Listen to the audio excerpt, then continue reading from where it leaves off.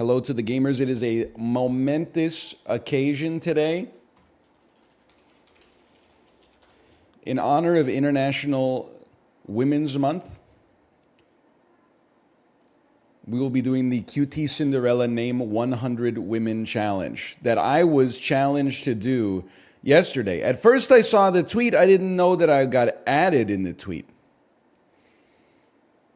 I just laughed because I saw the tweet and it said one of the clauses was you can't name the woman in relation to a man, i.e., you can say Michelle Obama, but you can't say Obama's wife.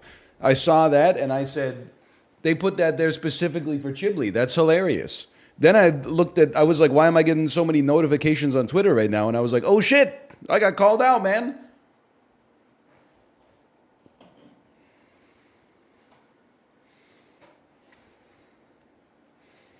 The Chiblee clause. So I'm just making sure I got everything set up here appropriately. Let me rename this scene to Open Office Calc. Yeah, sure. I'll do the no actress challenge. I'll do the no actress challenge as soon as the other people stop naming adult film stars for like 17 of their 100. No, of course we're going to use actresses.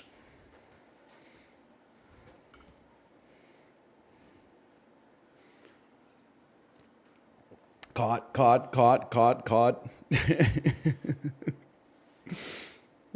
Half of Squeaks' list was Bollywood actresses. What are you trying to say about that? Why are you saying it in a way that's like remarkable? They're women. They're actresses. They're noteworthy figures. Just because you don't know who they are doesn't mean that, they don't exist. Americans, when you name someone from a different country, is this allowed?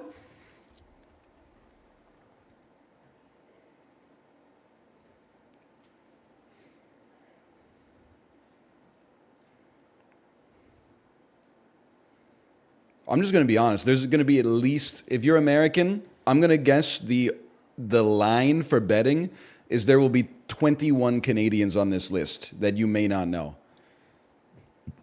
Pardon me, if I had to guess. And we're loving every minute of it, Jerry. Slash marker challenge. I got called out, man, by QT Cinderella, noted streamer, producer and creator of the Streamer Awards. I got called out for the Name 100 Women Challenge. I just want to I have the screen region all set up. I just want to make sure you know the conditions of it. The Name 100 Women Challenge cannot use chat, can be dead women, can be streamers, can be any version of their name, i.e., you can use Marilyn Monroe, a.k.a. Norma Jean. That's good because I don't know Rihanna's birth name. Spelling doesn't count as long as your heart is in the right place. I think that's fair. No family, friends, ex-girlfriends, neighbors, or any of that stuff. They have to be public figures. No fictional characters. I imagine that makes it very hard for chat. Hey, Fail Gunner, thanks for the gifted subscription. Subscriptions, I should say. No repeats. Timer starts as soon as you type the first letter of the first name, ends when you type the last letter of the last name, must be typed out in a list labeled 0 to 100, have to say their name, not a description, i.e., Michelle Obama is valid, Obama's wife, not valid. Check this out. You're about to see a master at Open Office Calc. I've even got the live split set up. You want to see something? Cell number A1, you put a 1, click and drag this little box down here. You scroll that bad boy all the way down to 100 and look at that. Holy, bro. Can any other streamer compete with that? It doesn't count if you play Europa Universalis 4, okay? They're already numbered, though. Okay, but be that as it may. Hang on. Shall we get started? Let me make sure my live split works. I haven't used it in 10 years. We got that muscle memory. Okay. I cannot use chat, but please shout emotes if I ever forget to scroll down. I'm going to try to remember every 20 women I have to scroll down, okay?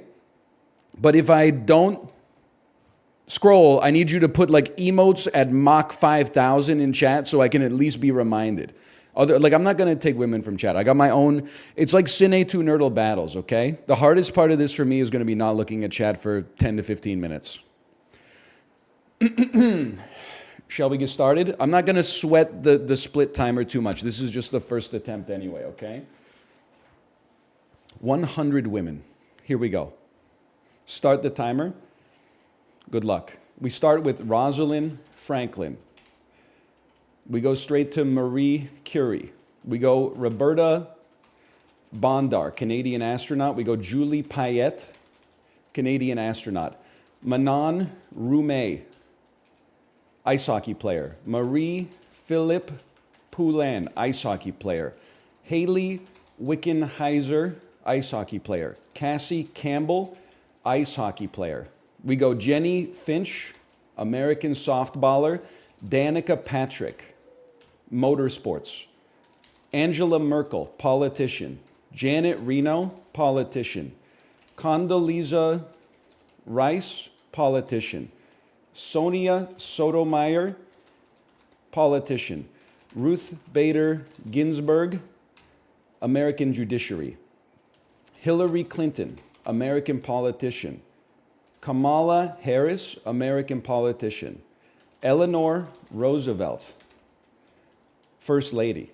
Betty Ford, First Lady. Michelle Obama, First Lady. Kim Campbell. I need to scroll. Sorry, I need to scroll.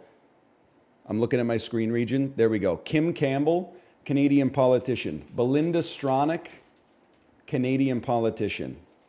Jennifer Aniston, actress. Lisa Kudrow, actress. Courtney Cox, actress. Deborah Messing, actress. Patricia Heaton, actress. Tina Fey, SNL. Amy Poehler, SNL. Gilda Radner, SNL. Kristen Wiig, SNL. Molly Shannon, SNL. Melissa McCarthy, actress. Rose Byrne, actress. Halle Berry, actress. Rosamund, Pike, actress. Denise Richards, actress. Michelle Yeoh, actress. I'm just making sure I got to scroll. Okay, we're scrolling. We're on 39. Sophie Marceau, actress. Famke Janssen, actress. Anna Faris, actress. Regina Hall, actress. Shannon Elizabeth, actress. Regina King, actress. Natasha Lyonne, an actress. Allison Hannigan, an actress. Now we're going to think, okay? Shannon Elizabeth. Michelle Trachtenberg, actress. Amanda Bynes, actress. Beyonce, singer and actress. Heather Graham, actress. Elizabeth Hurley, actress. Cameron Diaz. Penelope Cruz. Mila Jovovich. Nicki Minaj. Ariana Grande. Angela Bassett, Did the Thing. Viola Davis, My Woman King. Jamie Lee, You Are All of Us. Hong Chow, From the Menu with Anya Taylor-Joy, who's in Dune 2 with Rebecca Ferguson. And Zendaya, who's in Spider-Man with Marissa Tomei. Who was in The Wrestler with Mickey Rourke.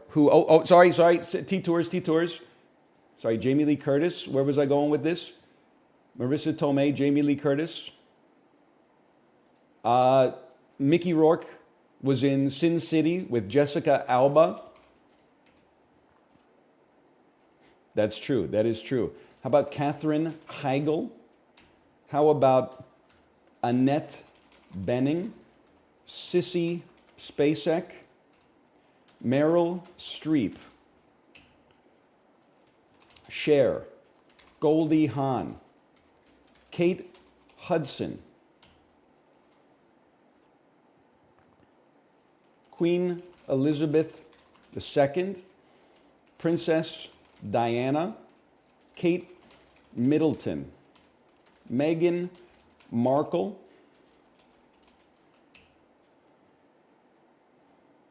Jacinda Arnett? That might not be your name. You know what? Let's delete that. Let's delete that. Oh, don't delete all. I'm scared. Can I get a check? Is this her name? Is this the former Ardennes? Okay, well, I'm going to delete it then because that's taken from chat. Please don't delete 78 of them, though. Okay, hold on this one. We are going to say actresses. Anne Hathaway, Julie Andrews, Emily Blunt,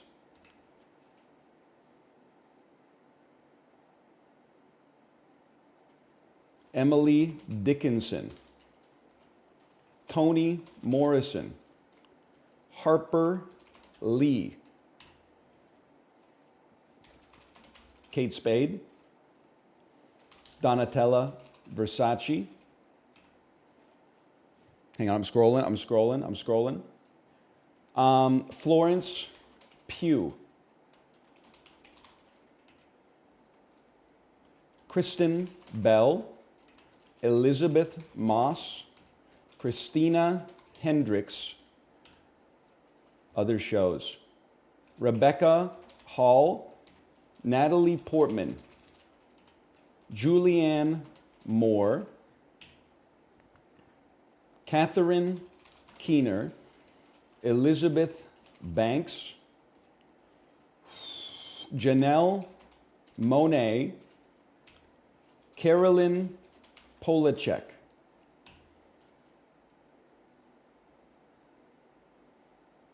It's so doable.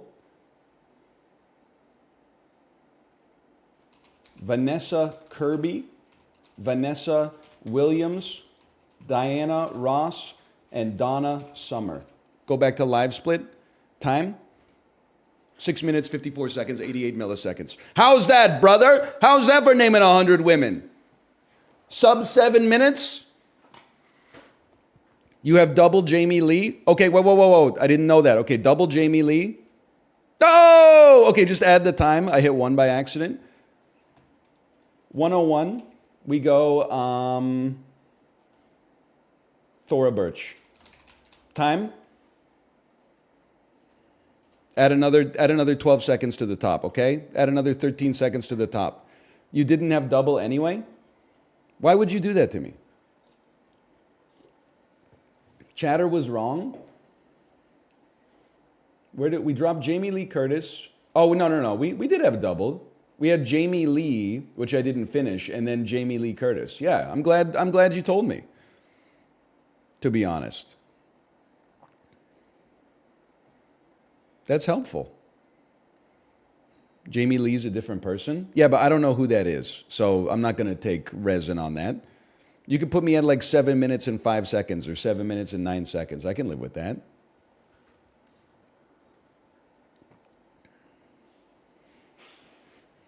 Hey, the Saint Jimmy, thanks for the gifted subscriptions. Thank you. Sub 8 minutes. Oh, listen, it's like 7 minutes, 8 seconds, bro. It's not, don't call it sub 8. It's sub 430 seconds.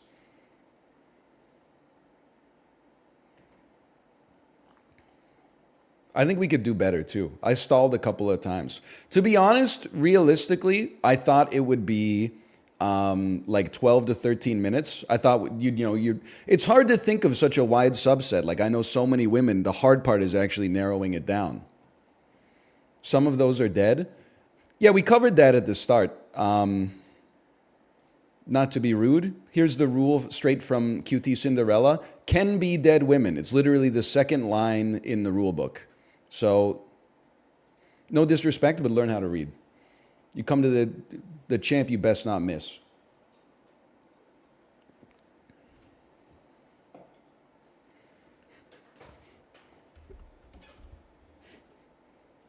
Not many of them were dead. Bro, we dropped Rosalind Franklin ASAP. Now do 100 men. Michelle Obama's husband, Eva Mendez's husband, Ryan Gosling. Okay. Keenan Houston, thanks for the gifted subscriptions. Thank you. We'll do a slash marker. Challenge accepted.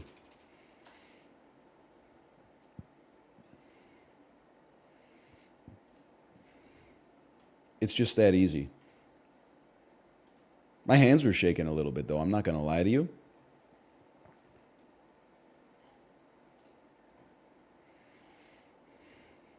I didn't even listen. Two things. First off, I love that people will literally unironically respond to the challenge and say, I can't even name 100 men. It's like one of the most sexist things I've ever heard in my entire life, and I'm supposed to be the misogynist. Why would it be harder to name 100 women than 100 men? Why do you assume that it would be easier to name 100 men? That's a troubling sort of bias in your verbiage, for one. Secondarily, I didn't want to put them on blast, but the person in the Discord who said they needed help from a friend and they named every single member of HoloLive. Oof. I would not, with a gun to my head, you wouldn't be able to get me to admit that, okay?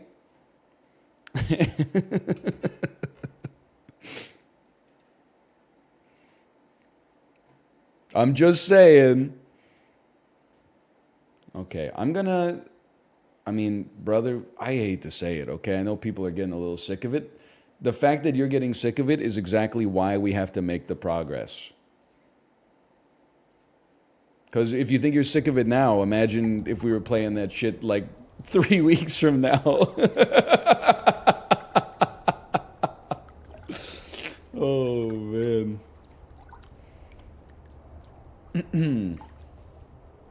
Call this a difficult game.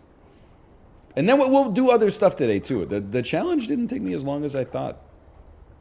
It should be name 1,000 women. Well, maybe not. That's a little much. Hey, Paper Mache Mephistopheles, thanks for the gifted subscriptions. Thank you, thank you. Ooh. Do you hear it? Double it and give it to the next guy. I am challenging Chibli to do it next. I want to see Chibli do it. And honestly, I do think Chibli will be fine. But simultaneously, I do wonder if he even can conjure the name of 250 people. I know he, like... difficult climb. I know Chibli outed me for the Discord message I sent to him, where I said... Because we're talking about the Name 100 Women in Microsoft Excel challenge. And I said, I'm honestly, no disrespect, but I'm not sure more than 250 names actually exist in your head. He took offense to it, but I don't think that it's offensive. When he said, excuse me, in reply to it, I said, don't be offended, your talents lie in other areas, which I think is true. I mean, you've seen him play Quicksword. Like, I don't think he's a name Andy. He's a creative thinker. He's not like a knowledge regurgitator. He comes up with his own wisdom. It's a backhanded compliment? No, if anything, it's like a forehanded insult. It's like if you don't think about it, it seems insulting, but I actually mean it in like the most complimentary way possible.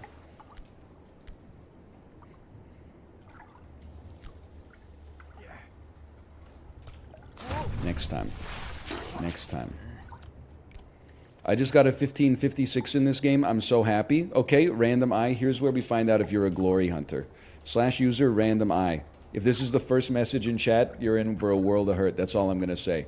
Following since February 1st, 2017, 432 messages. Binding of Isaac background. I think spiced Coke is actually pretty good.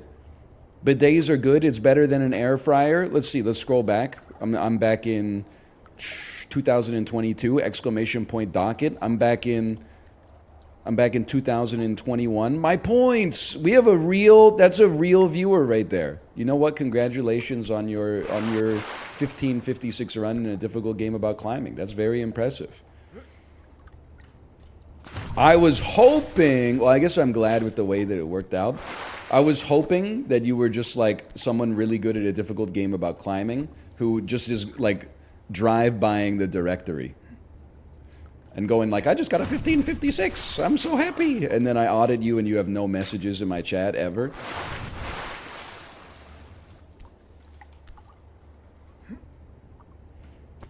Come on. Come on.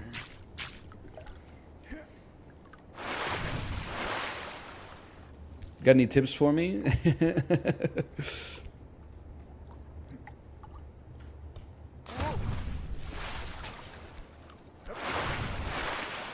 Nope. Okay. Thanks. Appreciate it. Whee! You know what speedrun categories Chibley's top 3 in? He's a #1 world record holder having sex in The Sims. I know that for a fact. I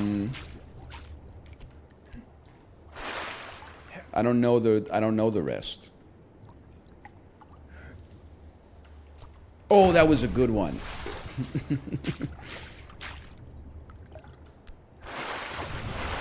It's called Woohoo. Yeah, but you know what? Yoo-hoo is euphemistic. Oh, it's true. Tokyo 2020 speed climbing. The record was previously held by your mum. Next time.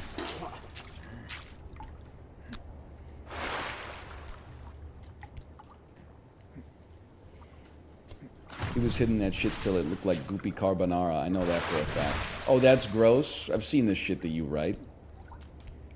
It's the only thing I know about The Sims, man. Goopy carbonara.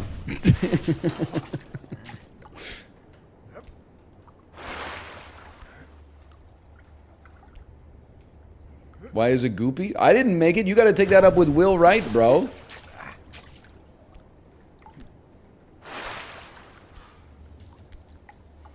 Still thinking about how you said Chibley's not smart like you. He's just creative smart. Yo, but that's... I mean that. Like, Chibley is the funniest person that I know.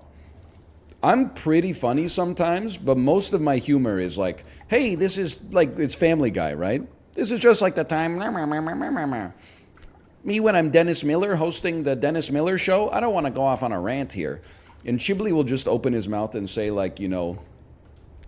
French Bulldog, and it's the funniest thing you've ever heard. Oh!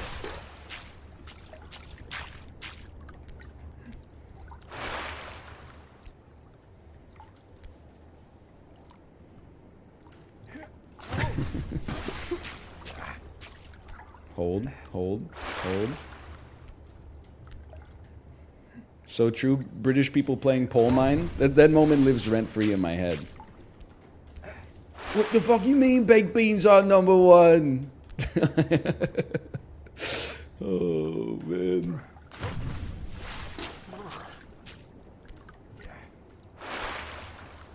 You think Paul Atreides was 2x pimpy?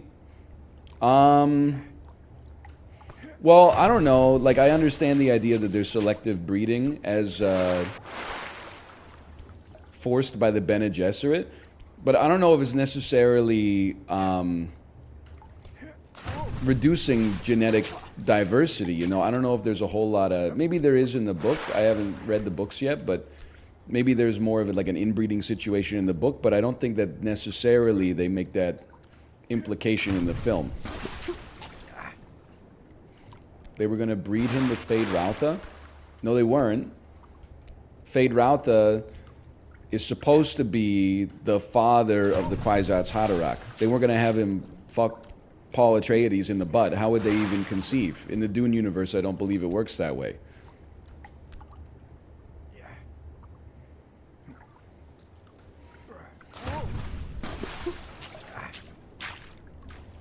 Paul was supposed to be a lady. Oh, okay. Well, now actually, you raise a good point there.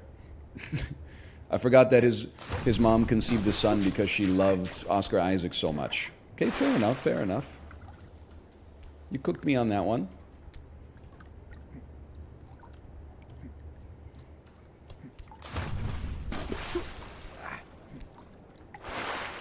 Hold, hold, hold. Who? Did I miss him naming 100 women? Yes, because you blinked. I mean, we were cruising. We did have to go back to the well because I accidentally named Jamie Lee Curtis 2 times. But we put down a pretty good time.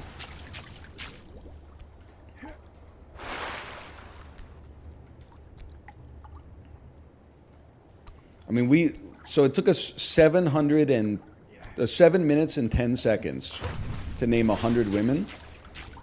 That's like a woman every 5 seconds. And I had to type it. And for the first 30, for some reason, I was saying their profession as if like you wouldn't believe me. Because I started with a lot of like Canadian astronauts. And I was like, they don't know who the fuck Roberto Bondar is, bro. Wow! You did a lot of hockey players? Yeah? I mean, the Canadian women's team is goated, bro. You think I don't know Manon Roumet? You think I don't know Marie-Philippe Poulin? You think I don't know Haley Wickenheiser? You think I don't know Cassie Campbell-Pascal? Come on. I missed the tennis vein completely. You're absolutely right. Justine Henin-Ardenne, Maria Sharapova, Anna Kournikova, Steffi Graf, Martina Navratilova. I mean, we easily could have picked up like another 20 tennis players without a doubt. Okay, relax, we believe you. Oh, now I'm naming too many women. Now I'm not misogynist enough for you.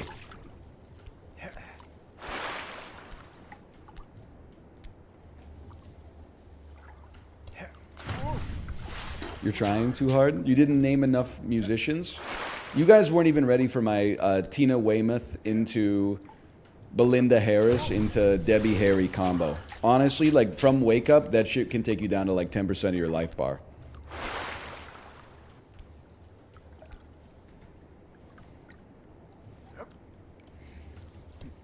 Next time.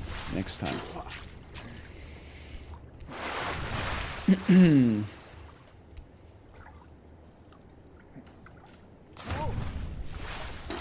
Belinda Butcher when? I think that's what I meant when I said Belinda Harris. Hold. What's the name of the lady in Arcade Fire? Oh, you mean Regine Jesus? Mountains Beyond Mountains, Sprawl 2? I don't think they've heard of Sprawl 2, Pippin.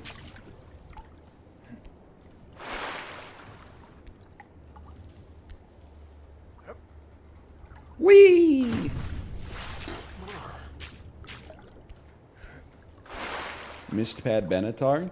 Brother, it's not 1985 anymore. Nobody's missing Pat Benatar.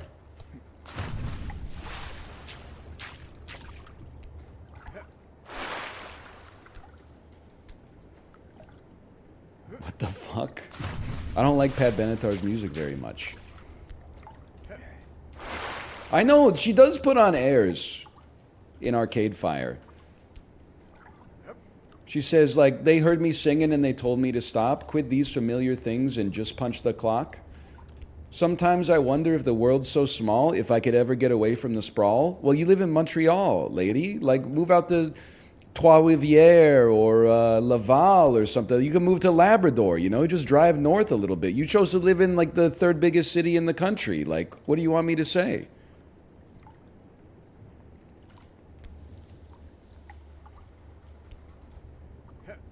Hold. Hold. Yeah.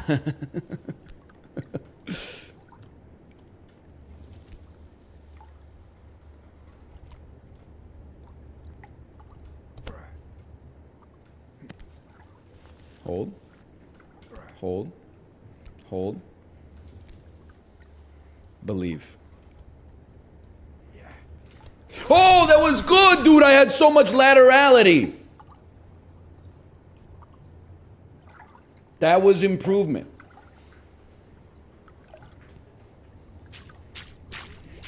Laterality? Well, many of you obviously don't know Maynard James Keenan. Did you know he has a 17-octave vocal range and frequently writes in time signatures that are a prime number over top of another prime number? The only Maynard I know makes wine gums. I'm going to +2 you for that, but I have a question for you. Are wine gums the worst candy sold in the grocery store?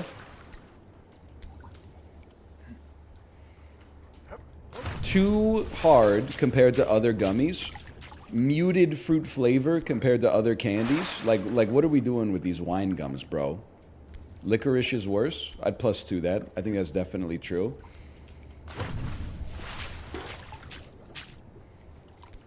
You like Swedish Fish?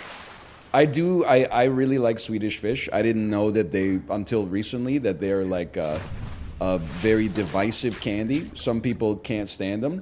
The crazy thing about Swedish Fish, and I know I've said this before, maybe like a year ago, they're so, I mean, all candy is bad for you, but Swedish Fish are so bad for you relative to how, like, not crazy they taste.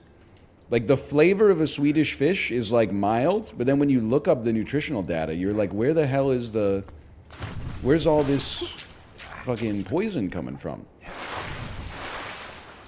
It's crazy. It's all sugar and corn syrup? Yeah, but they're all just sugar and corn syrup. So how did they get the Swedish Fish to be so much worse for you than the other, like a fuzzy peach or something like that?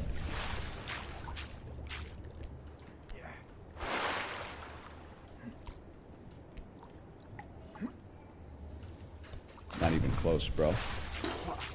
Hello, Sinvicta. Hello. Sinvicta, will you be doing the Name 100 Women challenge? I don't want to brag, but I put down a pretty good time.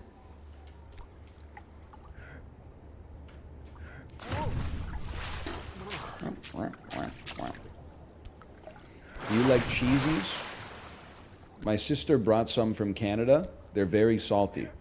Hawkins cheesies are, they're a Canadian classic.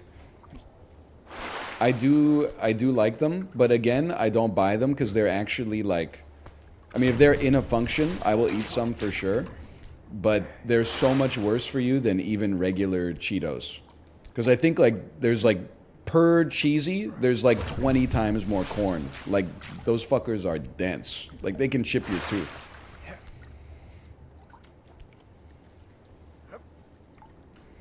Oh!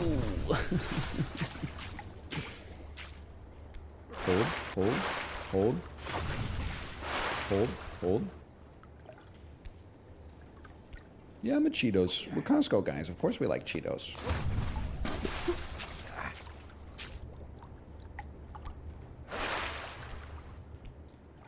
Also, I don't know what powder they use.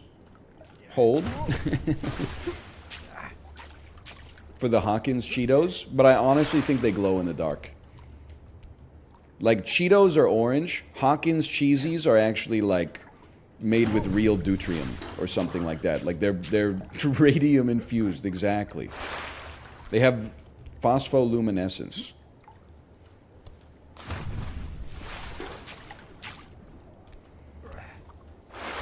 You ever tried Juji fruits? Isn't that the candy that Elaine bought from the movie theater after hearing that her boyfriend got into a car accident?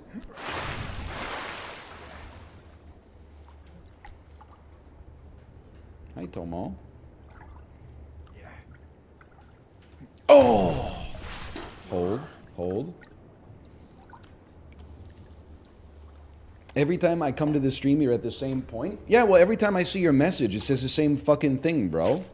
Maybe we're doomed to go around in this, like, you know, twin galaxy star system over and over, doing the same shit.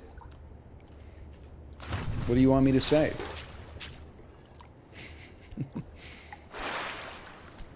I'm the Joel Barish to your Clementine Kruszinski. Kate Winslet would have been a great pull. Because then from there, like, the secret to the Name 100 Women challenge is you don't try to name women. You name one woman and then narrow down the category to things surrounding that woman in a web. So you go, okay, Kate Winslet. Kate Winslet was in Titanic. Other women in Titanic, Kathy Bates. Kathy Bates, she's also in Rat Race with Whoopi Goldberg and Amy Smart. Amy Smart, of course, is in The Butterfly Effect with Ashton Kutcher, who was on that 70s show with Laura Prepon and Mila Kunis. Mila Kunis was in Forgetting Sarah Marshall with Kristen Bell and Jonah Hill, who was in Get Him to the Greek with Elizabeth Moss, who was on Mad Men with Christina Hendricks, who was in Bad Santa 2, which also had Kathy Bates. To be fair, I'll admit that one, we just doubled up on Kathy Bates. But that's okay. You could do worse than that. So it's basically Cine Tu Nerdle.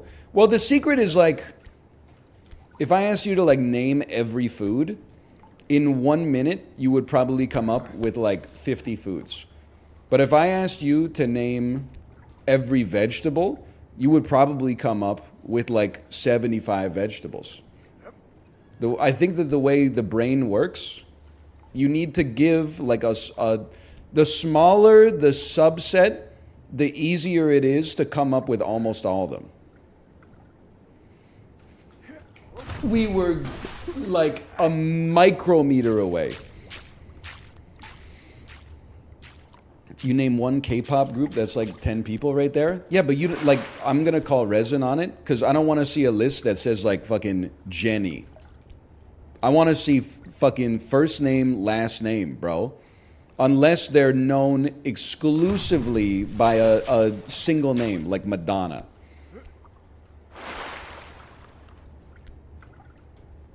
Beyonce? I'll fucking type Beyonce Knowles. Beyonce Knowles Carter, if that makes you happy. You better not type, Jisoo Blackpink. That's all I'm trying to say. As far as I'm concerned, that's a description rather than a name. I did the challenge last night. It took me 48 minutes. No disrespect. What went wrong? 48, that's a woman every 30 seconds.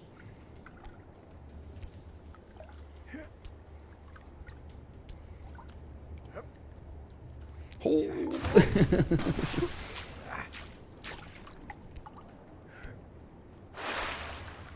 That's kind of slow. Well, I mean, that's what I'm saying. I'm not trying to be rude, but 48 minutes? I don't know any famous people? Well, then you shouldn't do the challenge, honestly. Like, the challenge isn't for you. That's like, I'm not going to go to the local track meet and do the high jump. I don't have hops. I couldn't even name 100 men in 40 minutes. Realistically, like, you absolutely could. Come on. Like, you have, like, had a hobby in your life at some point, right? Like, you could probably name minimum, if you're from North America, I bet you could name, like, at least 12 presidents, even if you don't know who they are, you've heard their names. Then, like, if you've ever watched sports, just name, like, 2 teams' rosters, and you're there. Or maybe you're, like, a YouTube Andy. You probably name the pseudonym for, like, 25 YouTubers or something, right? Like, you can get there pretty quick, man. I could name 8 presidents max. Brother, I've been alive for, like, 8 presidents. What do you mean you could name 8? So you know George Washington. You know Abraham Lincoln. That's a given. And then just, like, you can't remember, like, the last 6? Biden, Trump, Obama, George W. Bush, Bill Clinton, George H.W. Bush, Ronald Reagan, Jimmy Carter, Gerald Ford, Richard Nixon, Lyndon B. Johnson, John F. Kennedy, Dwight Eisenhower. Like, get a clue, man.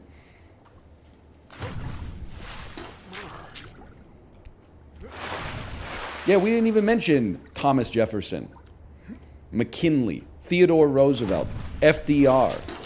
Like, come on. I believe that everybody in this chat can name 100 women and 100 men. It's just a matter of asking your brain the right question. Instead of saying conjure 100 men, which is a difficult task, you just say, hey, name 20 athletes, 20 singers, 20 actors, 20 politicians, and then, like, fill in the gaps. I literally can't do it. I don't believe you. You can do anything. I don't believe... Like, I believe you have at least 1,000 recognizable names in your head. The hard part is pulling 100 of them out without, like, you know, having any impetus to do so.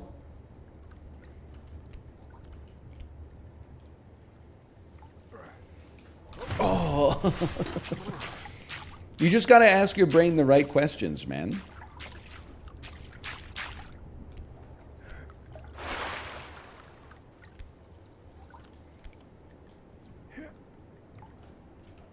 Hold.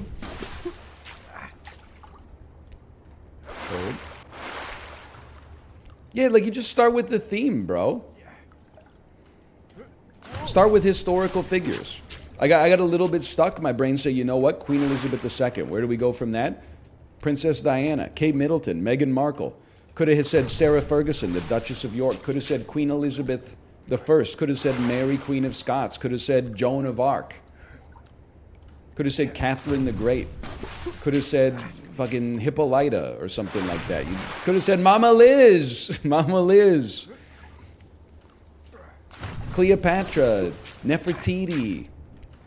Tifa. You know, like there's lots of options.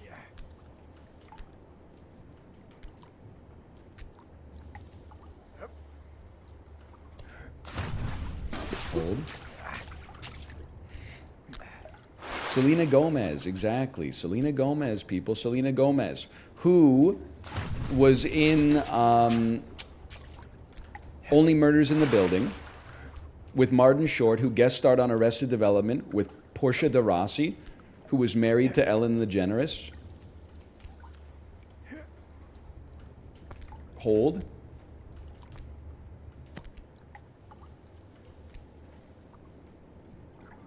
We got lines, bro. I stole Ellen DeGeneres from Slime. I know Slime's time was a little longer. I was really impressed he knew who Sue Johansson was. Oh! We spun it, baby!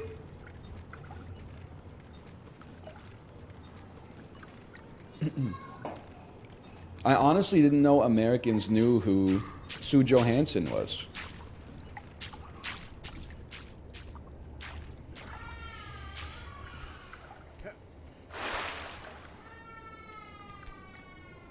We don't?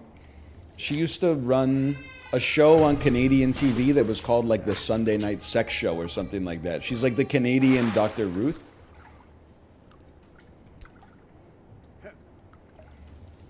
Oh!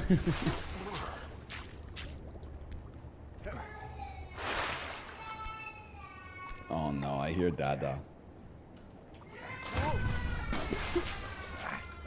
You know what? Let me go check on this.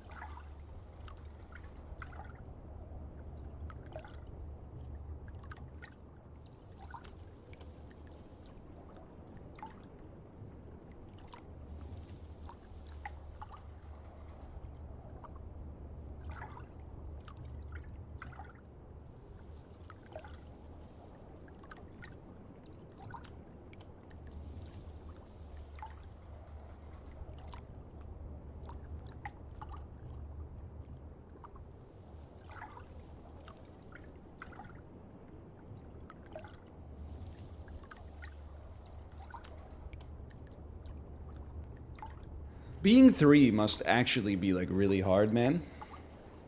No joke. Because like your emotions are like all over the place. Like she's crying. She was like, "Daddy, I want a hug before I go. I miss Daddy so much." So I gave her like a big hug. Yesterday, right after daycare pickup, I'm gonna embellish the situation a little bit, but it's basically like this. Pick her up, bring her home from daycare. She's like, "Daddy, I want to eat this light bulb." I say, "You can't eat that light bulb. You'll break the glass in your mouth and bleed a lot and have to go to the hospital." And she goes, "I don't like you anymore. You are bad." The mood swings are crazy, man. She's been saying lately, like she's going up and down. She's been saying I'm evil lately. But she says it with like a smile. She goes like, "You are bad, you are evil." And I'm like, "I'm not what? I'm evil? Just because I won't let you like do something that's gonna lead to you breaking your leg or something like that? I'm evil now?"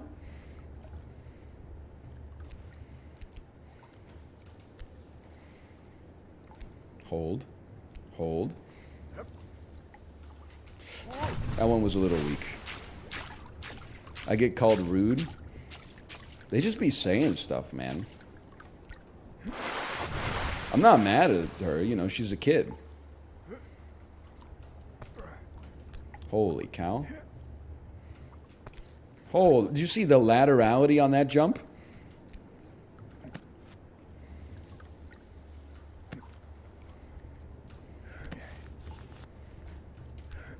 Just wait, it gets worse. Well, people are always saying like, oh, he closed his fist.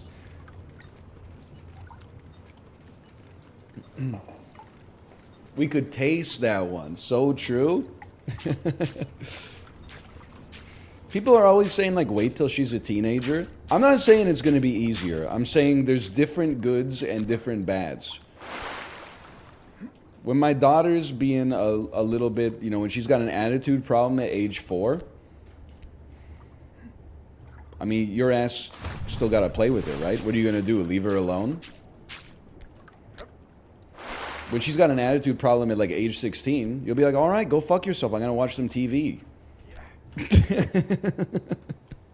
You're going to be like that, then fucking go to your room. At least I'm confident that you're not going to, like, you know, smash your head through the glass window or something like that. Don't get me wrong, I'm not saying it's easier. I'm simply saying at least you can... They have some independence, so you're like, okay, you want to take a timeout? Go take a timeout.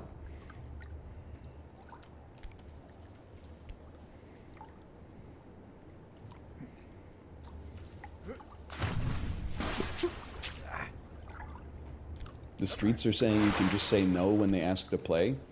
Yeah, I guess. Feel bad, though. Oh, that was close.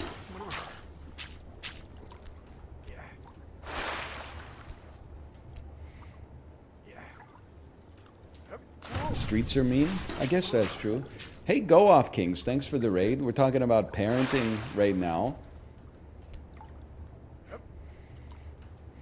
My 3-year-old just doesn't have the same sense of, like, danger that you gain as you become, like, a more experienced adult. Like, you know what she tries to do every day? She puts on her mom's slippers and walks around. No big deal, you know. Her mom's, like, a women's size 7, and she's 3 years old, so obviously she's not filling the shoes, but no big deal. But then she goes to the edge of the staircase and is like, I'm going to walk down the stairs in mom's slippers. And I'm like, no, the fuck you aren't. You're going to tumble down the stairs like a prop dummy from Walker, Texas Ranger and die. And then she's mad at me that I, like, take the slippers off. It's crazy, man. Gmod.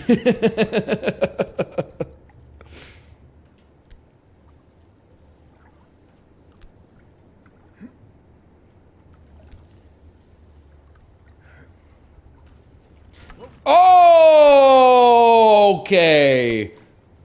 This shit don't happen every day. We hold. and hold.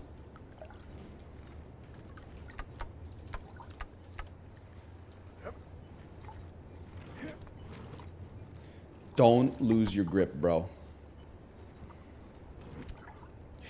I'm not confident in that. I'm simply not confident in that. I'd rather go for a better hold.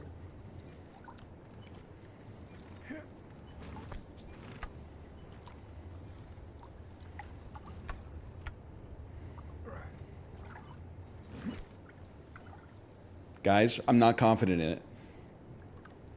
I'm simply, the grip is not strong enough. We take our time.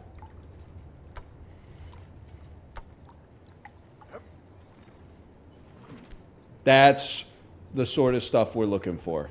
Okay, hold, focus. Took us many, many hours to progress to this point.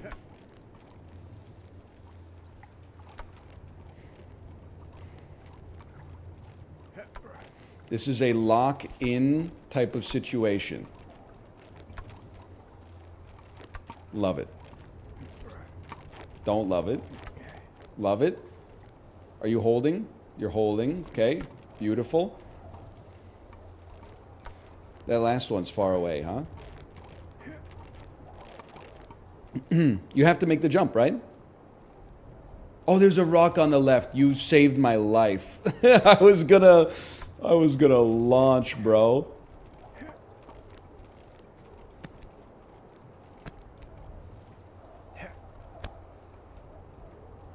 I believe this is grabbable. I didn't even let go with my left hand. Momentum let go with my left hand. We got a little lucky.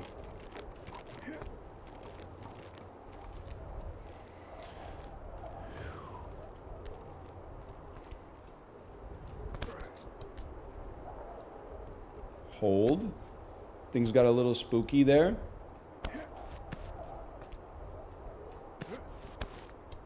Okay, you gotta, this is, it's a touch slippy.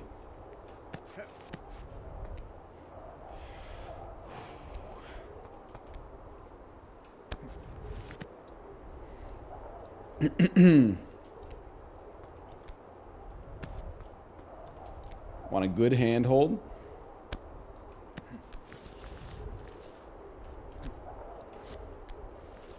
Hold. Hold. Oh my God, is it another pool?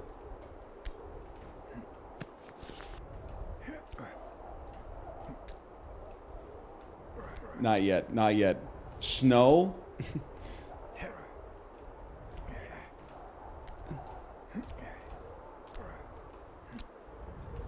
This feels amazing.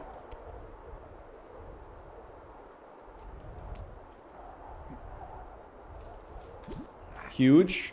Okay, hold. Hold. If you're just joining us, this is a momentous occasion, okay? I mean, I honestly don't know what to do. You have to do a leap of faith, right?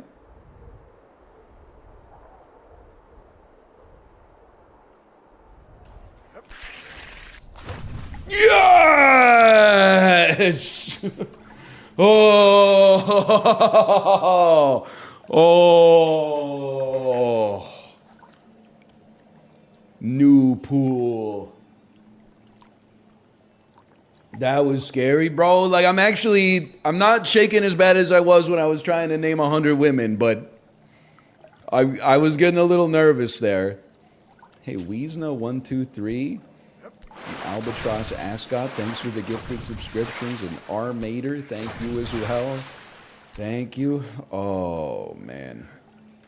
Shrinkage? I just watched that episode last night. I mean, George is pretty fucked up in that episode. Hey, Colling Lee, thanks for the gifted subscriptions. Thank you. Thank you. Now, let's go over that episode from George's perspective, okay? Yes, that's fine. His girlfriend sunbathes topless next to Jerry, Kramer, and Elaine in the Hamptons before George has seen her naked. I would say that's her right. If she wants to sunbathe topless, then so be it. George has no reason to feel aggrieved. But then he says, in order for it to be fair, he gets to see, or no, because, well, no, he gets to see Jerry's girlfriend naked because he's mad that Jerry saw his girlfriend naked. So he kept trying to bust in on her when she was changing, which is basically, I don't know, at the very least, sexual harassment, I would say. Then the plan backfires, and Jerry's girlfriend busts in on George when he's getting changed out of his swimsuit.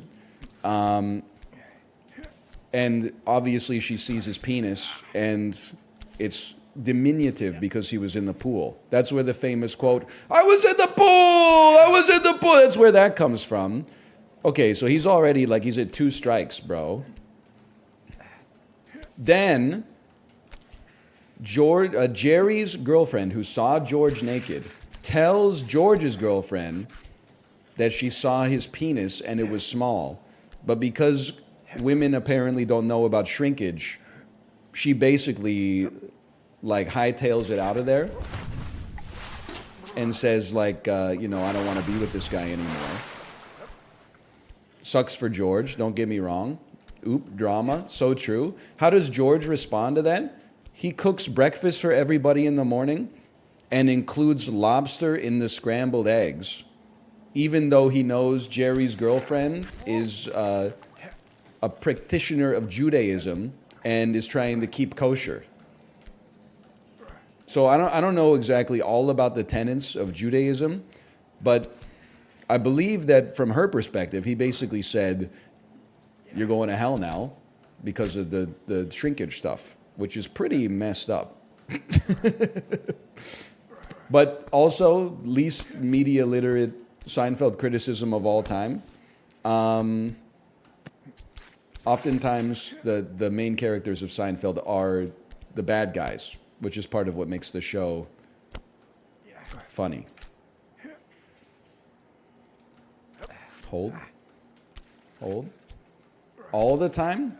I don't think all the time. When Jerry reports Poppy's Italian restaurant to the health department because Poppy took a shit and then didn't wash his hands afterwards, and then he was getting his knuckles into the dough when he was making the pizza, like that one, to me, I wouldn't have done it, but I can see why he did it. Let's put it that way. Oh, okay. Not my finest move there.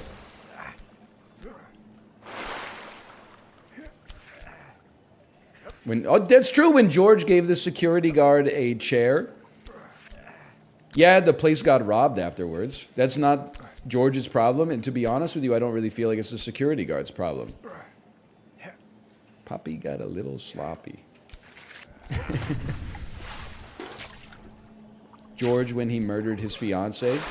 George didn't murder his fiancée. She died due to poison glue.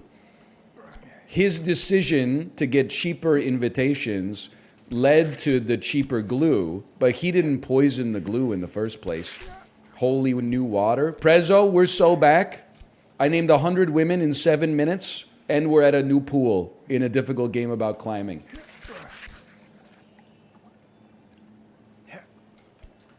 George has insane lore.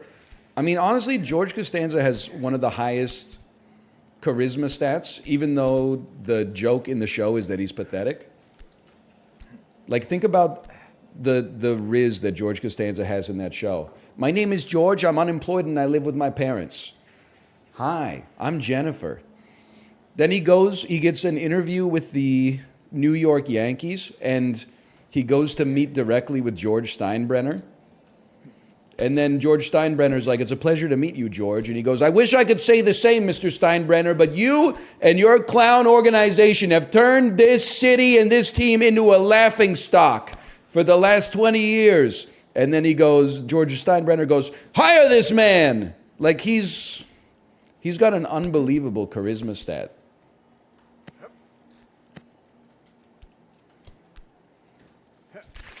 Help. That's fine. It's called Aura. I mean, have you seen him in the Gore-Tex? The episodes, like any Seinfeld episode in the summertime, George actually looks like the coolest person that works at an East Vancouver brewery. Like, the culture has now made George Costanza into a fashion god. The dad hat and, like, the plaid shirt. He's got the pastels. He's got drip, man. The denim.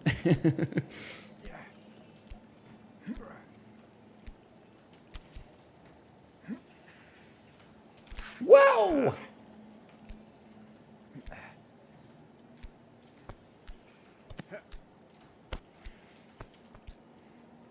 Kramer's drip too.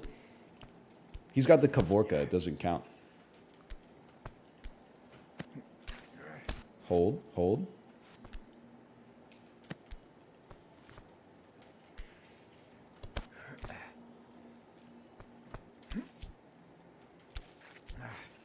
Hold. We're Seinfeld guys. Of course we have incredibly attractive partners. Some truth to that. Hold. Hold.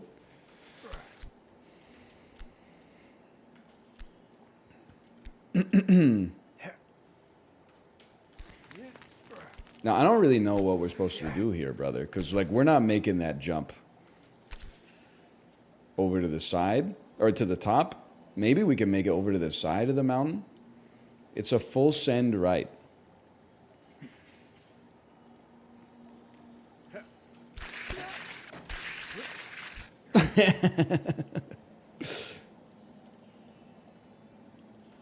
Whee.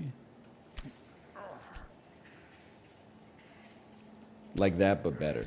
I'm not even taking offense to that. I'm just happy to be on the new pool, bro.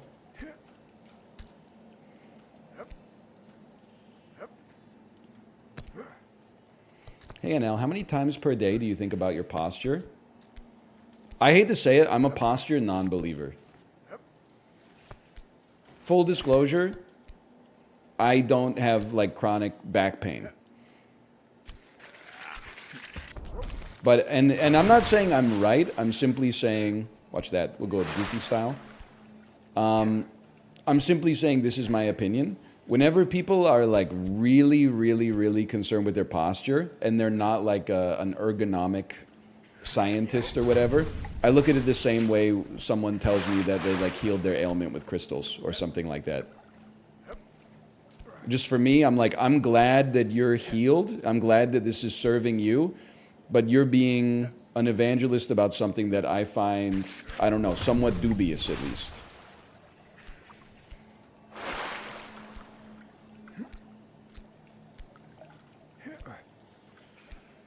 Yeah, I saw the person who said they healed their kidney infection through the power of positive thinking. This shit kind of pissed me off, not because they're, like, ignoring medicine, but because I kind of feel like it's ignoring how amazing your human body is. Like, you did not manifest healing your kidney infection. Like, your body has been fucking training through 1.8 billion years of, like, eukaryotic evolution to fight that shit off, bro. Show some respect.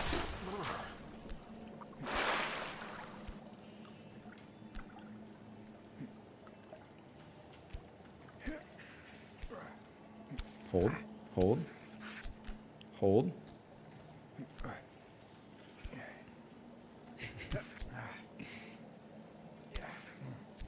Yes, I did see the TikTok comment on me solving the mini crossword in 22 seconds, and the comment said, "What's his job? His real job?" I didn't know if they were being serious or not, but whether they were being serious or not serious, it's a very funny comment. I actually, so I'm not trying to take anything away from it being reposted on Twitter, but I saw that comment, like, in the wild, because I checked my TikToks to see if they're popping off or dying on the vine. Spoilers, 7 and 8 times dying on the vine. No fault of the editor. Just randomly TikTok. They do like a Wheel of Fortune card every time you post something. And they're like, nope, nope, nope. This one, 10 million views. Nope, 10 million views. 2 million views. Nope, nope, nope, nope. Hold.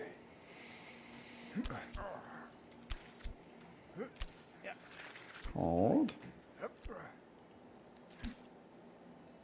They actually get 10 mils sometimes. No, I think the highest viewed TikTok, it's probably like 2 or 3 million.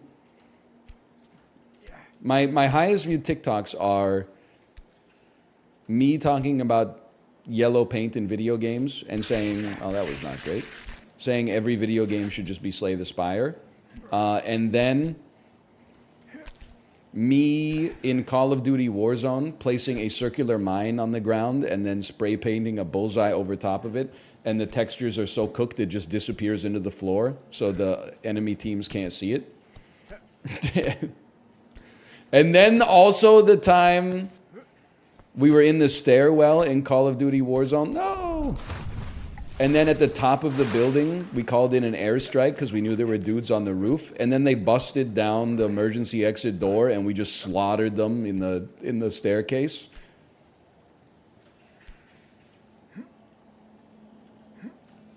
Hold.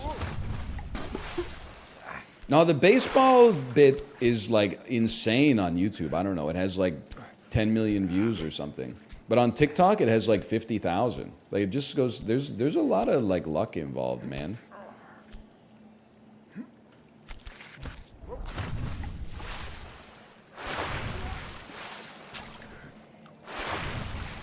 And TikTok monetization is so funny. I check it like once a month.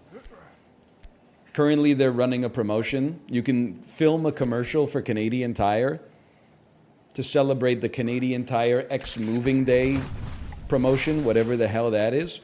And I was like, I'm not going to do that, but at least it's like a legitimate advertiser. And then like every other one is like, we'll pay you $25 to use like our AI voice generator in a TikTok. And I'm like, that's not going to happen. Like some of the advertisers on TikTok are so cooked they didn't even like fill out the metadata for the campaign. It'll just say like, for the description of what you have to do, it'll just say UGC, which is user generated content for product. And then the product is like a JPEG of like a 5-star binder or something like that. And you're like, this is not a reputable platform, man. Whee. They still make 5 stars? What are kids using these days in school? iPads, Duotangs. I mean, if you had 5 stars back in the day, you were getting raised with a silver spoon. Let's put it that way. So am I grabbing the snowy rock on the far right, or am I grabbing something further down? It's down and to the right. What if we scramble a little bit?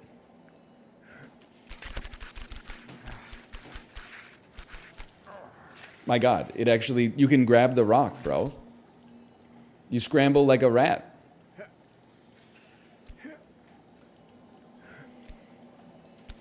Tomotech. Egg past the wheel.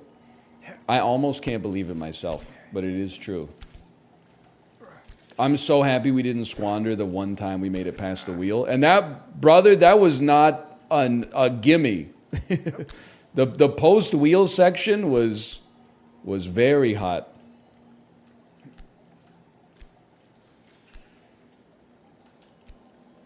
Okay, this one's tough. I haven't practiced as many left swings as right swings. That's fine. We'll hold.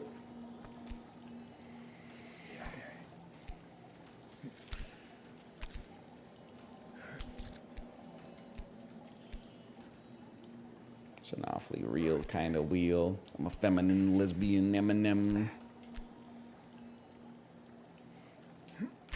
He's got sun on his perineum. Not taking shit from anyone. Sorry. 2013 ass comedy. Harrison Ford under the floorboards of a 4X Ford Explorer. Four-door Ford Explorer. Harrison Ford under the floorboards.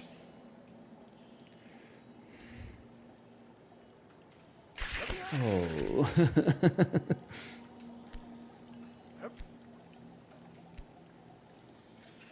The thing goes scraw. You know, this is not a joke, just to give you some idea of the level of cookedness of Peloton music. There are multiple Peloton rides that use Man's Not Hot, the full song, with no irony. I'm not necessarily saying it's a bad song, but I am saying it's a meme song. So sometimes you'll be doing like a 30-minute Ali Love Tabata ride, and then she'll put on Man's Not Hot, and you're like, what are we doing here? 2 + 2 is 4. Quick maths. No ketchup, just sauce. And you're like, it's tough, man. It's tough. Wow!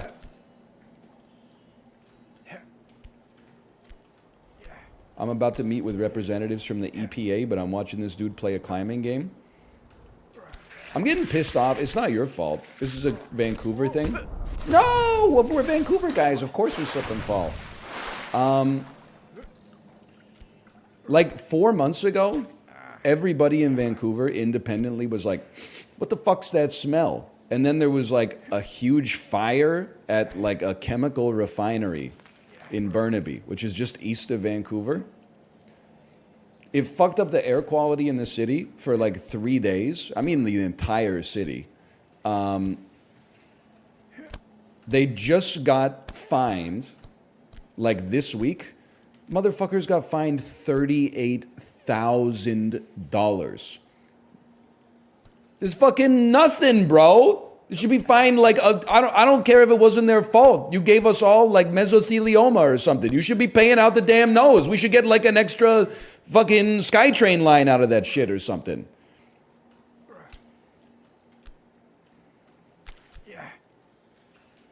Never let a crisis go to waste, brother. Couldn't they at least give us like some free school lunches for 10 years or something like that? $38,000? This shit is like a half-decked out Ford Fusion. Oh.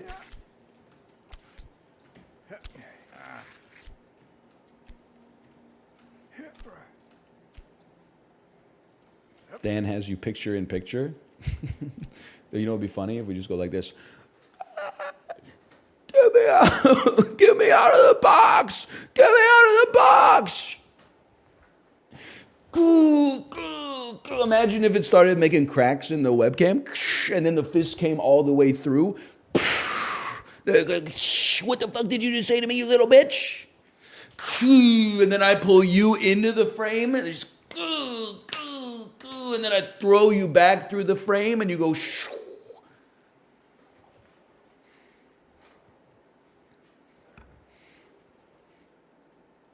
That'd be kind of sick, right?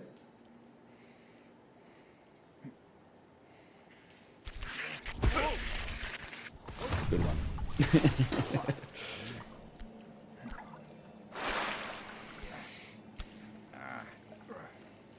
Hold, hold, hold.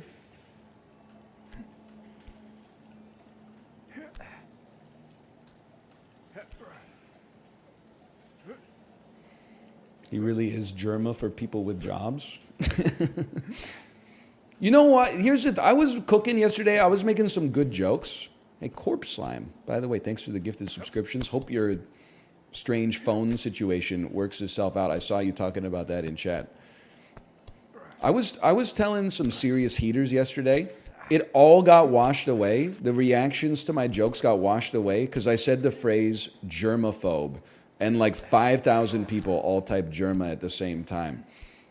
I would like to think, I don't know Germa that well, but I know him better than you probably. Because we've spoken in real life.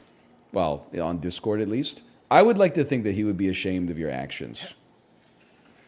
I would like to think that he is, a comedy respecter and would say, come on, guys, let the jokes shine through. Don't derail the audience response to the jokes just because he said a word that kind of sounds like my name. Like, I think he would be like, I appreciate the attention, but at the same time, I don't want it to distract from, you know, the professional respect that I have for my colleague.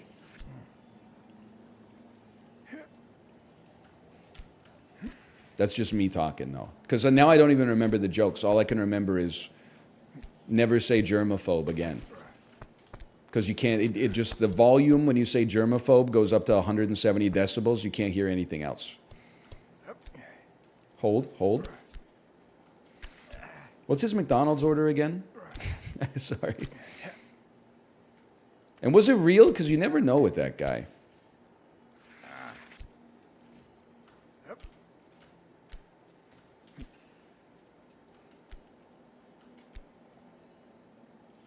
Two McChickens. I remember it's not two McChickens, because two McChickens is not that crazy. It's like one McChicken and then 6 other things and then one more McChicken at the end. Like even the order itself is like a sandwich with McChickens for buns. Oh, we almost got it.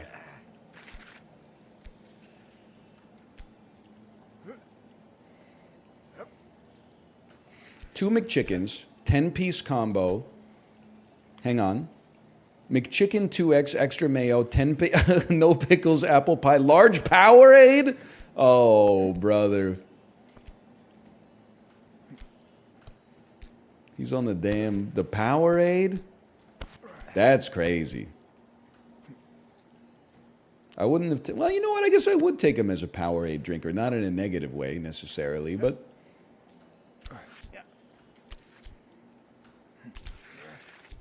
I don't even think they have Powerade. Prezzo, back me up here. Canadian McDonald's, I know Powerade is a Coke product.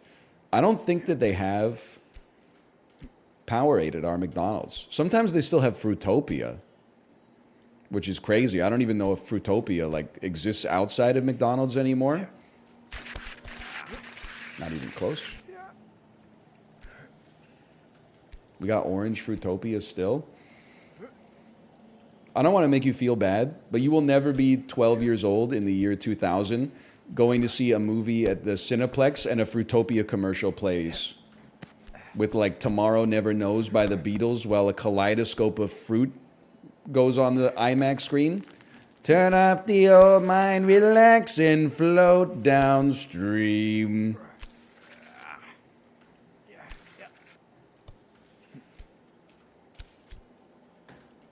You've unlocked a memory? Canadian movie theater commercials go kind of crazy, dude. Like Colonel and his popcorn menagerie. They fucking love getting eaten, bro. Not their popcorn that tries to get people to buy popcorn. And you know what's crazy? Is that like in the most famous commercial of all of them, they fucking pay for the popcorn. It's like not only did they say, it's okay, you can eat us, but they busted out their Scotiabank Scene Visa cards so they could pay for themselves to be eaten.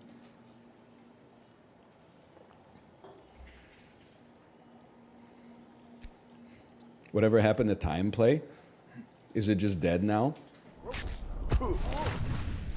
Time Play, I'll tell you my experience with Time Play. And it's a greatest hit, but we haven't done it in a while, okay? First, you used to go to the movie theater and you would just sit in darkness until the trailers started. Then, I would say maybe 1997, 1998 in Canada, you would go to the theater and you would sit in darkness and then the lights would dim a little bit and you'd be like, oh shit, the trailers are about to start. And then you would watch 25 minutes of car commercials over and over. And you were like, what the fuck is this? Movie's supposed to start at 2:50. It's 3:10 and they haven't even gotten to the trailers yet because they're trying to get me to buy like a Kia Sportage. Then they said, okay, we kind of fucked up with that one, but we're gonna keep it because you can't roll it back. They started running like movie trivia where you just shouted at the screen before the commercial started. Hold. You know, like that's where Lazy Sunday comes from. We answered so fast it was scary. Whole theater stands up when we say Matthew Perry. You know, it would be like, this actor was Chandler Bing on Friends. And then it would be like a silhouette of Matthew Perry's face. And you would be like, that's Matthew Perry. And then they would like make it a little bit opaque. And you'd be like, yeah, it's Matthew Perry. And then like 45 seconds later, they would be like, Matthew Perry. Anyway, then there was a goated era. This is what I say when I say like technology peaked and has been in decline ever since. Right around the proliferation of smartphones, they made smartphone integrated trivia before the movie, where you would compete with the other people in the movie theater to answer movie related trivia questions, and you would win scene points, which is not like real money, but if you won at like a big showing, you could usually get enough to redeem for like a snack or something like that. Maybe not like a full concessions order, but enough points to like be meaningful. Then they started doing sponsored bits in the time play that fucking sucked. So I remember it used to be like, you know, name the director of this movie. And I would be like, boom, fucking Sidney Pollack. Thanks for the scene points. Then it started to be like, which goldfish cracker flavor is the best? And you'd be like, I don't know, fucking cheddar cheese. And they're like, wrong, bitch, flavor blasted. Someone else is getting your scene points now. And I'm like, that's not even trivia anymore, bro. And then they started doing like smartphone enabled games that sucked ass. Like I remember Recycle BC or Return It BC, which is like our recycling organization, sponsored a bunch of it. So like before the movie, you would play a game where you like fling cans on your phone into like the proper recycling bin. And then like the top 3 people got enough scene points to like get a free trip to the bathroom or something like that. And I was like, it's over. It's never coming back, man. Then I found out that motherfucker, well, I'm just calling him a motherfucker in like a nice way. There was the dude who hosted the pre-show, Tanner Zipchen. And then after he got let go from Cineplex, he gave an interview where he was like, I didn't even get paid in money. They only paid me in scene points, which is fucking insane, bro. That's not, you can't pay your rent with scene points. Like you can barely pay for a movie with scene points. And then they just got rid of time play. Probably they're like, we had to stop it because of the pandemic, because people were touching their phone screens, which is not hygienic. And then they're like, we'll bring it back when, you know, things are better. And then they just never will. So kind of like salads at McDonald's. Apparently all the lettuce is tainted or something. Hold. How much do you think Mark Saltzman made doing those tech reviews? Dude, you're bringing up some old memories for me. I haven't seen Mark Saltzman in forever. Dude would be like, the new Breville Super Pro Juicer with a built-in pulper and a mulch plug. Okay, hold on.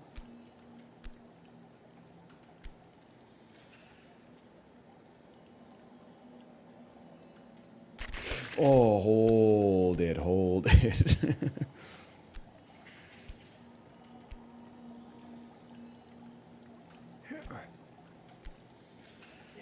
Did you see the new I Show Speed song? I was gonna, but I ran out of time doing a deep dive on the stable Ronaldo versus Jinxie drama that's happening right now. There's some seriously heavy stuff going on in this industry, man. Hold.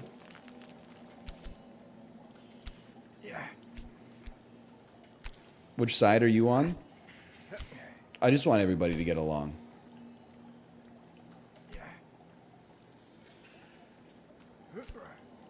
Boo. Okay, start lower so you have less gravitational. That was it. I can do that.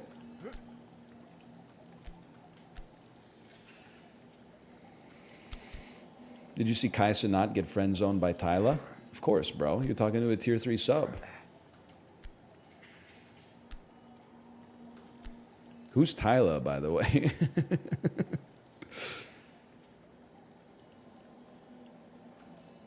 Oh, hold.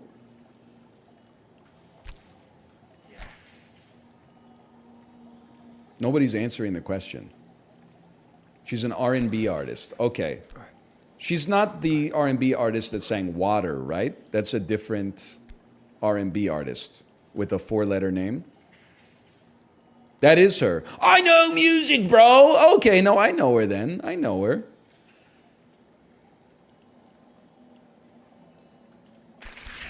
Hold.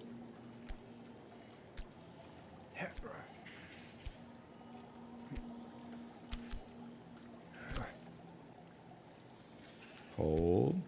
Hold. Go low so you got less gravitational.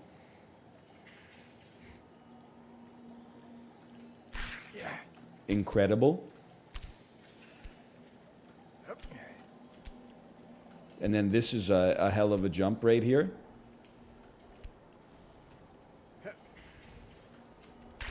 Oh, we were micrometers away.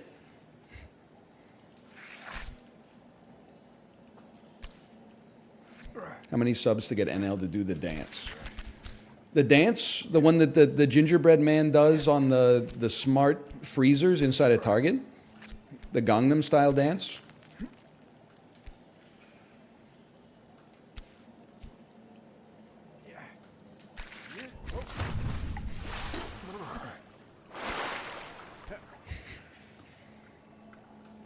Was you ever an old Coke Zero Andy?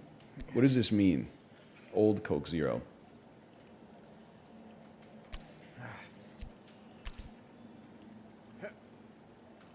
Hold! They reformulated it in like 2015? Really? I didn't know that. I've been a Coke Zero head ever since it was announced, but I did go through a period, I would say probably like 10 years of basically only drinking a Coke Zero like if I was at a restaurant, which sometimes it happened like 2x weekly, 2x pimpy, 3x bape. Sometimes it happened like once a month. So I must have missed the reformulation. It must have gone right by me. No!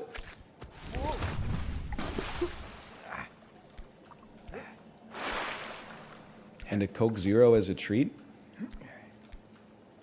Sometimes, listen, I don't want to cause any problems. Oftentimes, my wife and I would go out for ramen, and it didn't seem like it mattered what the ramen place was. I would be like, yeah, you know, I'll take the classic Rekka ramen, everything standard. Maybe I'll go chashu men on that bitch. Maybe I'll get 3 extra pieces of pork. Also, I'll have a Diet Coke. And then they say, sure, no problem. And then I wait, 8 minutes, and the ramen comes out. And then like 5 minutes after the ramen comes out, they're like, by the way, here's your Coke Zero. And I'm like, where's the fridge, bro? Why did it take less time to get me soup with cooked meat in it than to get the shit that's in the fridge that I can like see with my eyes? It's because Donbo's cooking up their own Coke Zero. Were they busy? Of course, it's Donbo. They're always busy. I gotta say, by the way, I swagged up at I think Dune 2 got me inspired. My wife and my parents and I went out for ramen. My wife ordered a cold tea, waited 10 minutes, hot tea came out. Next time server came around, I said, oh, by the way, my wife ordered a cold tea. I was going fucking Lizan Al Gaib mode on it. I was using the voice. They said, sorry. It kind of like, listen, I wouldn't say it annoyed me, but I was a little surprised because they had you order on like this paper menu, which I'm sure is to reduce confusion. So my wife circled tea as her drink. And then the server who took it was like, sir, do you want cold tea or hot tea? And I said, my dear, would you like cold tea or hot tea? And she said cold. And then I watched this man write cold down on the piece of paper. Imagine my surprise 10 minutes later when a hot tea came out. Hold. At that point, I just think maybe you got a problem with the ordering system. Mistakes happen, don't get me wrong, but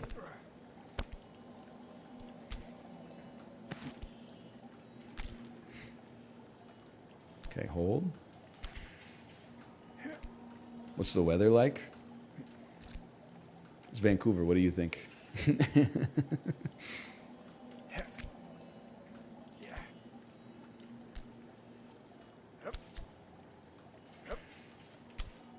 Hold, hold, hold. Okay. Get ready to learn it, buddy. That was a hold, bro. Weather was nice yesterday. The weather was nice yesterday. It was gorgeous.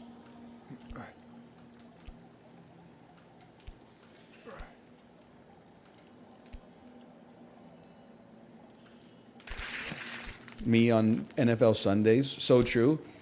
Nick Bosa watching game footage of the Kansas City Chiefs. That was a hold.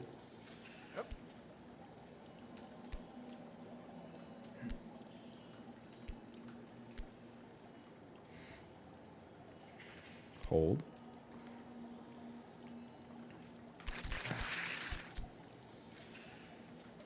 I'm not making any other jokes about Nick Bosa, okay? The jokes make themselves. Holy shit, we're past the girder? You missed an entire other 10-hour arc of general malaise. The girder is old trauma, bro. The wheel is the newest trauma, and we're past that too.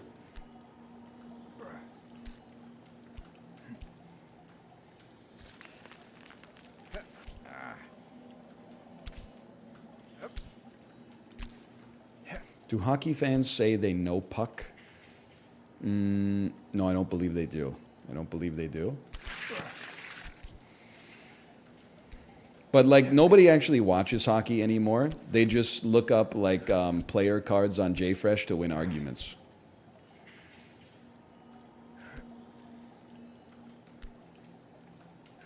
Watching the games and forming like your own opinion on an entertainment product, like that takes forever, bro. Why do that when instead you could just go google.com, JFresh, Patrick Laine, and be like, see, Patrick Laine is only a 21 this year.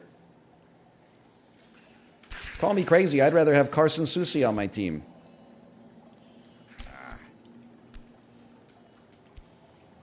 Hold, hold. I just say my team's players are better than their team's players. No, you got it all backwards. In hockey, everybody on your team is a bum.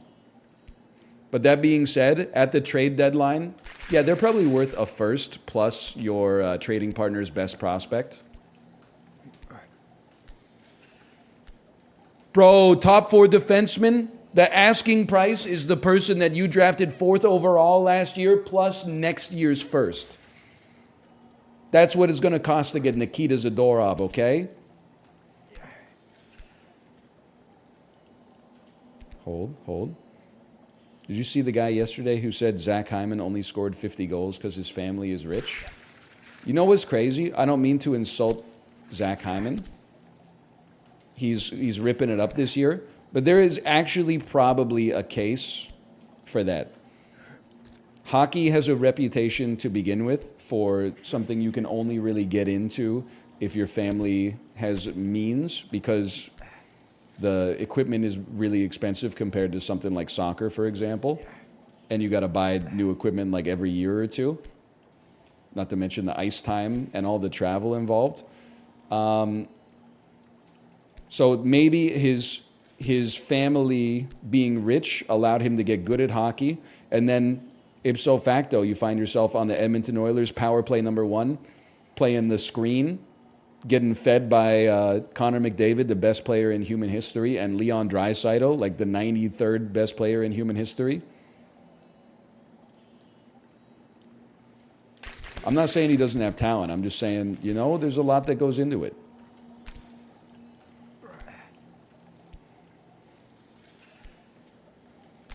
Would you let your daughter play hockey? Yeah, I think I would. It just, if she wanted to, I would, but I'm not going to encourage her to do it because I think being a hockey parent is really hard. I had friends in high school who played hockey, and like in the 9th grade, they would have hockey practice at like 6:15 a.m. So they would do like 90 minutes of hockey practice, shower, then get on the bus and go to school. I'm like, man, I don't know. And none of those fuckers made the NHL. So like the ROI on that was really bad. I'm sure it was rewarding. Don't get me in, they had bonding at the same time, but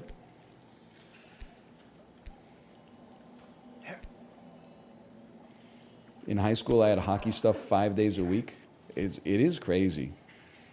But I think like it's all crazy these days, man. Like my nieces are in fencing and we literally like can't see their parents anymore. Because every weekend they're like, yeah, we can't do that. We have like a fencing tournament.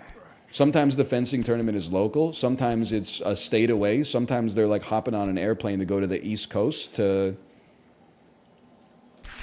do fencing. I think it's just if you get like competitive in anything, like any juvenile sport, like people go crazy for it.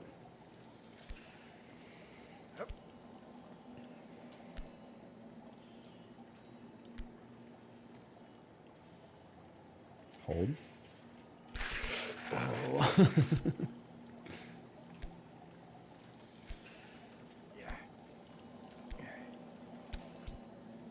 Women's fencing equals guaranteed college scholarship. Good choice. I think that's why they got into it in the first place.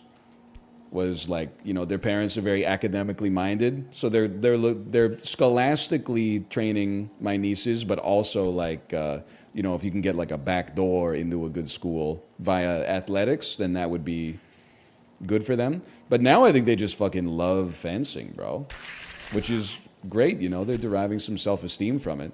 But I am like, man, your parents must be like really tired. You know, work 10-hour days, 5 days a week, have dinner on Friday night, Saturday morning, 4 a.m., drive like 4 hours to a fencing tournament, sit in the bleachers for 8 hours, sleep in the Holiday Inn Express, sit in the bleachers for 8 hours, drive home, go back to work 7 a.m. Monday morning. Like that's dedication, man.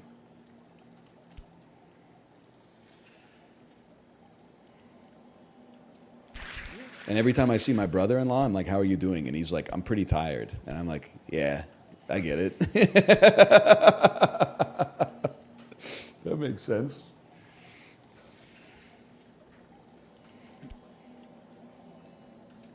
It is family time, though. You're not wrong about that.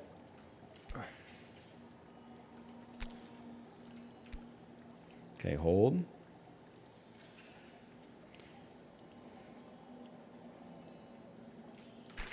Oh, I think I need like two.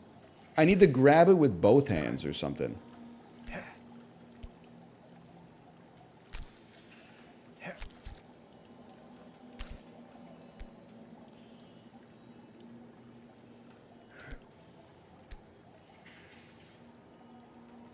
You can hold on the ice to slow yourself down. Oh, I could start higher, try to land like on the vertical and then tomo down. Oh, I think you got it. I think you got it. Minimize your speed, not by minimizing the height of your jump, but rather by having some tomo tech. Yeah. You're absolutely right. Are you done logging on Letterboxd? Excuse me. I think you'll find that I logged Dune 2, not but 3 or 4 days ago.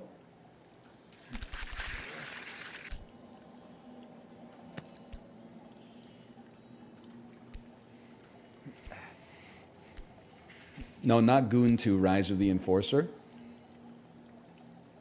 What'd you give it? 5 out of 5 heart, bro. I think it's a landmark piece of cinema.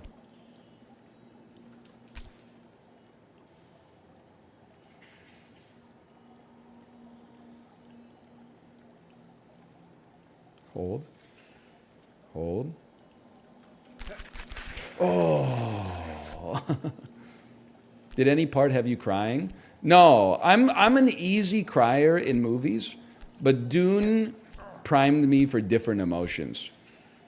It kind of primes you for like getting swept up in the fervor instead of like weeping, I think.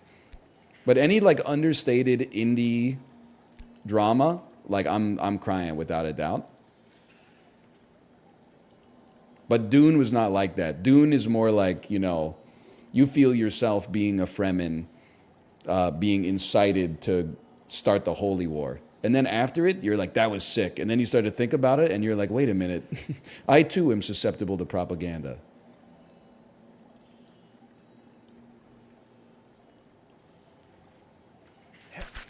Oh, we split the uprights, bro.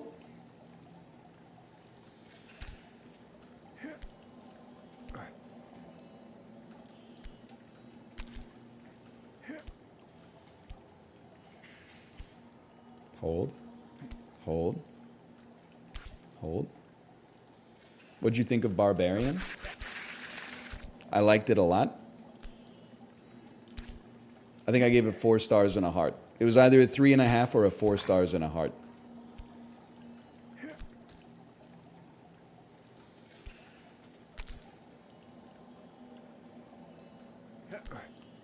Hold.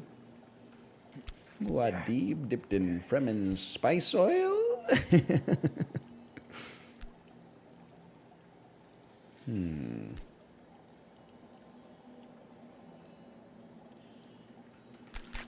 Oh.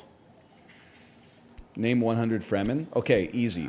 Stilgar, Chani, Paul Atreides at a certain point. Chani's friends. Fuck. Jamis, thank you, Jamis. Lady Jessica. Well, I don't know. I have to check with the Dune heads on that one. Is Lady Jessica considered a Fremen? She was not given a Fremen name, or am I mistaken? And she's a Fremen, but she was never given a Fedakin name.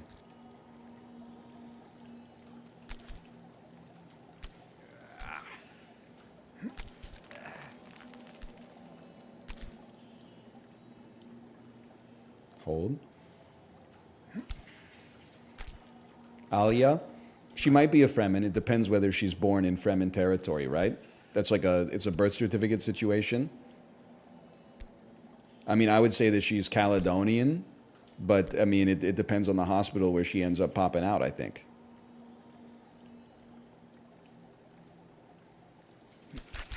Yes!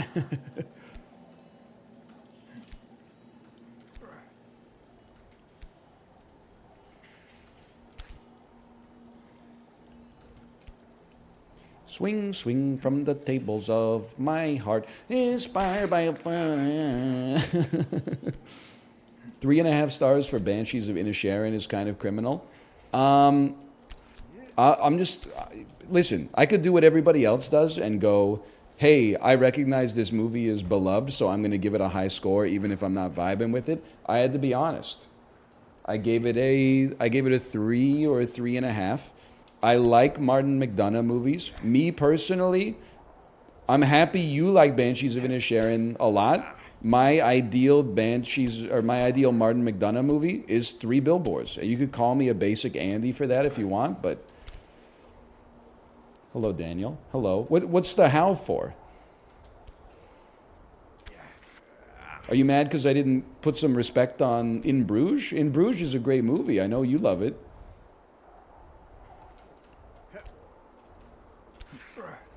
That's a tricky situation right there.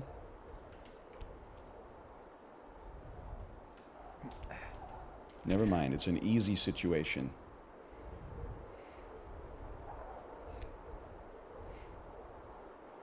Thoughts on Damien Chazelle having two of the what most movies on Letterboxd?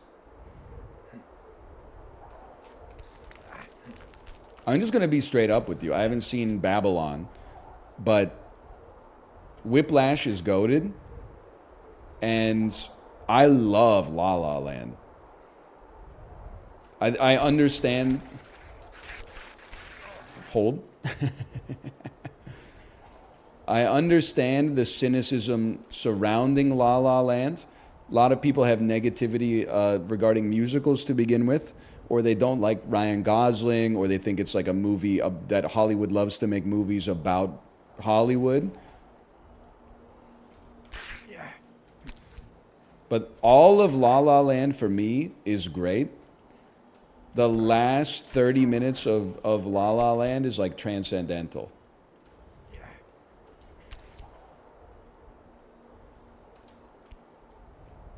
Dan turned off your stream. I don't even understand what he's mad about. Is he a La La Land hater, or is he upset that I'm goated, bro?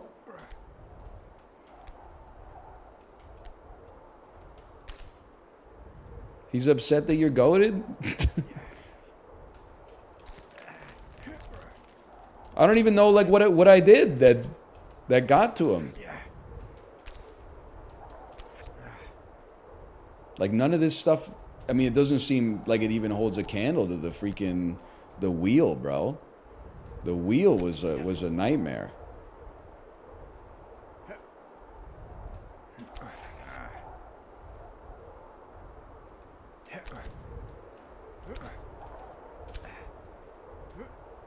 Okay, we got to pick a path here. Chib talking about Jackbox. Hold. He did have 4,000 points yesterday. I'm not even knocking him. I think he did okay on the questions in the first round, but then the wheel screwed him, and it just like it's hard to recover from the wheel saying like today's not your day, you know? I've been there.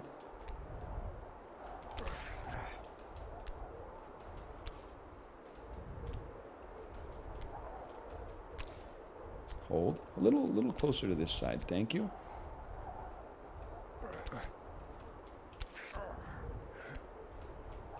The hell is this? Lady Jessica's pacifier?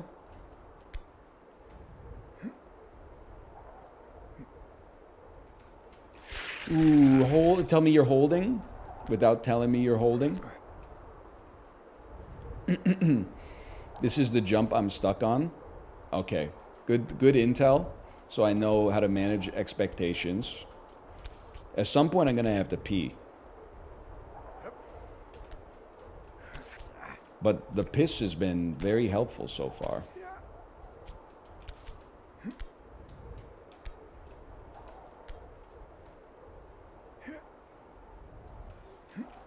Close. Hold here then. Okay, I gotta go pee. It just has to be done. I'll be back in just. I'm gonna rush it. I'll be back in 71 seconds.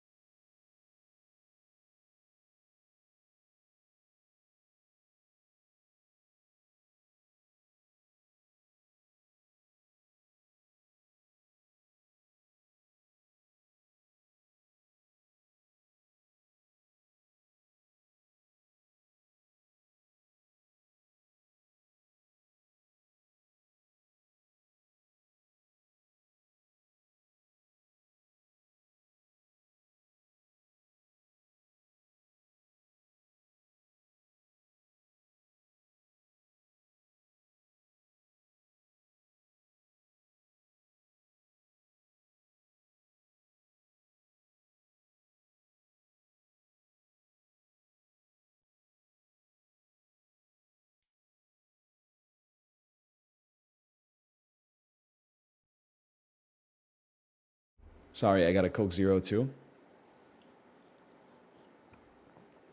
I gotta be honest, I took a little longer than expected because I put deodorant on. It's been a sweaty stream so far.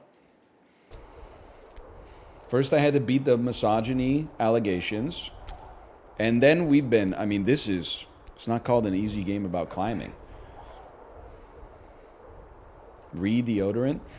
I mean, listen, I don't feel great about putting deodorant on top of sweat, but it's either that or take a shower like right now, which is not going to happen.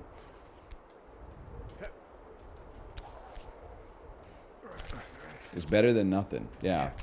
Here's my thoughts on it. If you get to the, if you can reodorant the sweat in under like 90 minutes, you're going to be okay.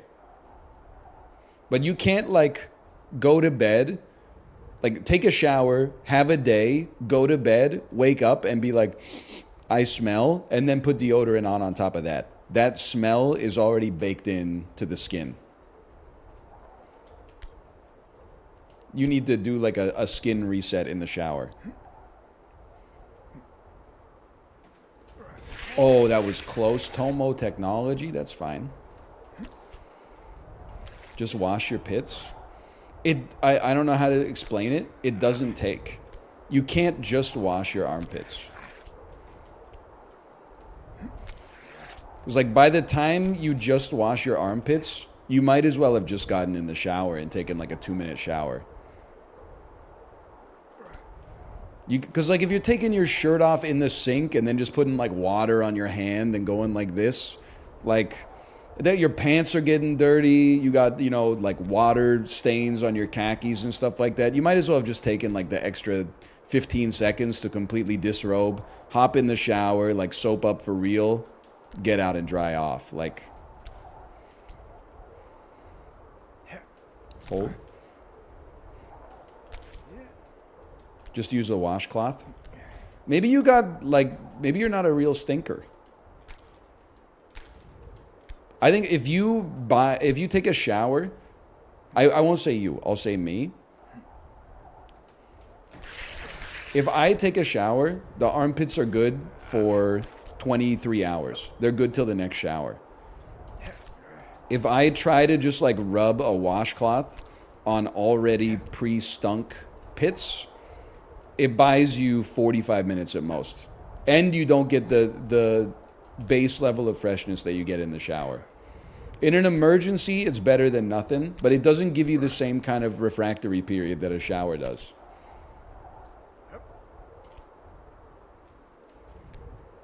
It's a 2-hand jump. I'll do my best. You also have to think like, hang on, hold.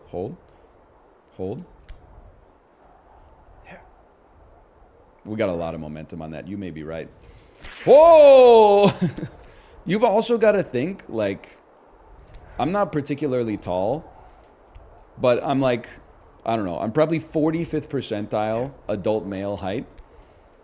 But that puts me like 70th percentile, or maybe, I might even put me like 90th percentile for women's height. So like my nose is fairly far away from my armpits. But if I'm like walking through a crowd or something like that, there's going to be people whose noses are passing by at like armpit height. So I really try to maintain my hygiene.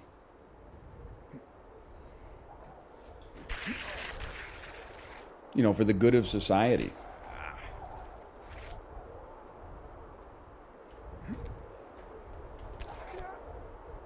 What are you doing differently in a shower than with a washcloth?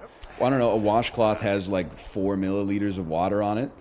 I can probably send like 8 liters of water down my armpits. Then the all-in-one cold brew coffee plus energy drink plus soap plus shampoo plus conditioner plus moisturizer on top of that. Then you put another 8 liters of water on top of that.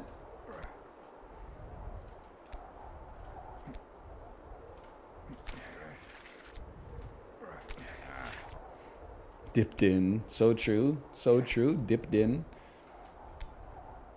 So you love wasting water? Yeah? I suppose. Hold.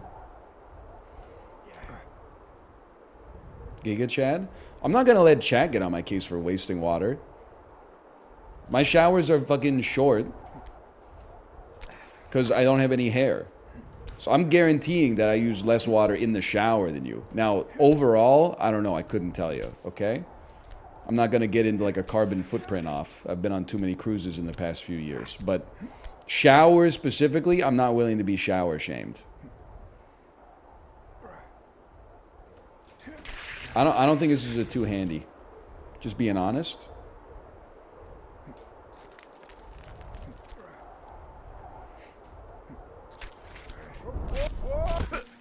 I'm dead. Like he has passed away. I don't know where to go, man.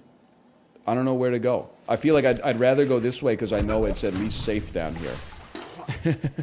I don't know. The other way might have taken me down a tunnel that could lead me back to the girder for all I know. It's all right, we go again.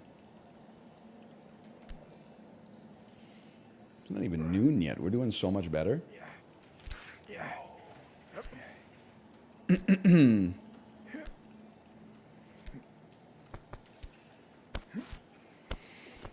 Hold, hold.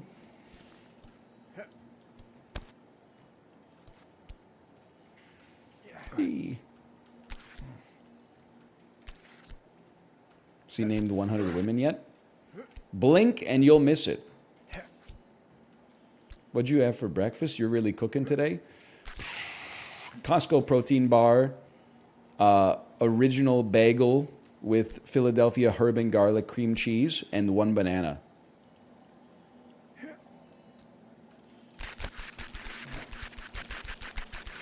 Okay, an attempt was made. I honestly can't get down. I'm not calling anybody out, but I couldn't get down with the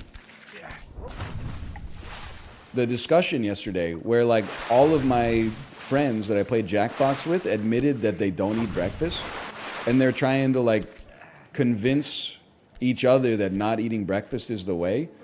I'm here to tell you, it was before you got there, Sinvicta. They were all like, yeah, I don't eat breakfast. I don't eat breakfast. I don't eat breakfast. It's better that way. Everybody's different, but like, I would recommend it, is all I'm going to say. I stopped eating breakfast in college. Yeah, but you'll start again. I stopped eating breakfast in college too, because sometimes you fucking wake up at like 1:30 p.m. But once you actually have like a not cooked sleep schedule, you may find yourself returning to the breakfast minds. I just have a shake. I got news for you, brother. You're on my team. That's breakfast. I never went back. Info request. How old are you? Because if you're like, I never went back and you're 23, what do you mean you never went back? You never left, brother.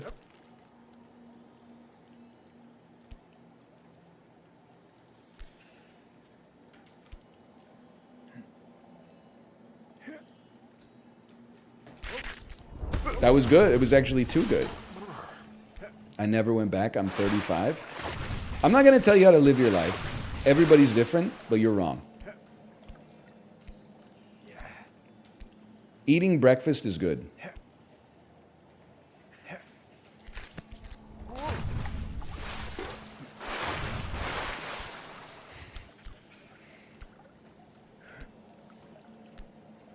But I'm not hungry? Well, in that case. But like, do you ever think that you're not hungry because you don't eat breakfast? Like you're not hungry because your body is like, why even send the hungry signal? Like he's going to ignore it anyway?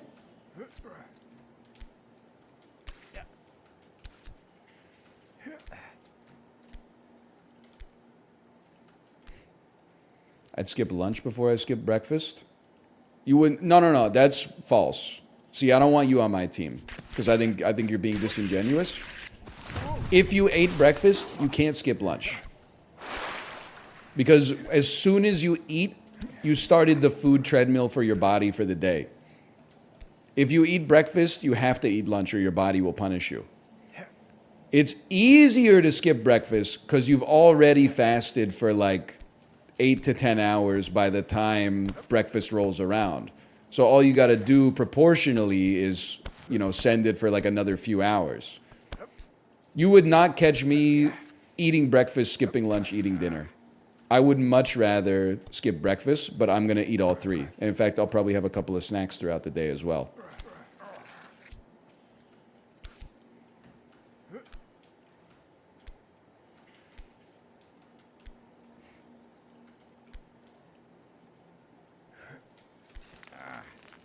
What are we having for lunch today? Original bagel, sliced cucumber, little deli turkey, Dijon mustard, My parents left me a bunch of vegetables. I'll probably just try to throw as many vegetables as possible on top of the bagel just to get rid of them. 2 bagels a day? I'm a 2 bagel a day, Andy. Yeah. The first one, I honestly, not to be like glib, the first one doesn't count because it just gets burned up on the bike like by the time the ride's over. The second one counts. I'll allow that.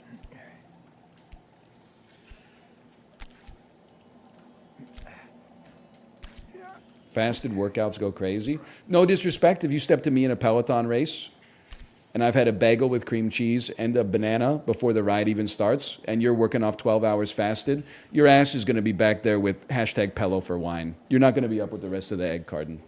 That's fine. That's fine. If you're exercising exclusively to lose weight, I understand the idea of fasted cardiovascular exercise. But, I mean, if we're talking about performance, you're in for a world of hurt. That's all I'm going to say.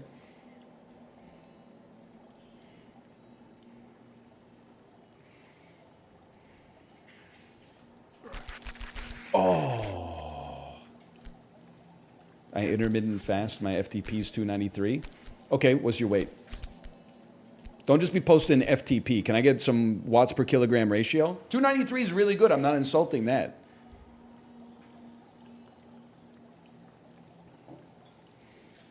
But like, are you posting a 293 at 175 pounds? In which case, like, I'll see you on the Tour de fucking France. Or are you posting a 293 at like 250 pounds? That's a different story. Still good, don't get me wrong. Hold.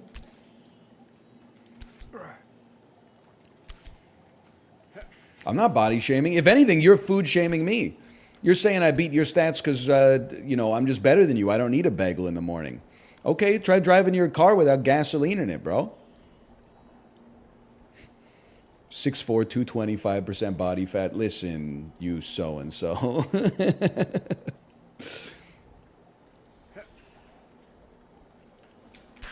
Oh.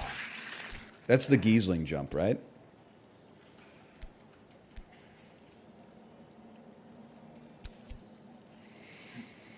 Ooh.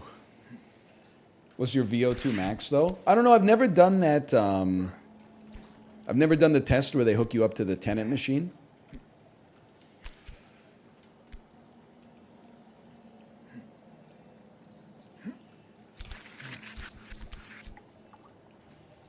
What's the Tenet machine? You know how they have to have like a respirator in Tenet? Because when time runs in reverse, air runs in reverse too, so you have to breathe forward air.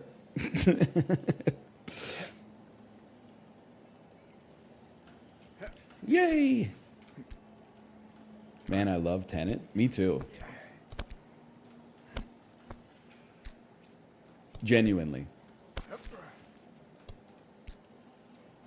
It sounds so stupid when you describe it. Yeah, I know, but it's like, I don't know. It's crazy to me that there are fans of anime out there who have a problem with Tenet. Because as far as I'm concerned, Tenet is just like Chris Nolan anime. Like some of the shit that you accept in like, One Piece or Dragon Ball Z, then in Tenet all of a sudden you're like, oh, the air molecules go backwards so you can't breathe them? Yeah, it makes a lot of sense. Like you got to suspend your disbelief, bro. You're not treating it fairly.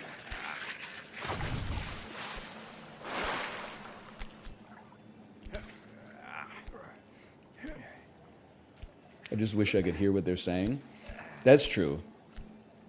I think like I watched it on Netflix and it seemed like the mixing wasn't that bad, but Chris Nolan does have like a problem with audio for whatever reason. That'd be, I checked my YouTube analytics because for tax purposes I had to figure out what percentage of my audience is watching from Canada. So thanks a lot, Canadian viewers. You're costing me fucking GST, bro.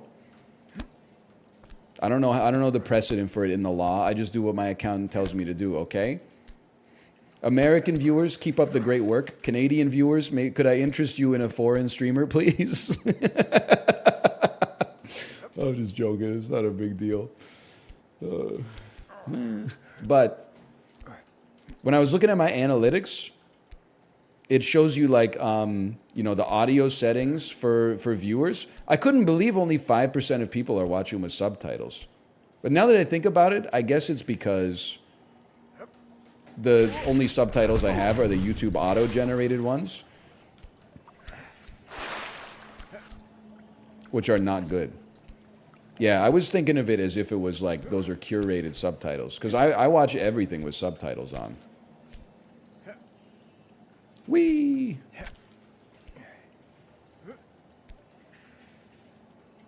No cap? No cap. I watch everything with subtitles. You know what you will never hear coming out of my mouth? What did he just say?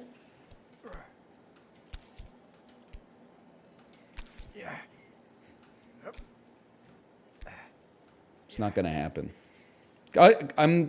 I hate to do this. This is going to blow up a lot of people's spots out there. Sometimes you'll be watching a movie and you'll hear what someone says, but the person you're watching the movie with will go, "What did they say?" Every single time, I just go, "I don't know. I didn't really hear him." Even if I heard him, I'm like, I don't want to repeat what he said, because then like I'm going to miss part of the movie. Same. You have to be careful, though. Think you can get away with that with like your partner? If you try pulling that shit on your dad, he's hitting the rewind button, but then even though it was only 10 seconds ago, he gets impatient, so he mashes the rewind button like 8 times, and then it goes backwards at minus 32x speed, and you're back at like the DVD menu, and you're like, oh, fuck. Takes you like 10 minutes to get back to the part that you were at.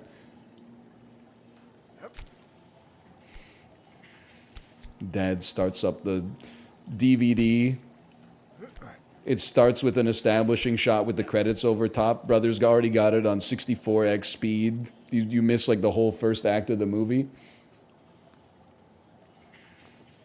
You already saw like 4 characters get their heads blown off, and then he's going all the way back, and your mom's going, honey.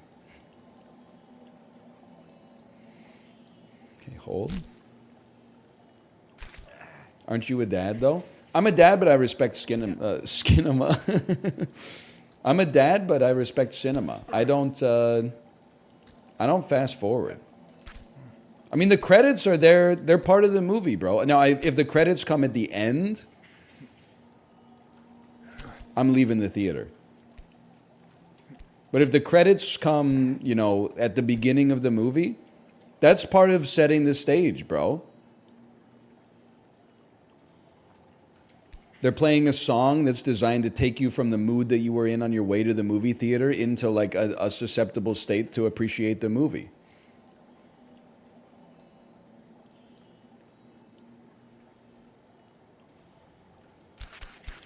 Huge.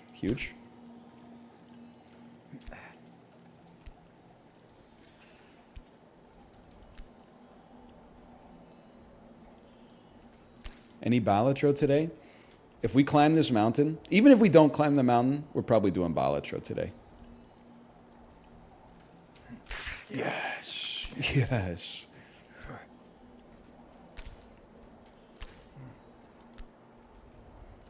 Gold Steak is kicking my ass. It's a hard game. It's a very hard game. Gold Steak all over my brain. Excuse me. Fade Routha be like, excuse me while I kiss this guy. He's his uncle. Anyway.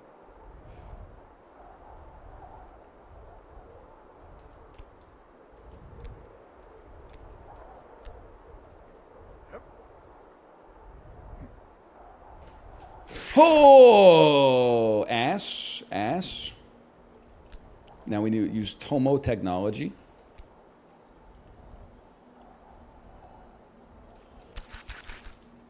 Have you seen 3 mics? I haven't seen 3 mics, but I have seen Neil Brennan's special after that, Blocks. I thought Blocks was pretty good, but I do have to say it's not really his fault. I think I'm reaching the point right now where I'm kind of like less interested in like elevated stand-up comedy and more interested in people just being funny. I've gone through the phase, and when there's a truly transcendent stand-up special that's a little more serious as well, it can definitely hit, like Mike Birbiglia's best stuff. But there is a lot of like stand-up comedy that's kind of like bordering on self-help philosophy sometimes with jokes intermixed, and sometimes it hits, but when it doesn't hit, I'm like, what are we doing here?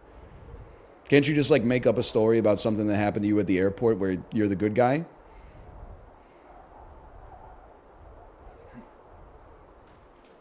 Oh, hold.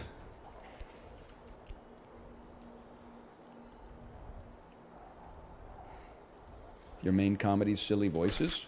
I know. If it ain't broke, don't fix it, right?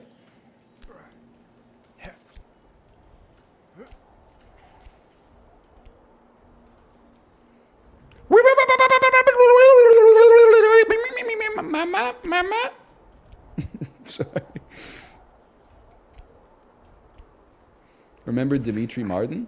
I think Dimitri Martin's a funny guy. Like the stuff that he was making in the 2000s, it was just a different time, man. It was when you could be the funniest guy in your high school for having a shirt that has Lenin, Stalin, Trotsky, and Karl Marx on it, getting drunk. And then when people are like, I don't get your shirt, you'd be like, brother, it's the Communist Party. Threadless Andes were going crazy back then. Oh.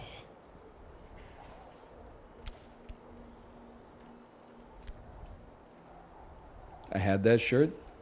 Everybody had that shirt, man. It came for free with your fucking 9gag account. I know how it is. I bought that as a poster from the DC Spy Museum. Dude, so I've been traveling a little bit. I've been going to gift shops.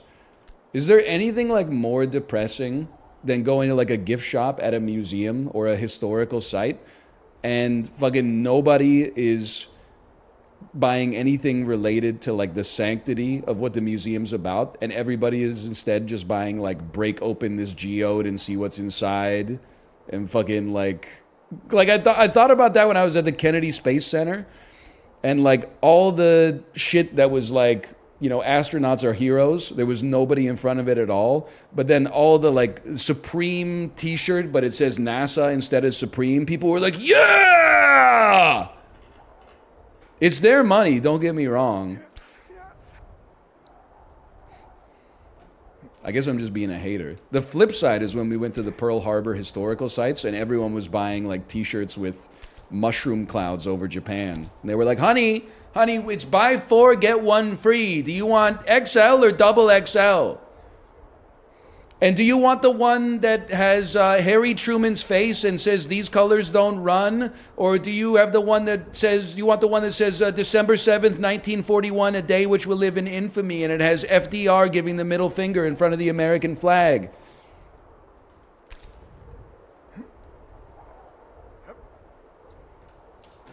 Hold.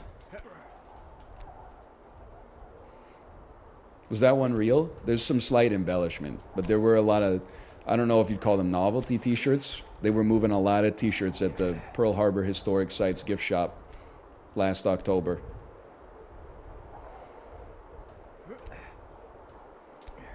Not to mention the exclusive Hello Kitty Pearl Harbor Historic Sites souvenirs.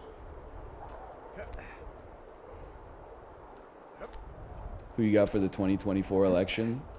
I think David Eby's going to win in a landslide, personally. Was there another election happening? I don't really want to talk about it. Editor's note, David Eby is the current premier of British Columbia, representing the New Democrats. Representing the New Democrats! Coming in at 6'3", 178 pounds. We're so back. You got to get past the median. Not that far. Not that far. Right there.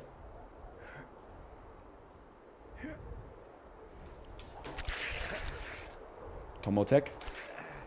Great Tomotech. Great Tomotech. Pierre's going to win. Yeah, but like that shit is probably not going to be. Well, I guess it could be 2024, depending on when a vote of non-confidence comes in.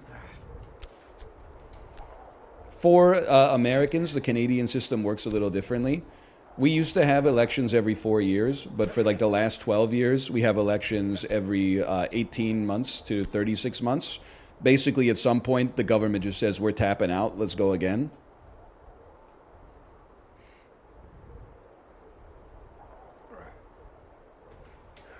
Oh, okay, Tomotech, Tomotech. Hold. That vote already happened, though? Well, yeah, like 3 years ago, right? When was the last federal election? It's got to be 2021, maybe 2022.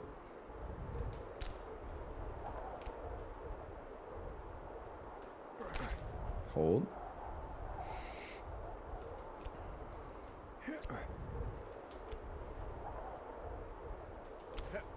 Hold. There was a federal? Yeah, we've had federal elections in the past. I like that in Canada there's a limit to the length of the campaign. I think it's like a lot of stuff. It's great in principle, but what it actually means in real life is like the good faith argument of it gets perverted. Like now it's a campaign 24/7, 365. Like, yeah, they're not in the middle of a campaign right now, but basically as soon as like all the leaders have gotten selected for the political parties, like every day is a campaign.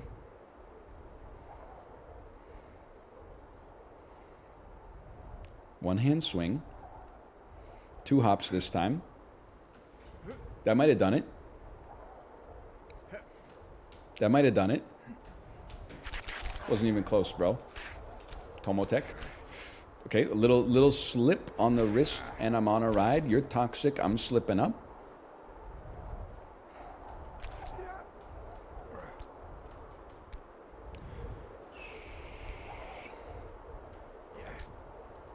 America's every 2 to 4 years, depending on how Nate Silver you are.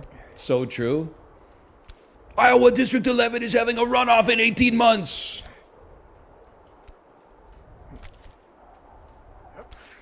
Hold. Hold. Ludwig was a 2-hand Andy for this. The thing for me with the 2-hand Andy, I can't get the launch right on the 2-hander because I always end up doing like a backflip.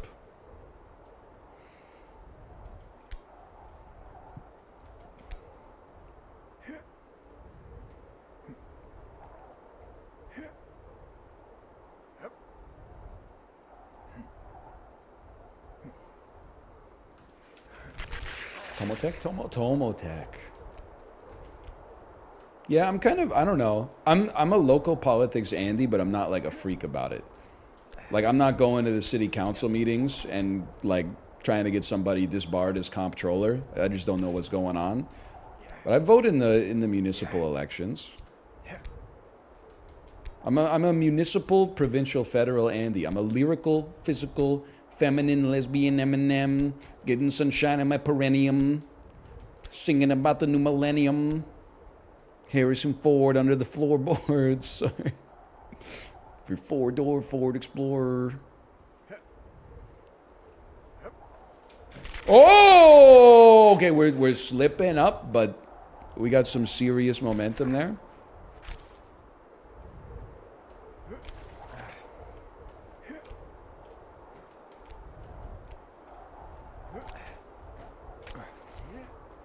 Are these real Eminem verses? Yep.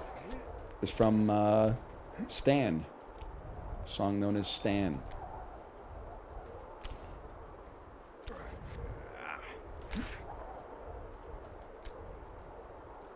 I think it's easier one-handed. Me talking about tennis backhands.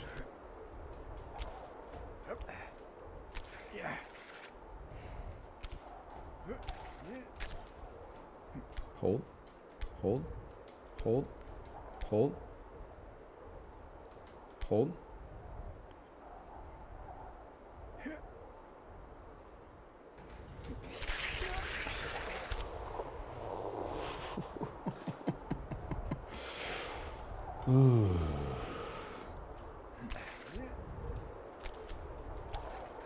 Two-handed Andes could never. So true. Pete Sampras ass. Bisexual Morpheus. Talking two-handed backhands with Anna Kournikova. Harrison Ford under the floorboards of your four-door Ford Explorer. Lyrical, spiritual, feminine, lesbian Eminem. Please. Please.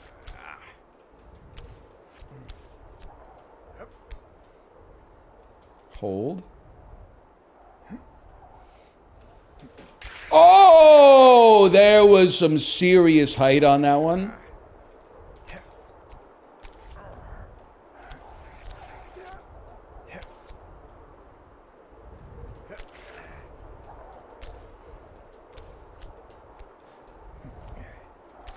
Baron Harkonnen dipped in Mama Liz's oil.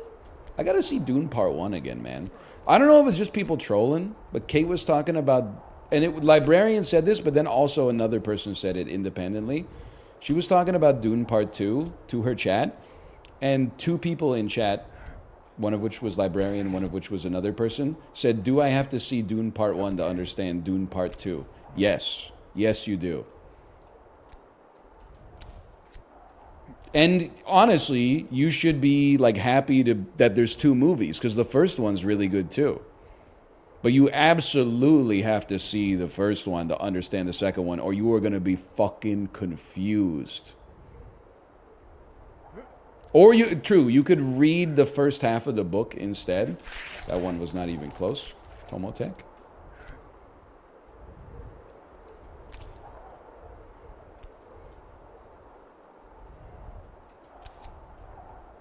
I was already confused and I saw the first one.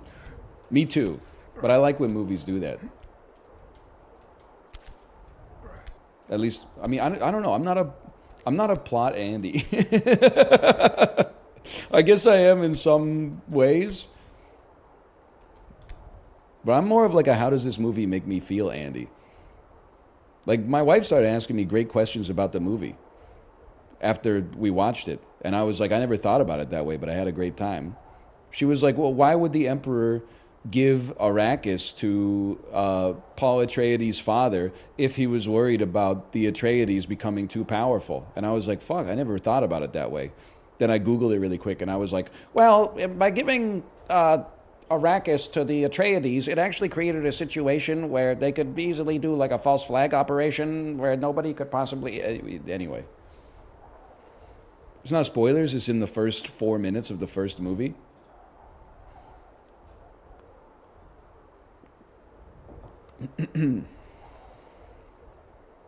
Okay, hold. It's also a book from 1912. So true. This one's for you, Dan Giesling viewers. Thank you for the raid, Daniel. Thank you for the raid. Dan, as far as I'm concerned, I'm not in a race with you. We're both in a race against ourselves.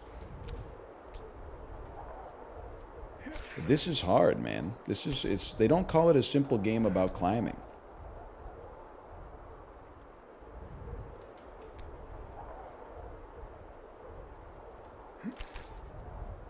And I will say, I probably have more playtime in the game than Dan now.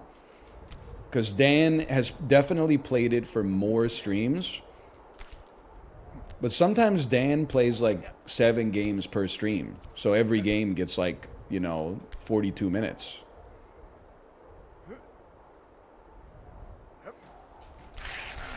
Hold. We're holding.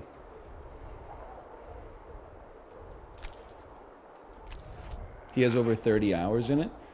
But does he have 30 hours of playtime? Or does he have like 18 hours of playtime and then 12 hours of leaving the game open after he left his office?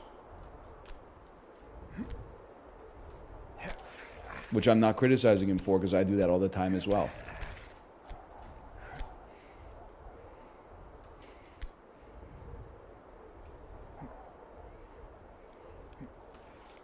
Oh, we were closing in on that one.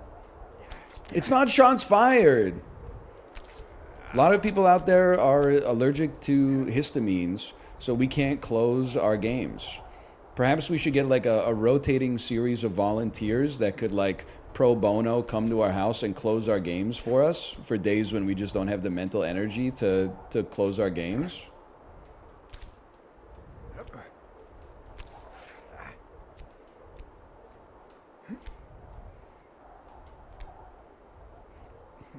Hold. Hold. Next time? We get him next time? People are still arguing about DoorDash on my timeline. I love it, man. The DoorDash discourse, I fall for it every single time. People, I'm sorry, listen, I have some sympathy for it. But when people are like, it's actually harder than you would expect to make a microwave meal, you gotta open up the box, take the shit out. Sometimes you gotta grab a fork and poke holes in the plastic. Sometimes you gotta, the microwave controls can be very overwhelming. Sometimes you have to cook it for 90 seconds and then take it out and give it a stir, and then you got to put it back in, and you've already thrown the box in the garbage. You got to take the box out of the garbage, which is not sanitary. And I'm like, oh, fuck, brother.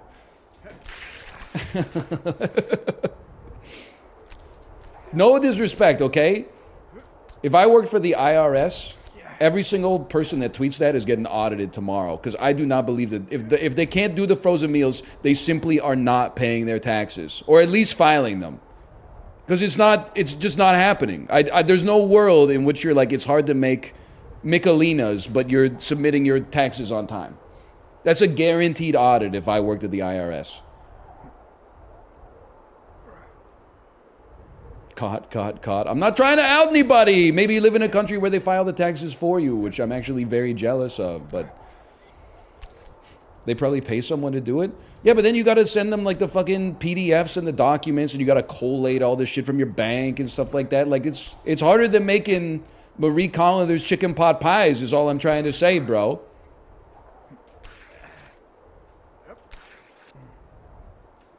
Hold.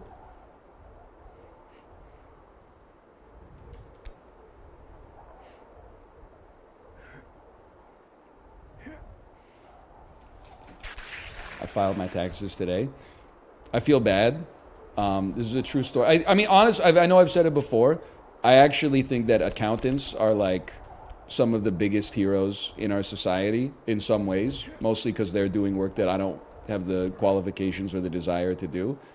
So I'm putting mad respect on the accountants. That being said, sometimes my behaviors and my words don't match up. My accountant sent me a request for more information. It's probably like the first week of March. I put off replying to it for 2.5 weeks. Then yesterday, I was like, I got to get on this shit. It took me less than 10 minutes to grab all the documents that he asked me for. I sent them back. He sent me an email so that email came out at like 4 p.m. My accountant then replied to me at like 11:48 p.m. and was like, here's how much you owe. Please send it to the government before Friday. Like the dude literally was waiting on like, he just needed me to take 10 minutes out of my day to get a few PDFs, and he's just dragging my heels. Every fucking reply starts with sorry for the delay as usual. I'm like, oh.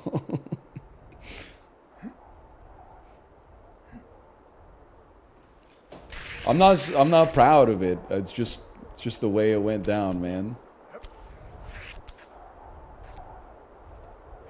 But can I tell you something?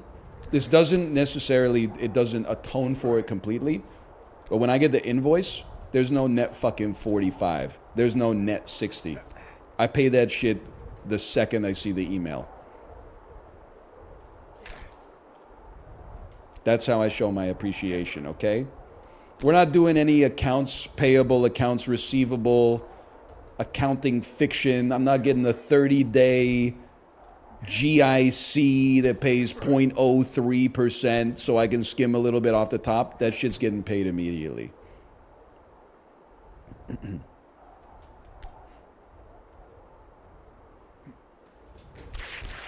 Next time. We get him next time. Do you tip 20%? No, I feel like with accountants, the tip is built in. I'm not saying they're lying. I think this is just the way the government, or not the government, but all business works. The billable hours, I know you weren't nose to the grindstone for every minute of every billable hour. There's a little gentleman's sort of fudge factor that goes into it.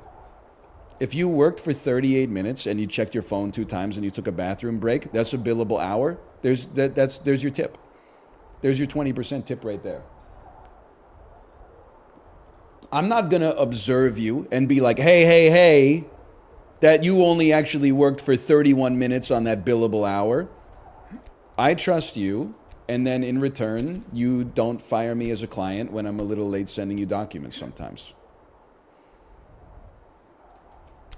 It's the way of the world, man.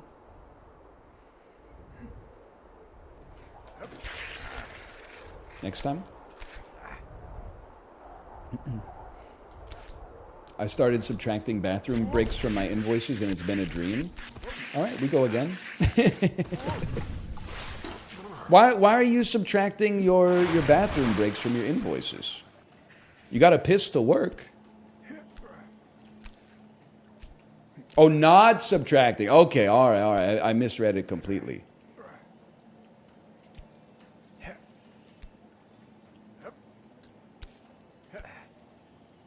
As long as you're not taking too many liberties with it, your piss time, that's part of your working time, bro.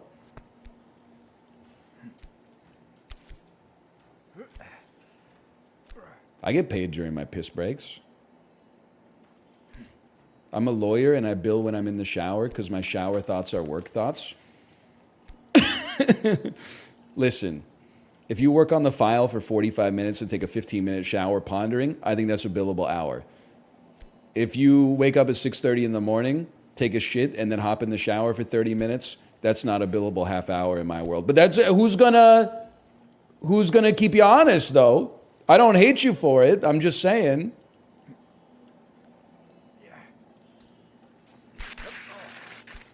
Hold.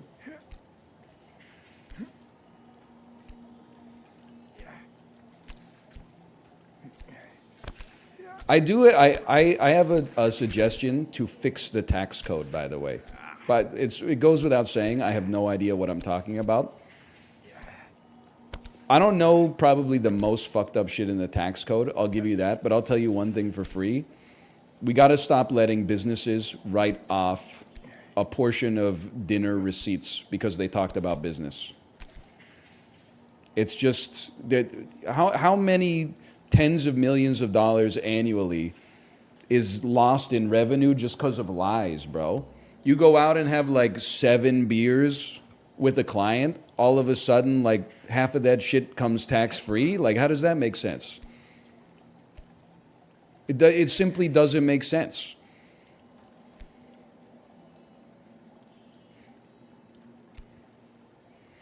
You just say that because you don't get business dinners? Well, listen, maybe I'm the fool, but like at a certain point, you know, my accountant is like, what's this like $110 receipt? And I was like, oh, we were at PAX East and we went out to Legal Seafoods. Did you talk about work? Well, yeah, I guess, but like, I don't know. I just kind of don't want to risk it. I don't want to be 6 years after the dinner and have Justin Trudeau be like, so what'd you guys talk about? I'll be like, fuck it, I don't know, brother. This was a long time ago. We were hammered.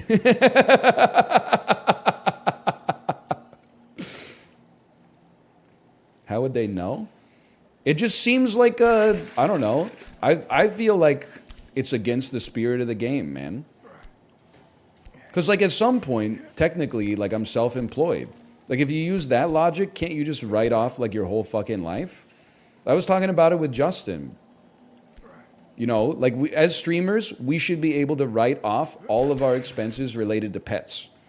Because if we don't buy our pets pet food and they die of starvation, we're going to lose our jobs in the court of public opinion. So as far as I'm concerned, that shit should be writing it off, bro.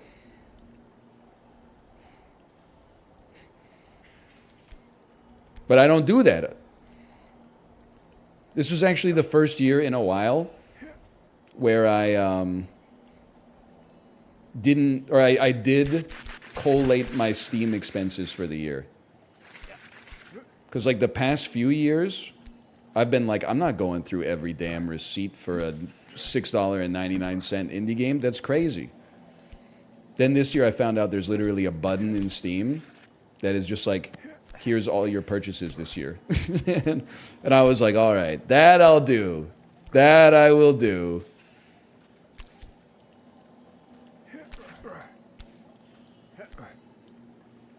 Ryan, you don't get it. This isn't like a streamer like out of touch thing. This is just the way like this is real world shit, bro. How much was it? I don't know. I probably spent like $1,300 on Steam last year. But like, I'm not gonna start putting on like, you know, dinners on at the fucking McDonald's or something on the taxes.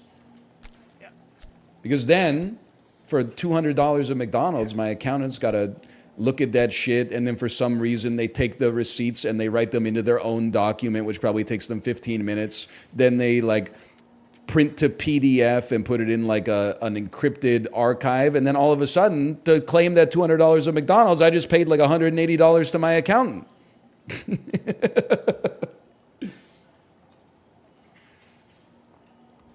Which I love it for him, because then he's buying shit in the economy and keeping the world going around. I'm just saying you got to look at the economics of it sometimes.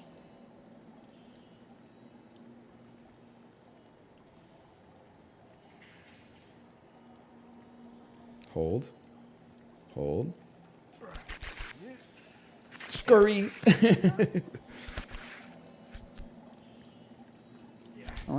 No, I don't hate accountants. It's the opposite. I think they're heroes, which is why I think I'm not saying they do, but I think they should be able to take liberties. Because I think it's kind of, I don't know, that's how like a service-based economy works, right? For certain professions, you pay them like, you know, X dollars per hour. But realistically, they were there for an hour, but they were only focusing for like 18 minutes.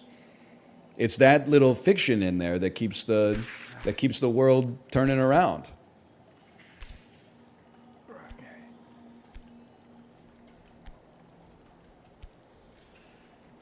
Me as a software engineer, I hear you. I mean, it's crazy, right? I never worked in like a serious white collar job. I basically did like admin. But even then, there were days where like there wasn't shit to do. You still got paid. And then if someone's like, what did you do today? You're like, I've been working on this file for like 8 hours. It's not a lie. You were working on the file for 8 hours because you didn't have shit else to do, man.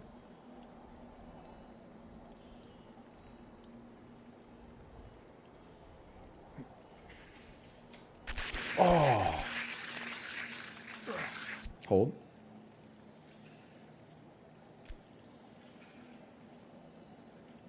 Not me using a mouse jiggler on MS Teams, so it seems like I'm working more. Productivity software is fucked up. And I don't know. Maybe people are going to say that I'm just trying to farm base. But I think the onus for you to notice that I'm not doing work is on like my manager, right? If you don't notice based on my output that I'm not working as hard or as long as I could be, then as far as I'm concerned, I'm doing what was asked of me. I'm performing adequately because you're not noticing how bad I am at my job. If you need a piece of software to tell you like, oh, you know, he didn't move his mouse for 90 minutes today. Well, really, like the software should have your job, no disrespect.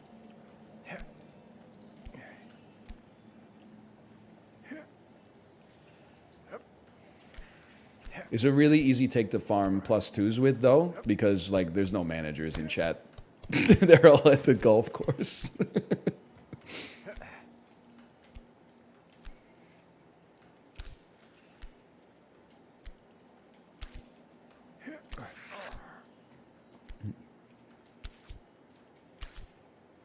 Hold.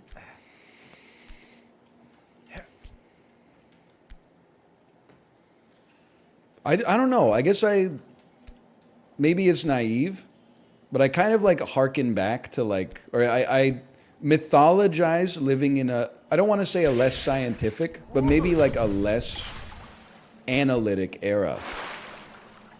Where, like, if you were a little bit bad at your job, what were the consequences? You work at the company for 45 years, you get a retirement party, they give you a gold watch. You go eat at a restaurant, what do you say?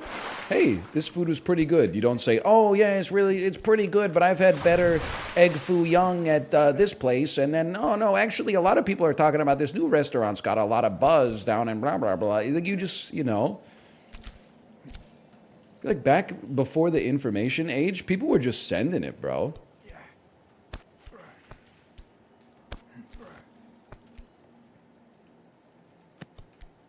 They didn't have the tools to not send it. I'm about the 90s max on getting lunch. Dude, I hear you. Go to a restaurant that has their menu in Comic Sans. He's Ted Kaczynski posting again. I'm not Ted Kaczynski posting, okay? I'm not saying you have to hand it to him. Don't you remember I got in trouble with my chat for saying Ted Kaczynski was a bad dude? I was like, regardless of his political opinions, I don't think you should blow people up with bombs. And people were like, bad take.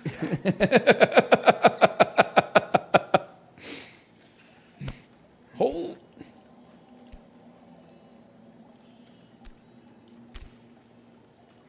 Hold.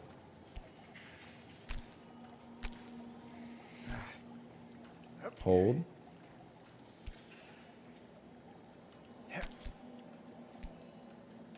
Okay, again. What about Hitler? Okay, you can blow Hitler up with a bomb. You know, so the NL lore that you probably already know if you've been watching for a while, every night to fall asleep, I listen to an audiobook. The audiobook is The Rise and Fall of the Third Reich.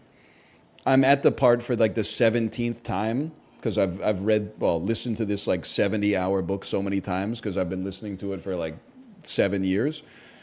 I'm at the part where they're doing the von Stauffenberg plot to kill Hitler. And I get that they were like working their ass off to kill Hitler, but it really seems like they fucking sucked at it. Like nobody could just take a gun and kill him. Like it took 100 dudes making like a massive conspiracy, and then they like built a bomb and put it into a briefcase, and then they were like, no, we can't do it today because we won't get Goebbels and fucking Goring. We want to get like a triple. So they said, okay, take the briefcase back out. And then they had like, they finally got the bomb to explode, but somebody moved it next to like a really thick table leg, so like it only kind of flesh wounded him. Like, no disrespect, you know, you're like, it's probably like a self-sack move. They couldn't have just shot him. I guess they wanted to have some self-preservation as well, but like, what's up with the Looney Tunes shit, bro?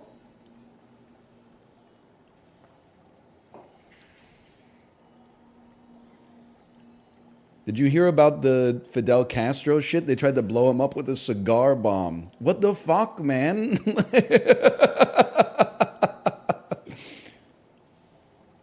That's true. That's okay. So they did want to eliminate like the entire brass and then like have a military coup happens to ensure that it wasn't just like a transfer of power. I guess I understand that. When you're listening, like it's the longest chapter in the book. It's like 4 hours and 15 minutes long, and it's basically about them getting like cold feet. And then like when they actually do it, like one dude is just like, what's this briefcase doing here? And he just moves it to the other side of the room, bro.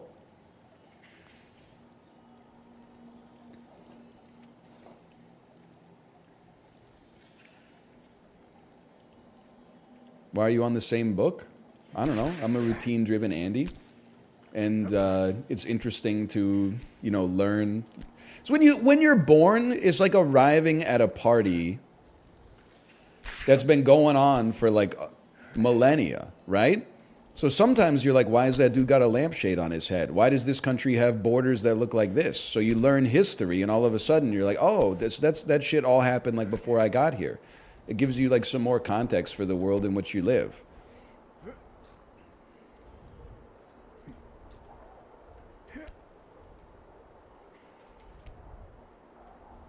Why are you reading it again? Why are you policing my... You've probably read fucking The Wheel of Time like 17 times. All of a sudden the bro wants to learn something about human history and it's troubling. Go back to fucking having wet dreams about Galadriel, bozo.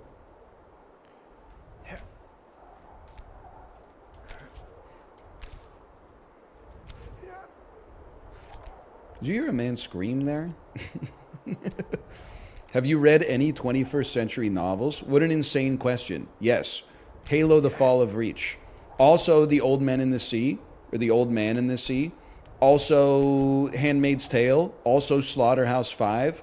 Also, 1984. Also, Animal Farm. Also, Of Mice and Men. Also, To Kill a Mockingbird.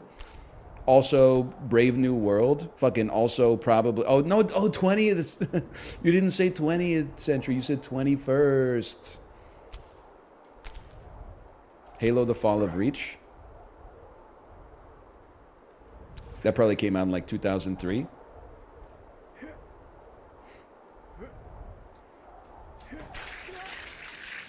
Hold. Well, this sucks ass.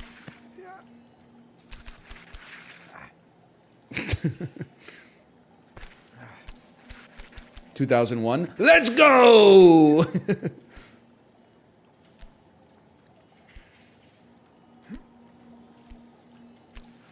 I've read 21st century nonfiction. Morgan Housel's The Psychology of Money. That's true, I have read House of Leaves. That must be a 21st century Andy.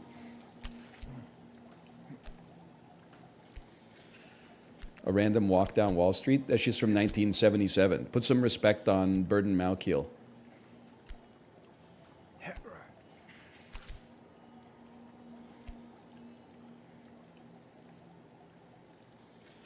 Thoughts on everyone just reading smut now? My thought is, who cares, I guess. I don't know. I don't consider it a big deal.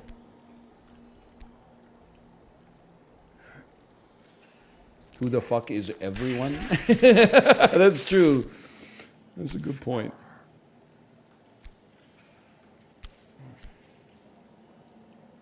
It's 12. Okay, we should drop it and then play some Balatro.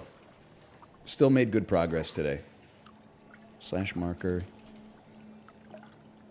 A difficult game. I don't think there's anything wrong with reading like a smut or a romance novel or whatever. Who cares?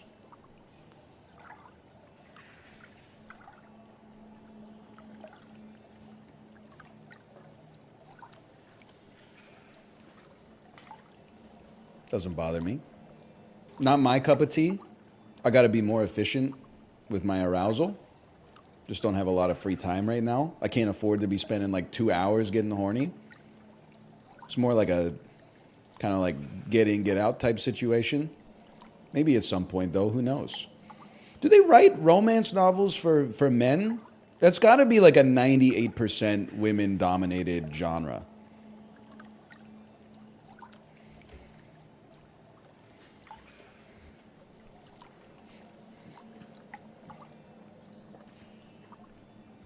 Visual novels. Oh, you're so right. Visual novels.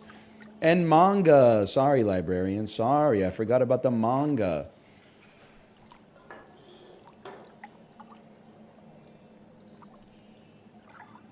Meet and fuck Kingdom, Steve. Okay, Balatro. We really got 10K viewers for a difficult game about climbing. We're used to like 6K. You know, 4K people thought that the Name 100 Women Challenge is happening after this. I'm sorry to report. You missed it. You missed it right at the start of the stream. I'm sorry. We did it too fast.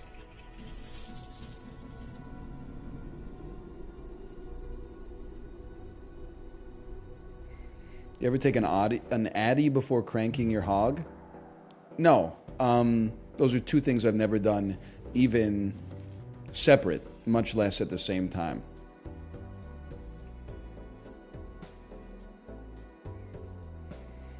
The internet has me believing that every person is maybe not on drugs, but has like drug experience. Can I get and I'm just, let's let the chat percolate out here for a second. I want to get like a scientific poll. If you've ever taken Adderall type 1, if you've never taken Adderall type 2. I've never taken Adderall.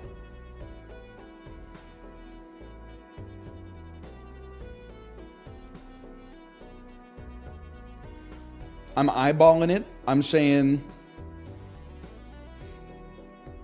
15% Adderall. See, based on the internet, I would have thought that it would have been like 70% of people had taken an Adderall. Okay, now we percolate it out a little bit. Percolate it out. 1, if you've ever taken ketamine. 2, if you've never taken ketamine.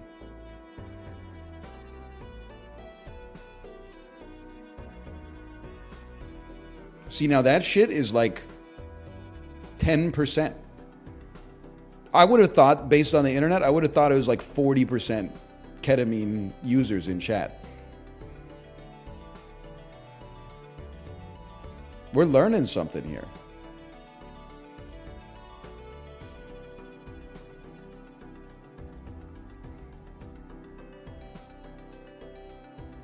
One in chat if you've ever had a cup of coffee. 2 if you've never had a cup of coffee. Oh, there we go. Now we go. Fucking caffeine addicts. No wonder fucking collective chat blood pressure is so high. Everyone in the chat's on caffeine, bro. Okay, 1 in chat if you've ever had sugar. 2 in chat if you've never had sugar. That's a lot of 2s. You guys should try it. It tastes pretty good. Okay, /marker, Balatro. We're so back in Balatro. This game's getting hard, man. I don't even want to talk about that. What do we have anything that's not on like a crazy stake? Oh my god, just let me do yellow deck, man. Maybe we got a chance here with the blue stake yellow deck. Polychrome Andrew. On a yellow deck, we take those for sure. And then 450 points. I mean, when you start with this kind of situation right here, I'm fishing for a straight. 4, 5, 6, 7, 8. Did you see the 34 Joker run? I did not see the 34 Joker run. I'm intrigued though. 34 Jokers? That if they got to make a sequel to The Flash, that probably would have been the plot. Google Balatro Rule 34. Come on, man. Don't do me like that. Look at this. This is beautiful, man. A hollow constellation and a polychrome half Joker early. Like, these both seem incredible. I would buy both and then like look to play 3 of a kind for the time being. Or full house. No, 3 of a kind, so we get the 20 mult. Okay, 3 of a kind, please. It's a 2,000 point hand. And then we just get our... Yeah, that's the way. Get sorted, economically speaking, and then buy Celestial packs as the day is long. Well, I'll buy Mars, but... What are these drop rates? You honestly, like, we've gotten insanely lucky to start with on this run, but I can still definitely throw. And secondarily, you just have to trust me on this one. I certainly have had my share of shit luck. Like, I did a run, I think it was last night, and like, I skipped the first blinds for Polychrome Joker, and then I did like the next 4 blinds, but I was playing as whatever the deck is that it doubles the odds of tarot cards and doubles the odds of planets appearing in the shop. So I had like 4 shops in a row that had no jokers, and you can't afford to re-roll and then also buy a Polychrome Joker because your econ is so fucked. And I just, at some point, it was like shop 4 or 5, I just held R and said, fuck you, man. Like, there's no jokers. I can't win with no jokers.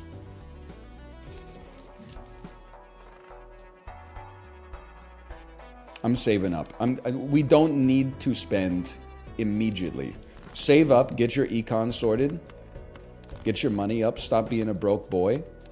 And then once your econ is under control, I guess we should play evens when given the choice. Once your econ's under control, buy celestial packs and planets every single shop. And we're going to the moon. You know what? I think we can afford it. I'm going to send it. We will do this, though. Easy mode. What did I tell you? The big dollar baller. That's me. That's what they call me. I'm going to let it go for one more.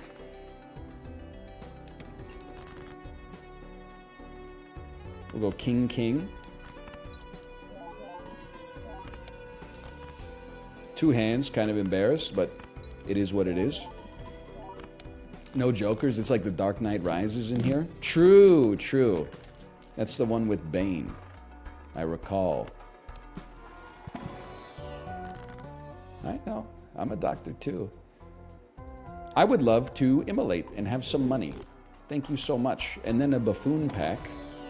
And sure, I don't know if we'll be playing face cards, but it's a cheap joker. I'm not getting an eternal egg joker. That seems insanely bad. That's the same joker. You insult me. I will buy a fool card. 0 discards. We shouldn't be at risk, but it's one of those things where it's like, you never know, man. You never know. 2 4s should be pretty solid.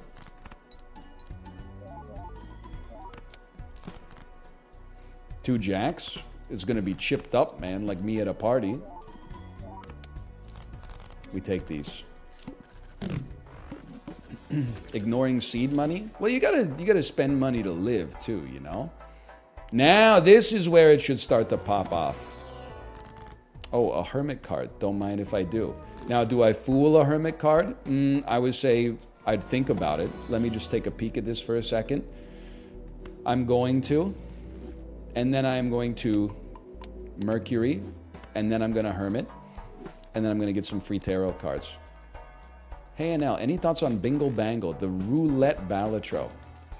My question is, B-Cop, is it good? Or is it bad? And you don't have to answer by saying, is it as good as Balatro? Because I don't expect it to be as good as Balatro. It's in early access. To me, that doesn't seem like a fair comparison. It's not as good, but it's fun. I might give it a try. I might give it a chance. I do love an invisible joker. I do. I cannot tell a lie. At some point, we need to start getting more points, but 20 bucks is kind of sick too. It's mid, I'm not gonna lie. So now we have a verified streamer fight in the chat, which is something, I'm just gonna say it, I didn't want it to come to that. But it is what it is. So I'm gonna need you to fight to the death. And if you don't fight to the death, he will kill us both. We will be pitting 2 bad bitches against each other. Can I call you that? I probably shouldn't go around making a habit of it, but... Yay! I'm not really like crushing it from a score standpoint. You know what? That's fine. We just need planets. The more planets, the merrier.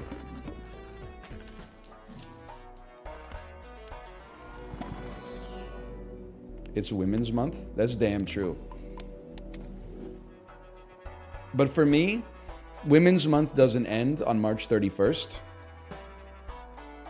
It ends on April 12th, because I respect women that much. I give them an extra 13 days.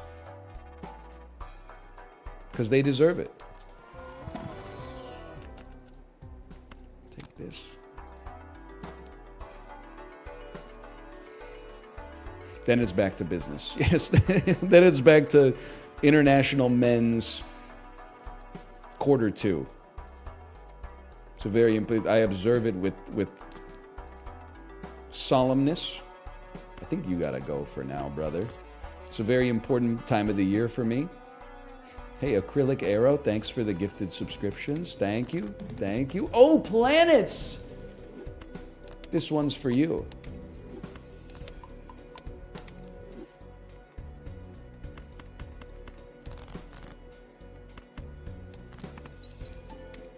It's all about the gals until tax day. That's damn true. Maybe. I don't know. Why do I feel like I'm throwing, even though like my deck should be pretty fucking good, man?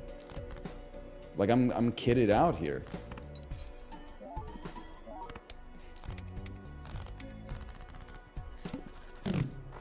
Because it's blue steak. That's probably fair. I do love Hone. Hone is good. What's your favorite piece from Gustav Holst, The Planets? Why don't you just tell me the one that everybody loves? It's Jupiter, right? Isn't Jupiter the one that everybody goes crazy for?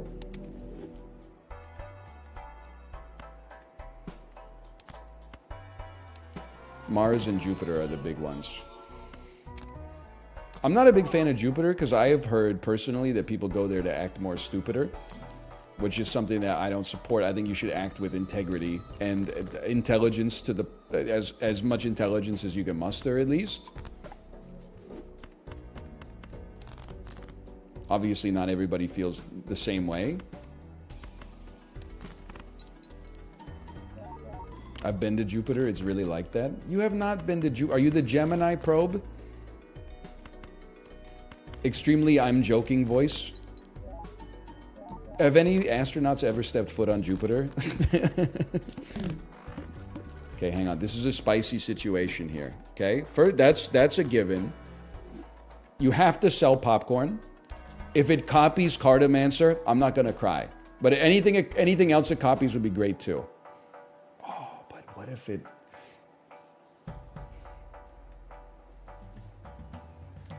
Sorry. Yes!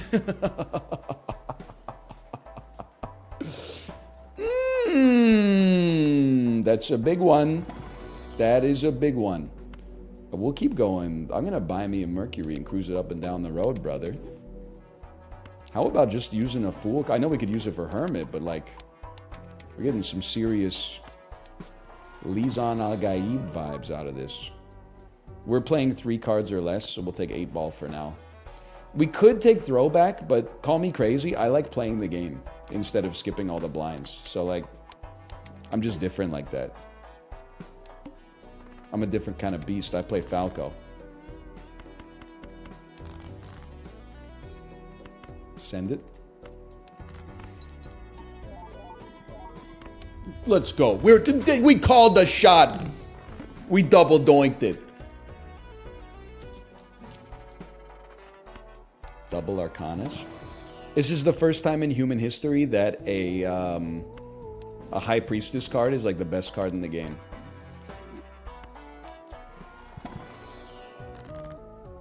Temperance gives us 15 bucks. I mean, it's pretty solid, don't get me wrong.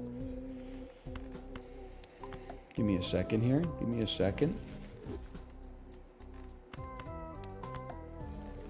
2x Emperor. Now, I can't tell if you're just observing the situation around you or if you're making a reference to 2x Pimpy. Maybe I don't want to know. We have 5 queens. 5 queens. Queens and 8s, getting a little Empress love. Oh, dude, I'm realizing 8 ball plus Planet might go freaking crazy mode. Guess I could have afforded a Joker. Yeah. Yeah, yes. This kid is definitely on crack. Yes. I would play a simple pair for you to begin with. It's basically a discard.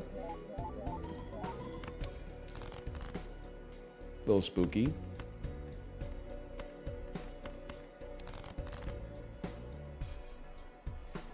I'm flabber. Oh, you played 5 cards. That's right. I'm silly.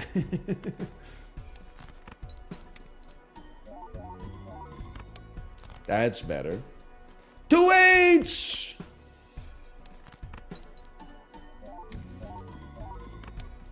I'm thinking we got a great scaling engine here. Strength the jack. I'm hoping to strength some sevens, to be honest with you.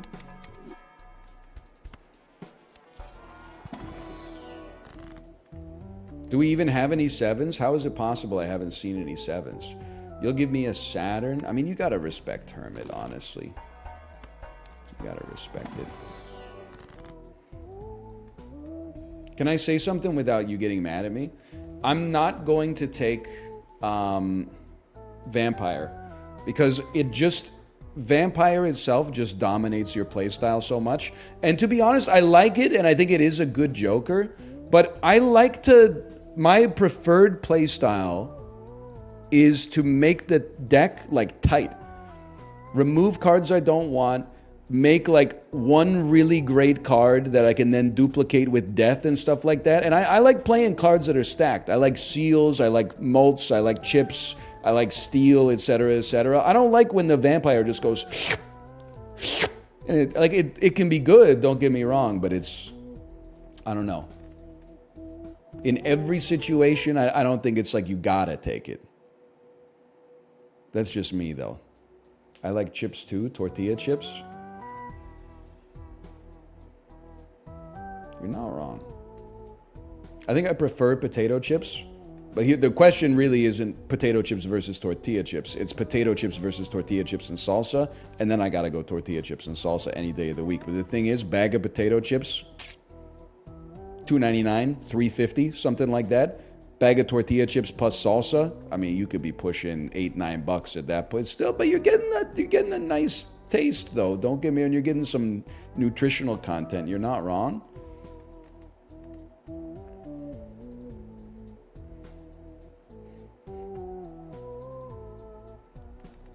I guess.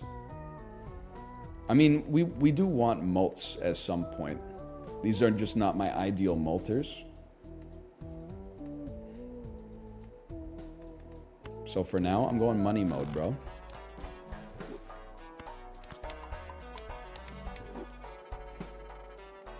You know what? I like what you said there. Someone said, hey NL. You a guac guy or a salsa guy? Somebody replied with my exact answer. Guac on a taco, salsa on a chip. I wouldn't turn down the guac on the chip or the salsa on the taco. Don't get me wrong. I'm just saying, if you're gonna create a false dilemma, then I'm gonna respond to you in good faith. I'm gonna allow you to use a rhetorical technique against me. What about queso? Not against it by any stretch of the imagination. Me personally, I find it inferior to. You're right. This is where that should be. I find it inferior to the guac and the salsa, but I'm not trying to cause any problems.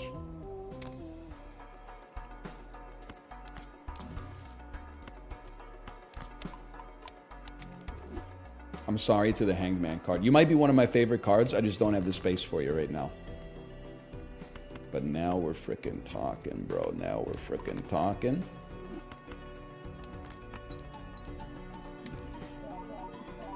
Oh. It actually might be better for us. Oh, you're right. Blue seals would go crazy. It might be better for us to actually play a deliberately shitty hand, like a pair of eights with 3 extra cards. That way we could possibly get 2 planets per game. I love tarot cards. I don't care who knows it. I love red seals. I don't care who knows it. I mean, just being straight up with you, you're gonna make it so easy to get planets off of an 8 that I'm straight chilling as far as I'm concerned. I'll roll you one more time. I'm a different kind of beast. I don't know the game mechanics. All you need to know on this one is the more planets we play, the happier we are.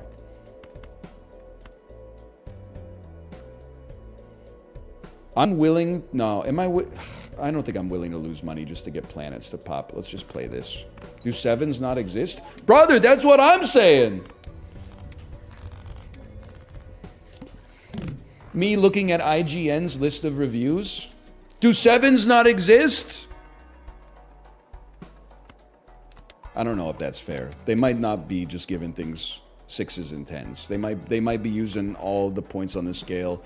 I feel bad. It's easy to take a shot at IGN because no one comes to defend them. Okay, they're doing good work over there. They're working hard. Sometimes the score doesn't match up with what I would give something, but that's why everybody's got opinions. Okay.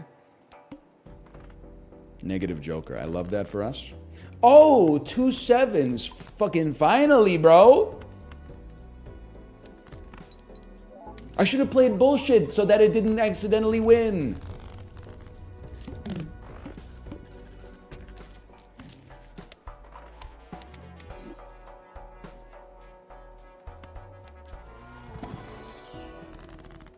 We High Priestess every day of the week. You have the pillar coming up. What's the pillar?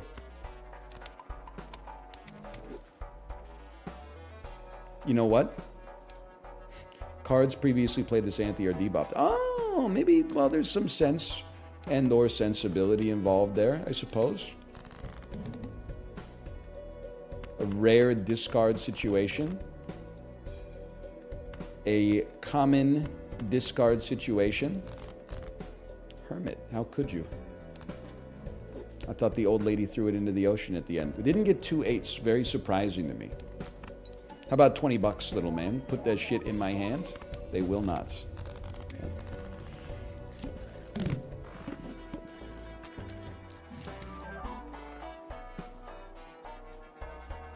Brother. Negative lusty Joker. I mean, it's okay. It's okay. Life goes on. No good strength targets means we use wheel. That's all right. I don't look at losing the wheel as a loss. I look at it as getting a win in the future. Now, to be honest with you, I totally think, like, you might say astronomer because then shit's free, but we have unlimited money. Shit's free anyway. If anything, I think we want Turtle Bean to sell and run Troubadour instead to get to pairs of 8s faster, which will give us more planets for free to begin with. This is the way.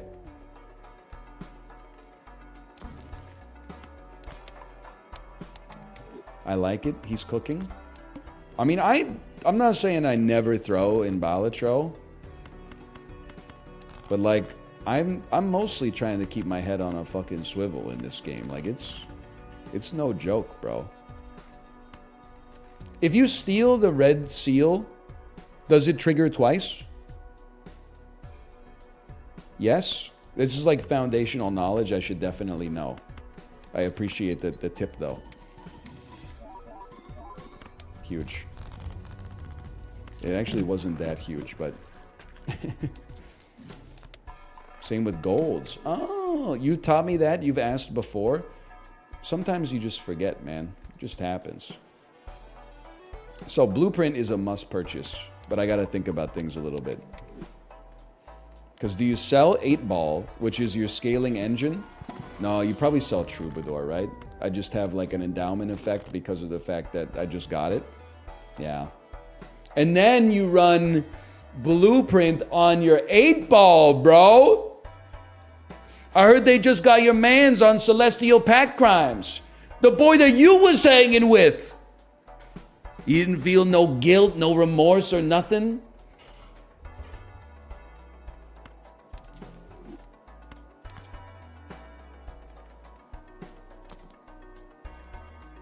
Standard pack 8, please. Sorry, it's just not what we're running here. We are unlikely to get 2 8s, but imagine, imagine all the 8s living for today. Huge. And we get to go again. Not that we have another 8 coming. We don't even have another freaking pair coming, bro.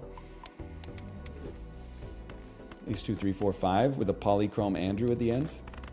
Just put that there real quick. We did it in time for sure.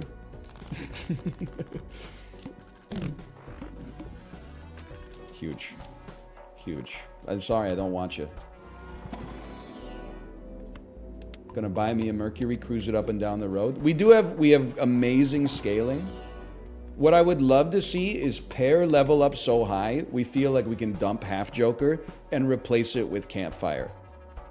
And then we're going to the fucking moon, bro.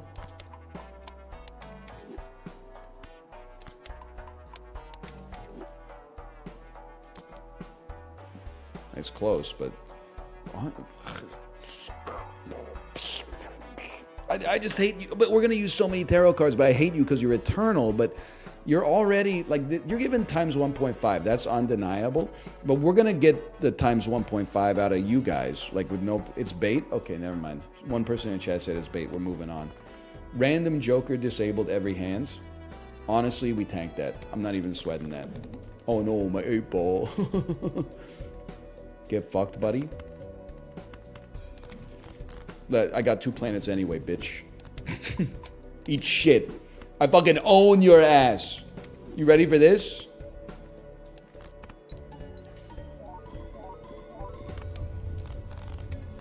Huge. Language, please. Language. Bring it back now. Okay, without a doubt, you definitely do hieroglyph. Losing the hand sucks eventually, but we get way more time to scale our planets, which is valuable. Check for a negative. Doesn't exist. We go again. Negative Joker, you have to try. Hi, Domo!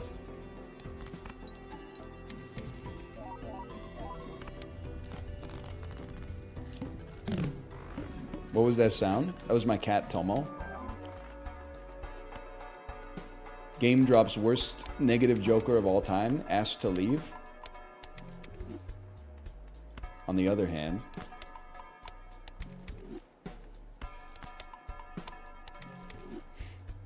to-do list is good. Good at having a sell value of 3 and making temperance a little bit better in the future. I agree.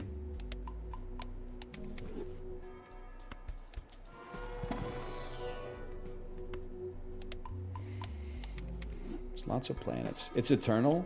Yeah, but it's negative, so what do we care, bro? Wheel me. Wheel me. We're actually, next time, we're fucking due, bro. Forces a card to be selected. I don't think we care, because we just want to play a pair anyway. So if I was just going to say, if we got a pair of 8s in hand, then we hit you with this. Huge.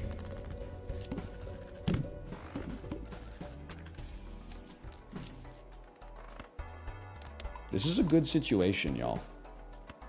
Lots of planets coming in. Scaling's looking great. 1 extra hand per round. May be relevant at some point.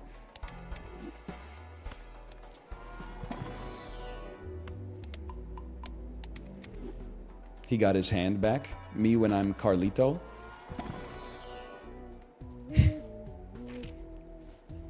It's teasing me, bro. It's teasing me. It's time. The thing is, like, the polychrome on this is not that meaningful. Like, in a way it's meaningful because we're already molting our molt so much that it has meaning. But because we're molting our molt so much, it's actually meaningless because we could easily just molt our molt even further. Like, I guess the question is, when we play a pair, our molt is 13, which then gets 20, so it becomes 33. 33 times 6 times 6 takes you up to, like... I want to say 10,000. 1.2 thousand. Okay, thank you. I was off by a factor of 10. It's literally half of your end score. Yeah, but like, what if this makes the molt that gets molted twice as high? You know what I mean? Like if this shit already gives 2x this mult, which it conceivably will in a little bit, then it's pre-polychromed. You know what I mean?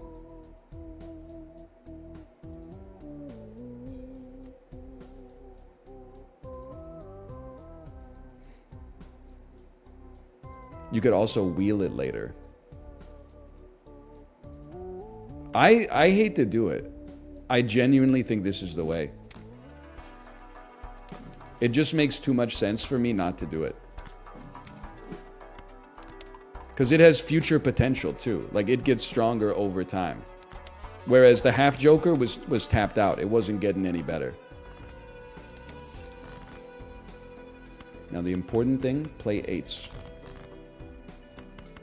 Draw 3 8s so you can discard this one for a tarot. It's not going to happen, folks. You just play him. You play him. This is the way. The polychrome is getting better by scaling the base mults. The polychrome doesn't have anything to do with it. I'm the one scaling the base mults. Now here, 32, 29.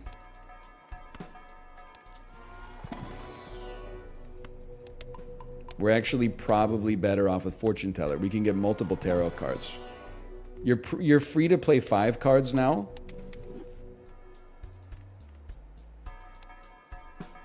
Would be nice to play 4 of a kinds and get the mult popping. But if a pair is good enough, then we'd rather play a pair of 8s to get 2 planets to scale constellation. But I see what you're saying. We got to think about the future because that does scale way better in the long term. Death card, things you absolutely love to see. Beautiful. I'm gonna be a simple kind of man and convert this 7 into this 8, and then just let me take a peek at something for a second. 3 of a kind is 19 mults. Full house is 16 mults, but it would give us a little extra money off the gold seal. And if we don't win in one hand, it might actually be better for us, but we did. By a lot.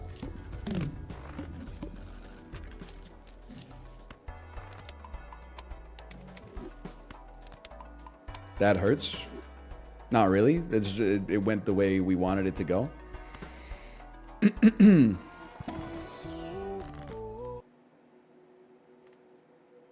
You appear to be confused.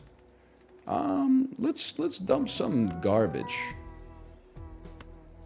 Start thinning the deck out a little bit. And then do it again. Driver's license, it is tempting, and I believe that we'll get there.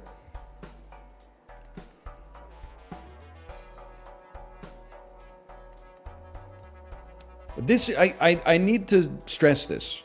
We're basically, on average, playing we hope to play 34 flat mults.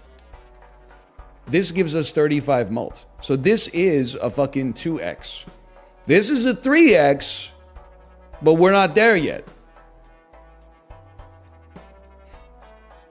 So it's, I don't know, I feel like, me personally, a bird in the hand is worth 2 in the bush. You got to ditch 8-ball. You've lost your mind if you think I'm getting rid of 8-ball. I'm not trying to lump all of chat into the same boat. You are basically telling me, every one of my jokers that's good, you're telling me to sell it. To buy some shit that is a ×1 mult right now. You've lost your mind. You don't know what you're talking about. You're the one who's out of his mind. 8-ball stays. That's not even up for discussion as far as I'm concerned.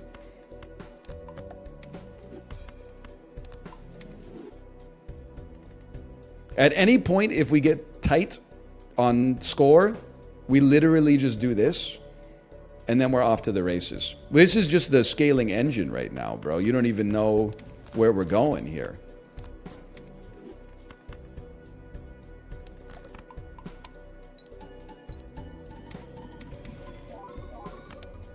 Huge, huge.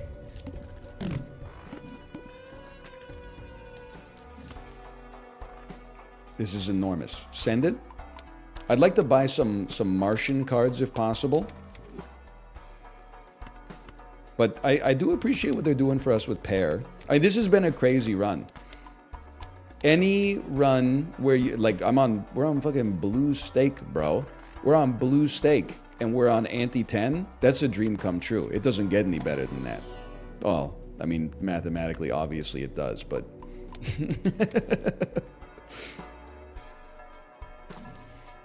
thank you for Mars. The mathematic is correct at all times. You're not wrong. You know what is annoying though? We still haven't had like the planets show up 2 times often voucher. And that's like, that would be insane right now, bro. You can get an 8 in a standard pack. I could. You're not wrong, but I do have to say, like, at the same time, do we really need another 8? Like, I mean, we got 8 8s, 48 card. Nah, you're probably right. But pretty soon we're going to end up hitting, well, I guess because we'd want to get 4 of a kind or 5 of a kind and not just pair. Yeah, no, you got a point there. You got a point there. I could look for a polychrome Joker. It might be the right decision, but here's all I'm going to say about that is that it takes away our ability to get 2 planet cards, which really helps us out, bro. I'm not even sweating it. I'm willing to do this. A, it's not going to break. B, if it does, we just get another 8. Easiest play of my life.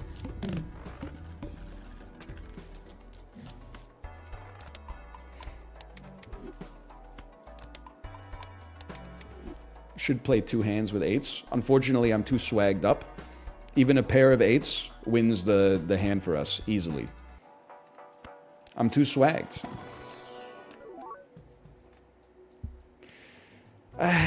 It just makes the 8s less likely to show up. I do appreciate the planet, but we only got 2 spots anyway. We're usually getting pretty full.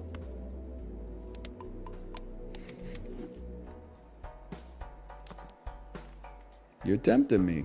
You are. You're tempting me, man. You're tempting me, man. I don't think so. I don't think so.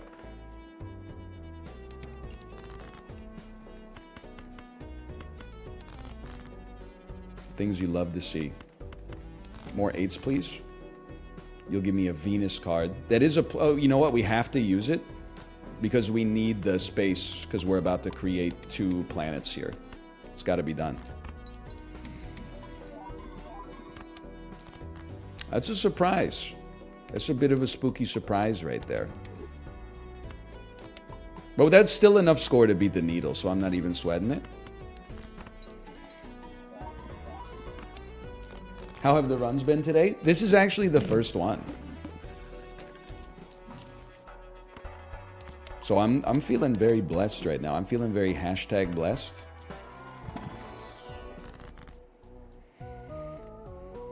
I love a lot of this, but the dopamine that comes from a thin deck, that's worth a lot in this household. Oh, there was an 8! Whoa! Sorry, it was a vanilla 8. Hold your freaking horses. I'm not even worried about this.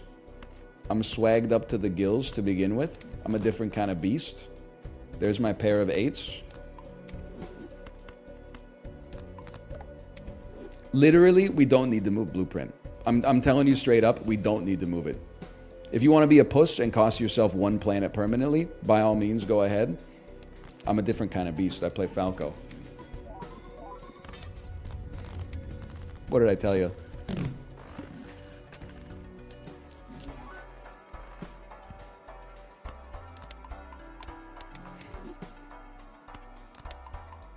Now things are getting real.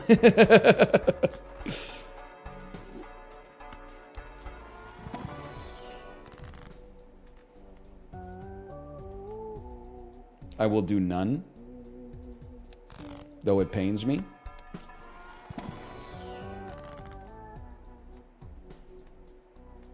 I will High Priestess.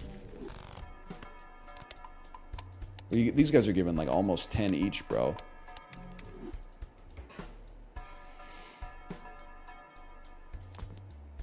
Okay, we hold. 13 million points. I'm just going to be real with y'all. I think we've reached this point.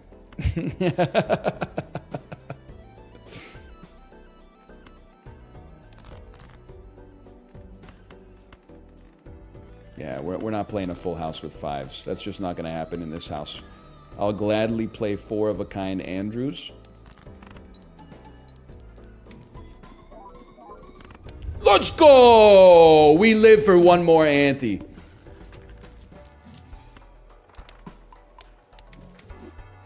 Now, ante 12, I can't speak for ante 12. That's where they start asking you for Mama Liz's E-oil.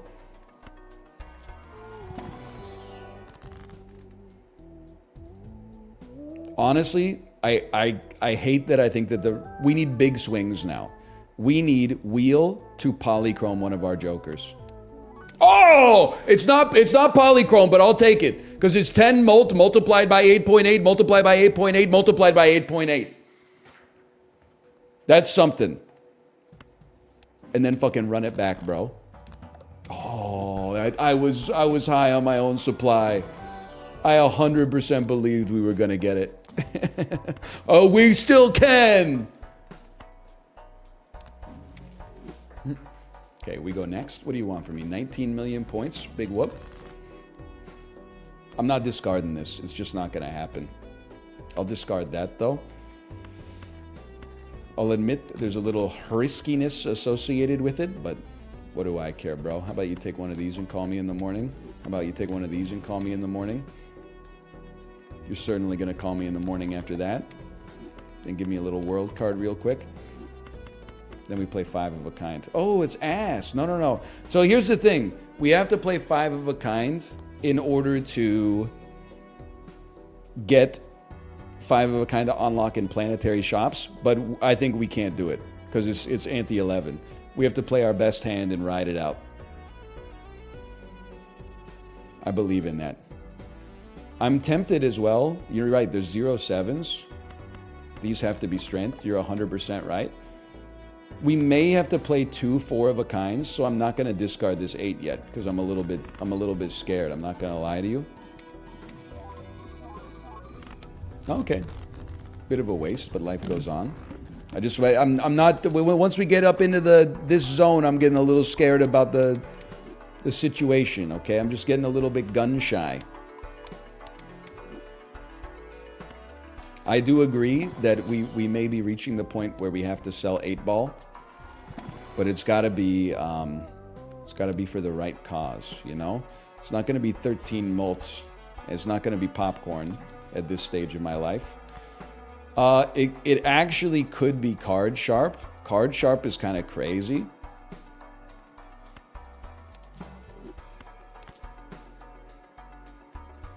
This is basically, though, and it's fine, like it's the way. This is an admission that the run is soon to be over. I'm gonna keep you, actually. You're scaring me a little bit with these scores here.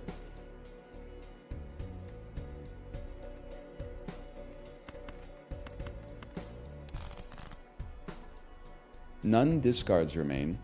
That's horrible. But we got 4 queens.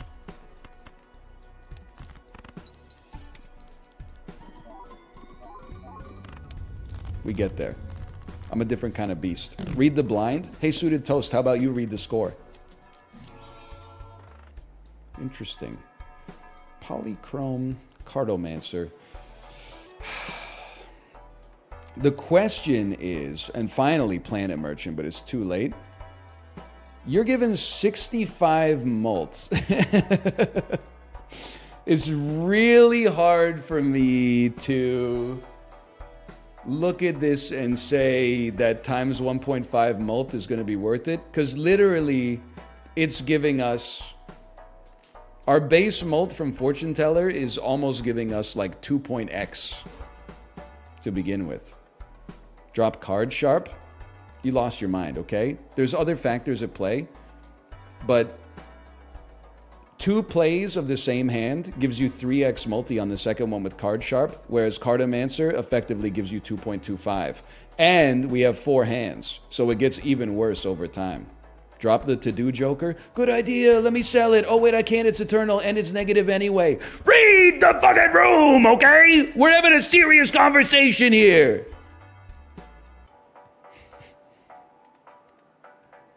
Okay, now the adults are talking, okay? We're gonna go, we want Mars, but we gotta go Venus. We need more planets in the shop, that's a given. This would be a great econ purchase. If that's not gonna happen, I will take another 8 because we've been going for 8s the whole time anyway. I don't think you can take Cartomancer, I think it's a trap. I think they've attempted to trap us. Now, I think we're fucked anyway, because we need like 1 billion points. So I think, if anything, this is the right time. You need 540 million points. What did I get on my last hand? I got like 80 million, right? 50 million? I think we got to spend down. I hate burning my whole economy, but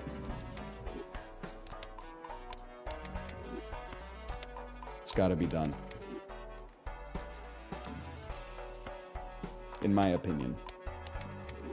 Glass helps, you're not wrong. It's a great time to get glass cards. Oh my god, if you could polychrome something, I would cream my jeans. Oh. That would have been huge. Okay, 540 milli incoming. Steel card is a huge help here. Hi, Tomo.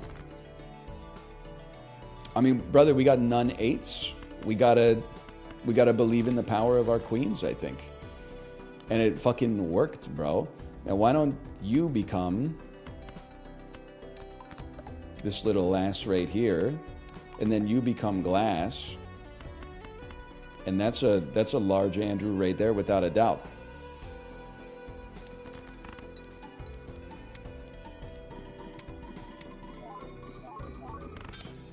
$421 million. Okay, but if we can play one more 4 of a kind, and there's 2 queens left in the deck, there's 5 8s. There's 0 9s. So you just play dog shit and hope to draw a queen or 2 8s.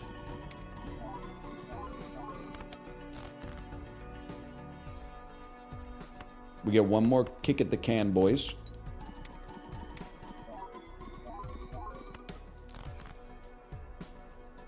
They fucked me.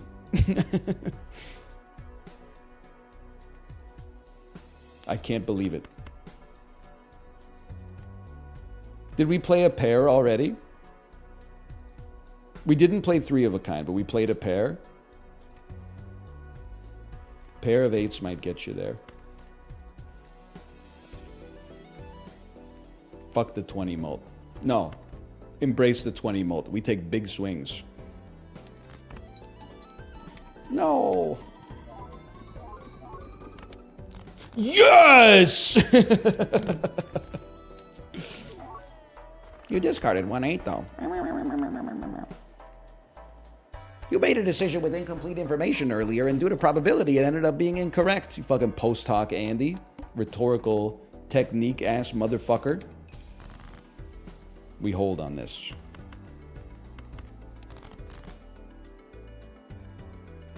We hold still. You gotta keep queens, bro. Okay, now in this situation, this is a 3 of a kind type situation. You gotta start here with card sharp. I'd rather not play that red seal queen. You gotta play the cards as they're dealt, unfortunately. Give me the 3x multi. We're cooked. This is the cookery. Every single person is my enemy. But still, had fun. Had fun on this one. Anytime you lose on anti-12, you got to be happy about that. Fucking anytime you lose on anti-9, you got to be happy at this stage of our life. The stakes are not getting any easier. Let's put it that way. Slash marker me. They'll call that Balatro 1 because I got to go pee.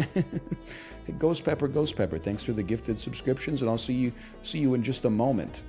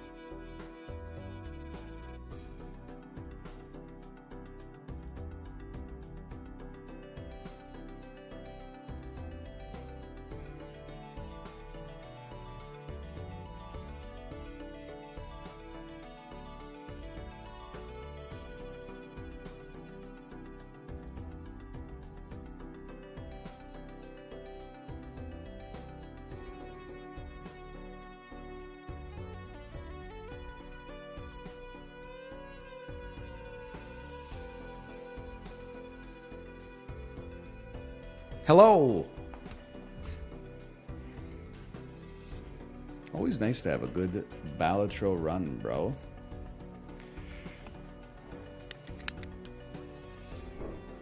You should do some achievement hunting. Hang on one moment, please. Slash marker Balatro 2. I should do some achievement hunting. I guess I should. How do I know what I'm missing here? I'm missing 6 jokers. 2 vouchers. You got to check the Steam portal. You do any challenges yet? I've not done any challenges yet. I guess we should be doing some challenges, right? Start new challenge. The omelet. All blinds give no reward money. Extra hands no longer earn money. Earn no interest. I see. So this one is all about selling your jokers at the right time. I understand the principle. Let's give it a try.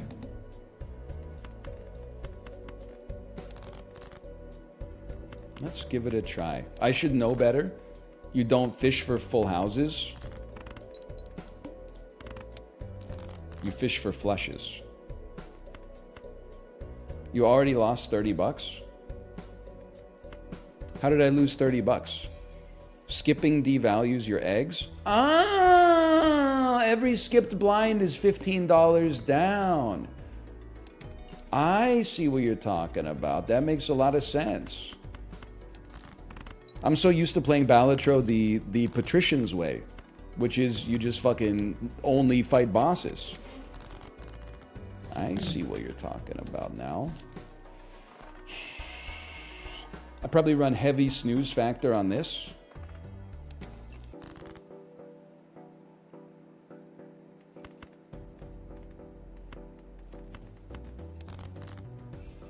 And then 6, 7, 8, 9, 10.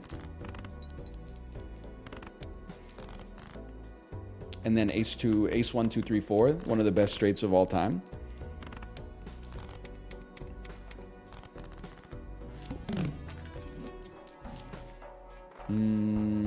I would continue to hold snooze on this one. Even though each one of these Andes is worth 8, I still hold snooze on this. I am going to fish for a spade flush. This is the first blind where you have to pay attention. I didn't discard the right card.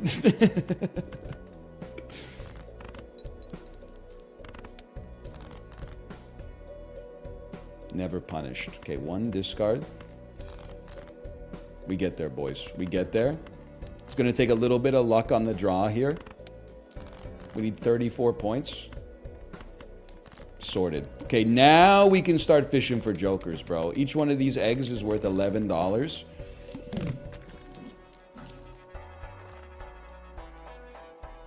I mean, hand size goes crazy. Don't get me wrong. We need... I'll be honest with you. You buy an Empress to stay alive, and then you go again.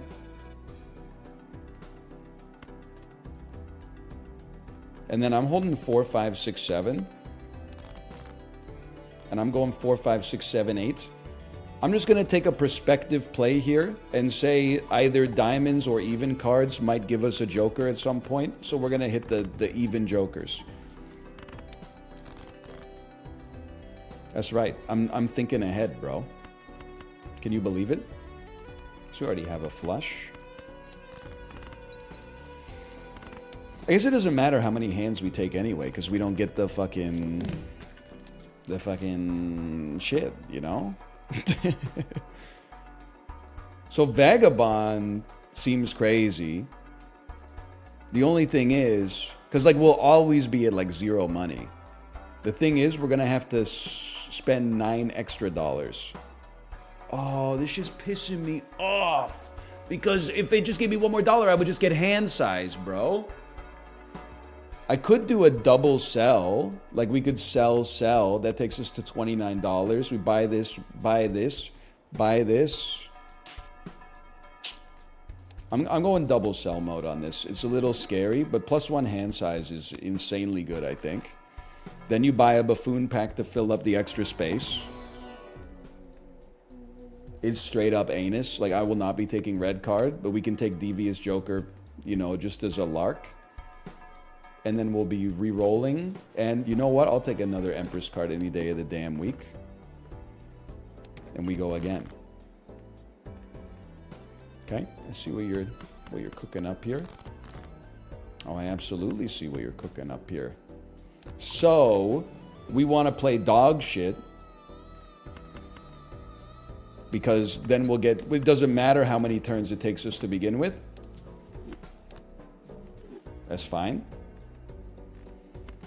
Because we just get more tarot cards out of it as a result of this.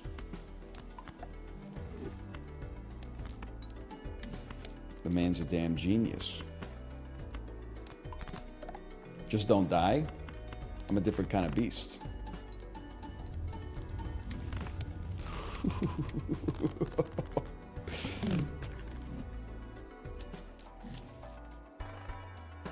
Honestly, I'll spend $3 on that. I do love hack. We got a lot of stuff going on here, okay? We got a lot of stuff to consider.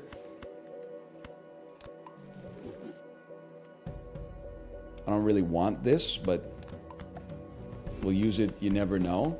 Plus, I don't want to give myself too much money by accident. Base, chip, and mult are halved. Right now, I just don't feel comfortable playing dog shit to farm tarot cards because the boss scares me. So I'm gonna play a pretty good hand. And honestly, I feel great about that. I feel like that ended up being an awesome decision.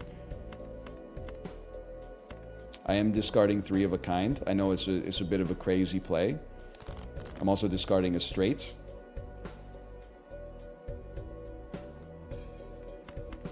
I got a whole game plan, okay?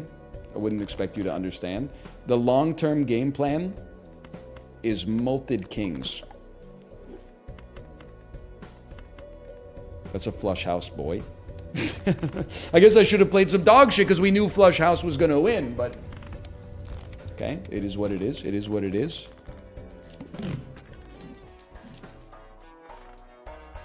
Voucher, kind of interesting. I don't think it's that kind of run. Double your money? What's 2x0? Can I get a quick check on that? What does Vagabond do? Vagabonds, if you have under $3 or less and you play a hand, it gives you a tarot card. Great in a situation like this. Huge, huge. Because we also don't get any extra money for finishing with some hands in reserve. So we can play dog doo-doo hands, get ourselves like down to 1 or 2 hands remaining, and then start sending some stuff down Main Street here. This has got to get us there. I'm comfortable playing. Basically what I'm saying is we can farm an insane amount of tarot cards as a result of the fact that we have Vagabond.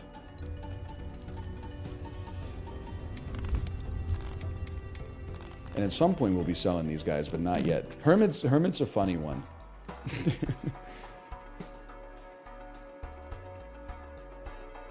Needs to be better jokers, bro. At some point we got to go in, but we need to get better jokers.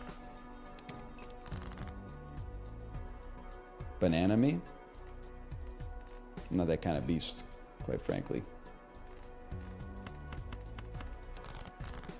King me?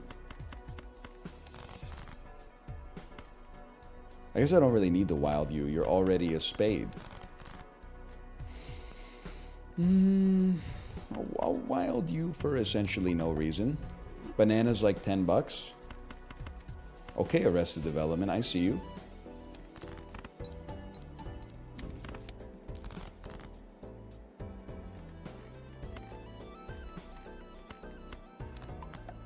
+2, +2.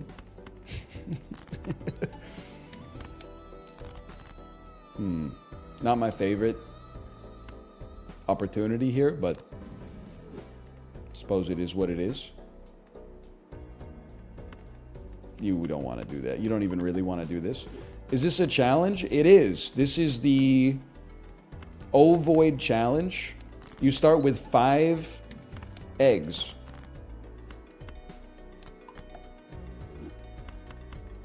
Send it. So you earn no money from any other sources, basically. You have to sell your eggs in order to start getting your econ off the ground.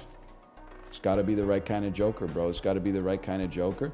I'm gonna go crazy mode on you. I actually think we sell one. I'm not sure we hermit though, because I'm not sure I want to just burn all my money on rerolls, but I think we go Celestial Pack in the service of buying more flush 5s. And I'll admit, it's a crazy motherfucking play, bro. It's a bit of an insane play. What the hell else will you do with Hermit? I mean, you raise a good point, but I think the answer is nothing. Or like sell it at some point. Using Hermit has no downside. It has no upside though, because like, sure, I get 40 bucks and then I'm just gonna be rolling. I'm gonna roll like $33 away. The point is, we don't need, it's not taking up space that we need right now, so I'm not sweating it. The upside is that you have a space. Yeah, but I don't need the space right now. Am I taking insane man pills or something? You can keep money? Yeah, but then it ruins Vagabond, bro. Okay, give me a quick justice on this, Andrew. Oh, right, I forgot. Apology accepted.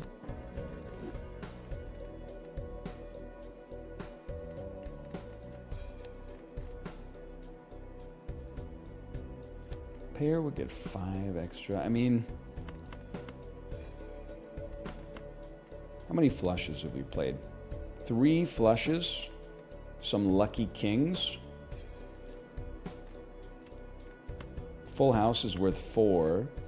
We've played 1 full house. In that case, I think we run flush. I'm not thrilled about it, but I think we run flush. We got the 20 mults.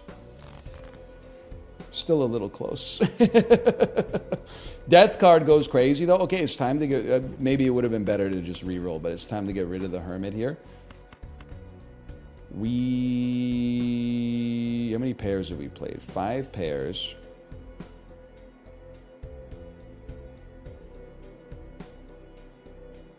I think you embrace garbage. Empress is beautiful. It's a beautiful card to get here.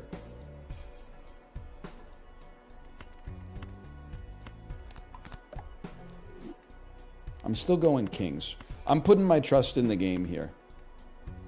2 pair, it must get us there. I refuse to believe that it won't.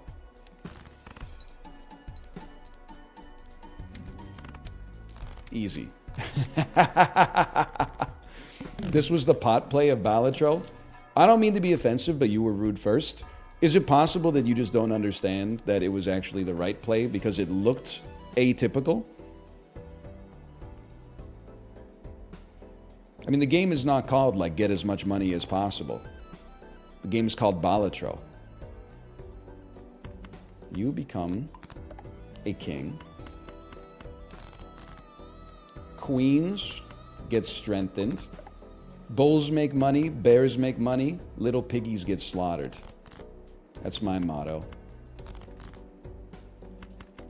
And then we start going crazy. Hierophant. Might as well. Boss ante. Okay, what's the boss ante? Cards previously played this ante are debuffed. Not ideal. I'll give you that one. Not ideal.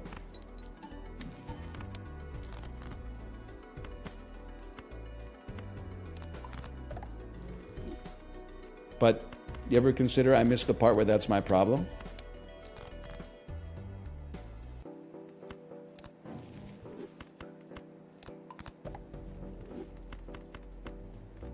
I'm playing flush 5. I don't care. We got lots of kings. We'll make it work. This is the part where it's specifically your problem. And I'm telling you not to sweat it, okay? Just get ready.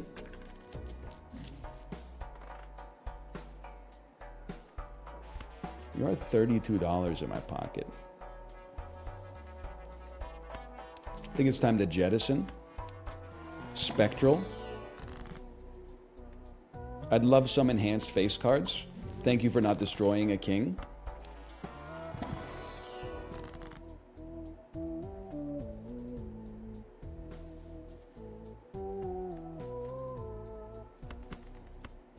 Dump some dookie. No temperance is crazy, but I'm not sweating it. I'm a different kind of beast.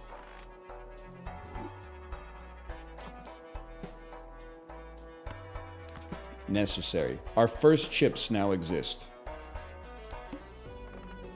Negative Joker. Yeah, we don't want to play any more cards anyway, if possible, I suppose. Hey, Lost and Shattered, thanks for the gifted subscriptions. Thank you. You're all getting dumped here.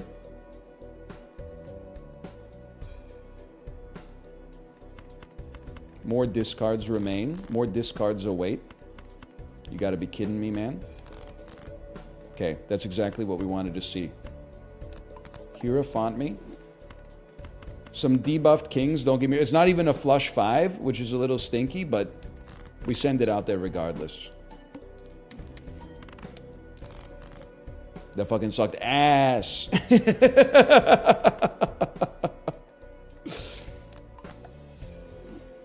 That's all right. We got multiple hands. 5, 6, 7, 8, 9 with 2 extra mults and 3 spades in this.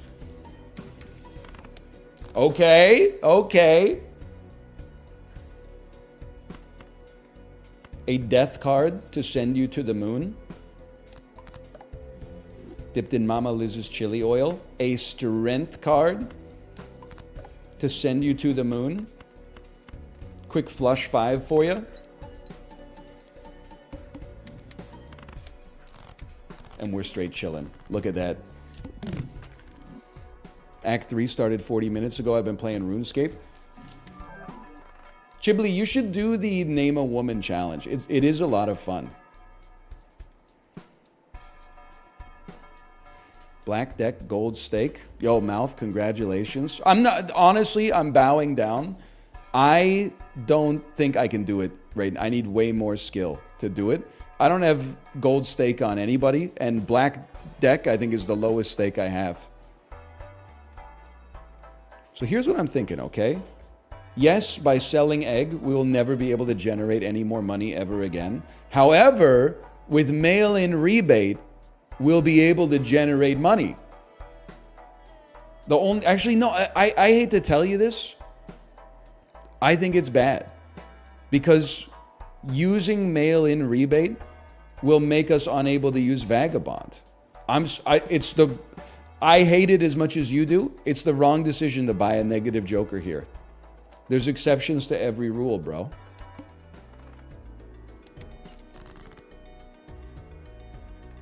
I hate it. You might love it. It's just, It is what it is, man. It is what it is. Zero downside Econ Joker. Yeah, as long as you ignore all the downsides, it has zero downsides. That's pretty true. Okay, flush 5 will carry us here. Justice card may be relevant at some point.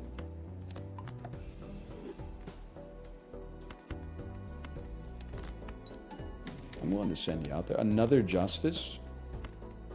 You're a wild card. I kind of like you being a wild card right now. Now this is crazy. I don't want to be too risky. Just spend the money every round. You bedmass ignoring motherfucker. As soon as we discard a 7, we won't be able to have Vagabond actually work for us. Well, I guess as long as we're on literally $0, it could work. But it's hard to get yourself down to fucking 0 because rerolls cost 5 and everything else costs like 2 to 20. So as soon as we're gonna get to 0 gold, discard 2 fucking 7s, yay, we got $6, and all it cost us was 4 possible tarot cards that actually could have let us win the run.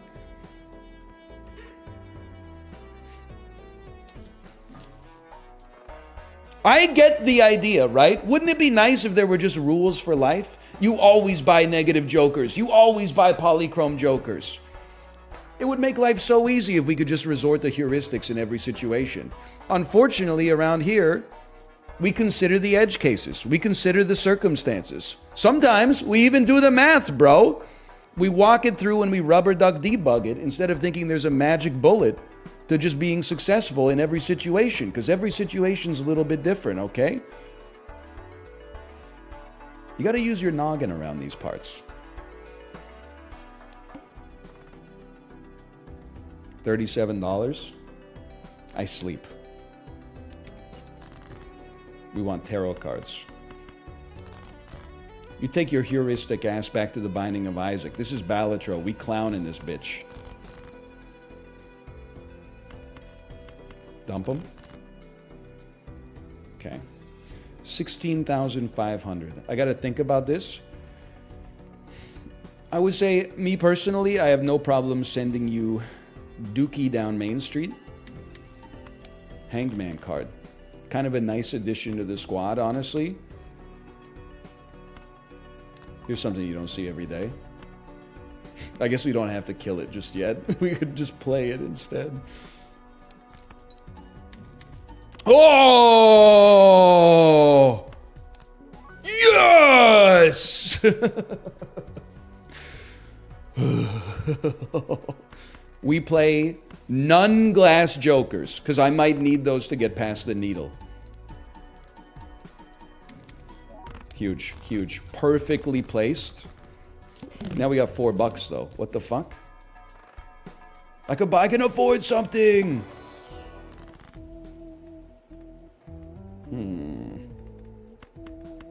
Kill. Gold. Emperor. Could actually come in handy.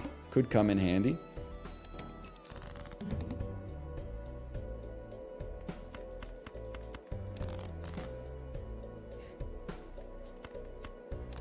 Quinn, use it.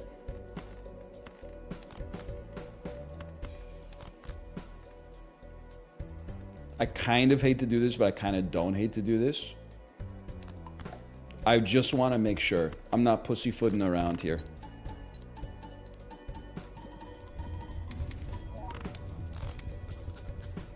Didn't need it, but none of them broke. Are you really a Costco executive member? You ain't even got the axe, bro.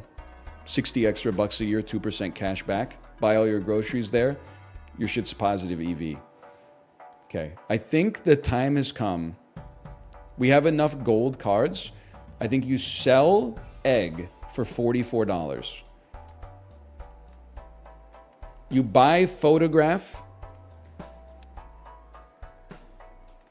We played so many high cards. We're never going to get flush 5 in a pack, bro. Jumbo first. Use judgment first. hang on, I'm thinking.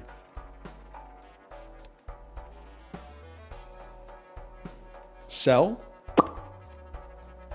Or sell. Sell. Use. Buy. Buy.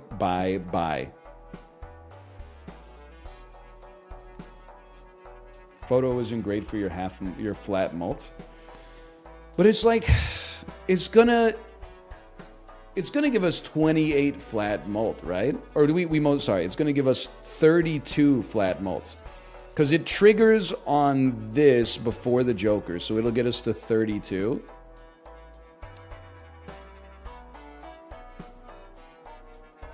Middle Joker's given like 5 mults. Yeah, the middle Joker is kind of ass. You're not wrong. Well, in that case, I see your point. We could sell Supernova and run Photograph instead and save this for a rainy day. That's actually a good idea. I'm kind of with you on that one. Sell me, judgment me. That's actually unbelievable. It's so much better than we could have asked for. It's the luckiest, possibly the luckiest Joker we could have gotten. Might even be better than Campfire because our econ is fucked to begin with. Now we don't need shit, man. Now we can wait. But it's so nice to buy a blank to possibly get an extra Joker space later. Oh, but we need to get down there for Vagabond anyway.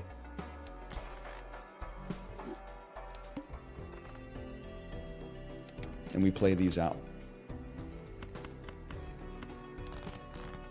4 of a kind, 5 of a kind, flush 5, Chibli, Olivia Munn, Chibli. Send it. Send it down Main Street. Justice card. 20K. Keep paying 20K a day. Now that is eating good. I know what you're saying, big boy. I know what you're saying when you say it. Because of the ×4 mults, we're getting there. I don't even think that's up for discussion. We're doing okay on Cheps. So hit me with something like that. Emperor. World card is exactly what I wanted to see. This Andy does not need to be wild anymore. We can now make it lucky instead. Play flush 5. I think you hold the glass. I'm not scared.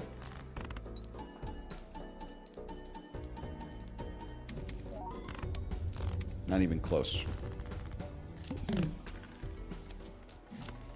Yeah, blue Joker is next to go, without a doubt. I would agree with you on that assessment. $4.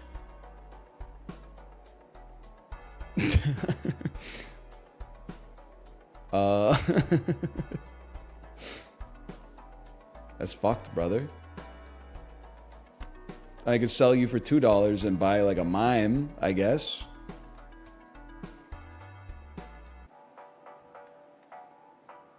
That way Vagabond still works. Mime gold is big bucks. Yeah, but if anything, I'm trying to go broke. I could sell the egg. Like, at some point, it's the right decision. But, like, I don't know. I feel like it should be the last thing that we sell. But maybe I'm the crazy one. If anything, well, thanks for the $50. I guess we won't use that right away. It just goes to show you how motherfucking good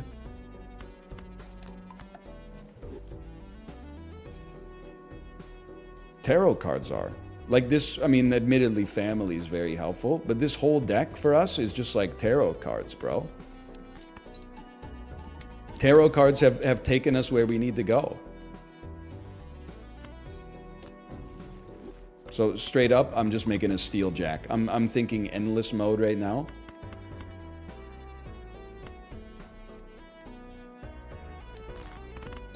Temperance Fool.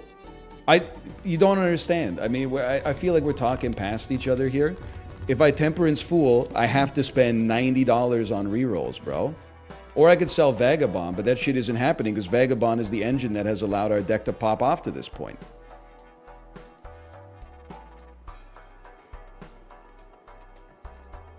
I disagree fundamentally with your approach to the game.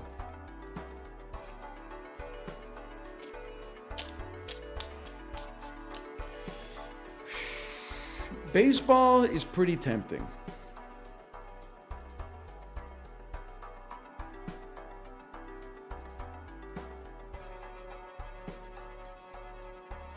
We could sell Egg Joker. Finally. And then get this, and it's a 2.25x.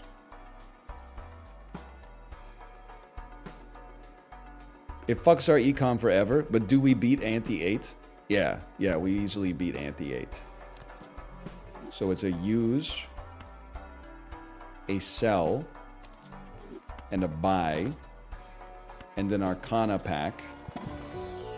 We may want to dump Vagabond now. Yeah, I mean, yeah, because we got to save money for the right purchase.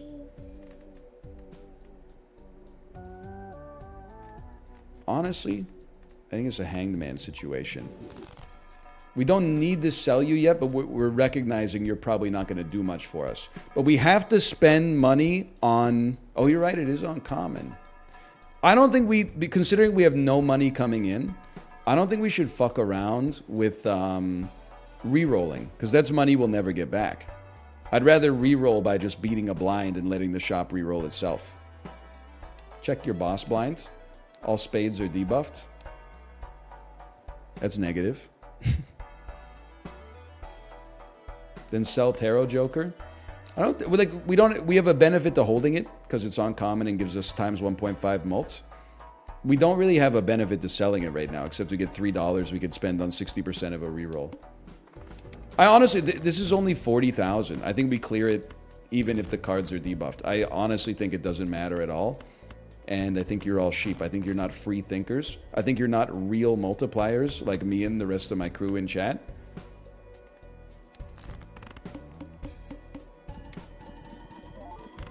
Easiest play of my life. And your ass was out here 30 seconds ago typing Monka S. Or even worse, saying, please use the Sun card. Yeah, let's ruin my whole deck forever. For what, bro? For what?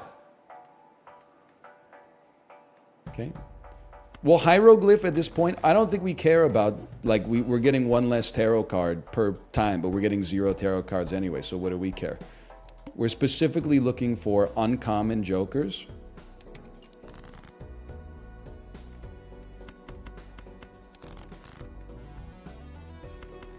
We don't want to play Glass Kings until we gotta play Glass Kings. If anything, this is I mean, we got a long way to go, but if we could play 8 flush 5s, our Celestial packs will start to always have Ceres in them.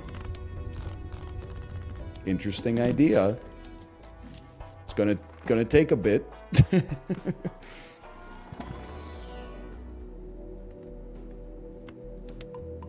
Gonna take a bit, but you know, well, how we looking here? Nah, bro, we're not buying Mars. Rare Joker? No. We want uncommon Joker. You seem to have me confused. It'd actually be amazing to get some spectral packs so that we could get purple seals. I'll play 4 of a kind. I'm a different kind of beast. Thanks for the $20.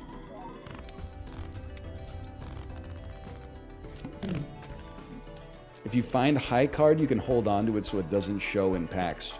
That's mad genius moves right there. I never even considered that. It's incredible. You need to play 5? Oh, I didn't have 5.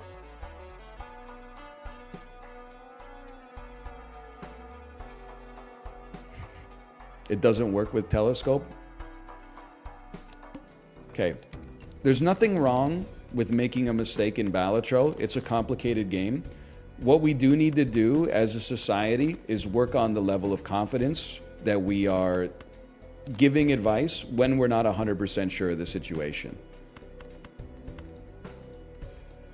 That's something that we as a society... Oh, you're an ace. That's something we as a society need to figure the frick out, bro.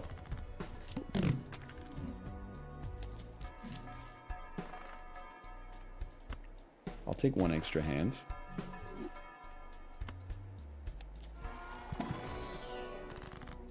I'll take... I think we're in thin deck situations here. We want to draw 5 kings faster. There may come a point where we have to play 2 flush 5s in order to win.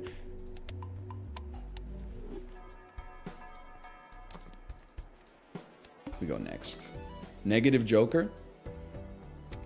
Straight up, 2 negative jokers could go insane here.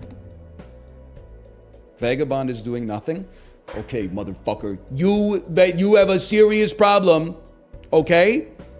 Because you are simply the most recent person. You just waited too long. Let's scroll up and find the comment. Vagabond is doing nothing. This is Rodrigo79. Okay. Would the class like to explain why we're keeping Vagabond right now? First, let's look at the counterfactual. What do we get if we sell it? $3 and a joker space. We haven't found a good joker to replace it yet. So effectively, we get fucking nothing. And then, on top of that, we got Jim Joker, bro. The Jim Joker Hollow Rookie. Signed, 1 of 1. It gives us a times 1.5 on our mult, bro.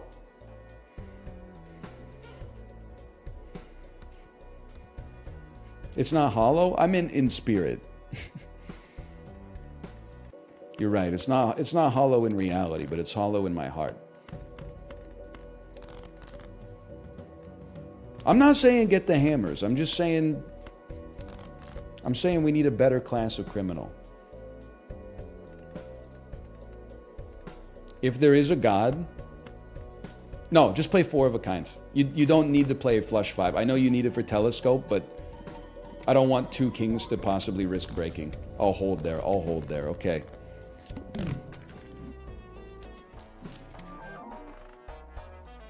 That's a gimme. Rare negative that gives us extra mult when you discard jacks. We have 5 jacks in the deck. That's not insignificant, bro. That's not insignificant.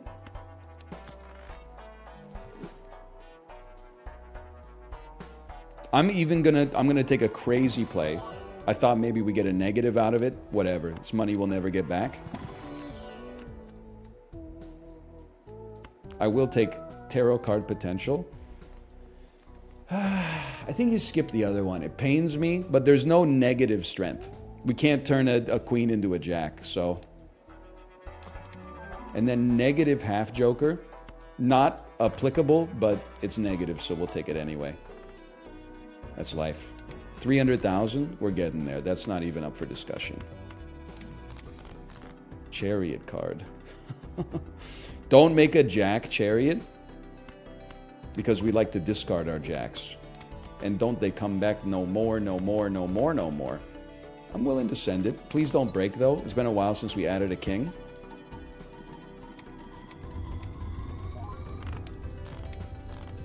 Things you love to see.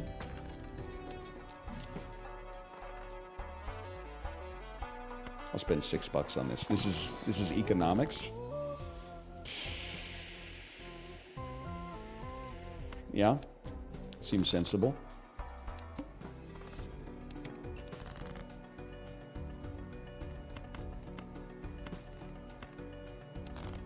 Buy egg. Don't it always seem to go? You don't know what you got till it's gone.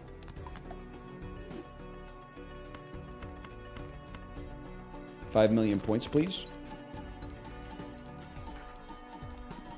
I think Wrathful Joker's on the chopping block next. I would tend to agree. Well, actually, no, Vagabond is probably next if we can find an uncommon. I mean, I guess Vagabond is literally doing nothing. So it can go easily for this hot swap. I'd still like to replace you with an uncommon that gives us some value. But I'm not going to judgment it, although imagine if it worked out for us. Holy brother. I know we can make $28 here, but I honestly think we get a lot of value out of consistent draws as well. I know I'm a little crazy with it.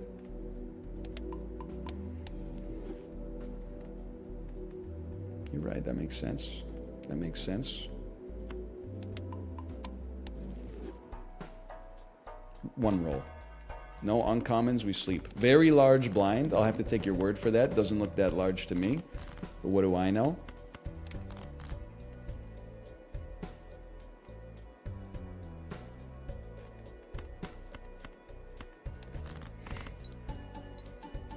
Dude, we've been having some good runs today. I don't know if this challenge is easy or hard, but definitely came through in the clutch, man. Or did it? Oh, we need 19,000. I think we're straight chilling, bro. Right? Cooked ass hand.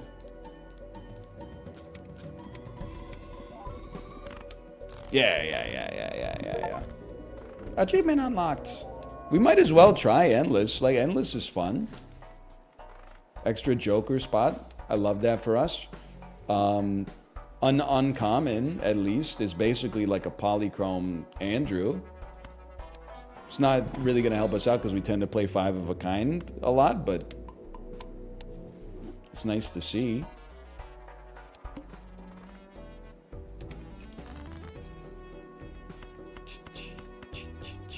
Fuck a gold card, man. I don't even care anymore. I can't discard you, though. Oh, I'd like to, though. Wait, do I discard you? I get, 0.5 instead of 1.5. Not as good.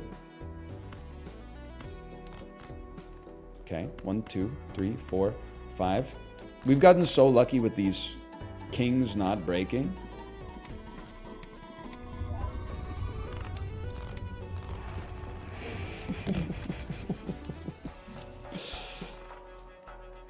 Feels good. Feels good. Is that you, Tomo? He's making some weird noises.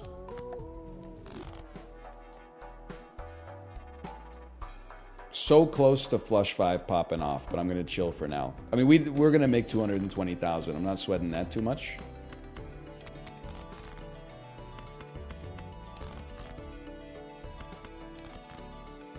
Congratulations, you have just become...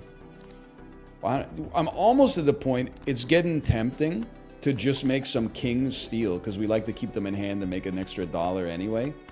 Boss makes $1, I make a dime. That's why I poop on company time. Hang on, this is an important message. NL, did you get the newest Costco coupons? Stoke Cold Brew, I should say, 2-pack on sale. Sir Panzer, I need a check on this. What's the sale? Because normally I think it's 2 Stoke for $11.99 Canadian, which is a huge bargain because they're $9.49 each at Save on Foods in Vancouver, BC. I'm about to hit up my Costco. April 8th to May 5th, $3 off. Oh, 2 Stokes for $8.99? Dude, I'm putting that on the calendar. I gotta get there at opening, bro. They're probably gonna be sold out. That's great intel. Thank you. I hate to say this, by the way. I don't think I can take Oops All Sixes, even though it's on common.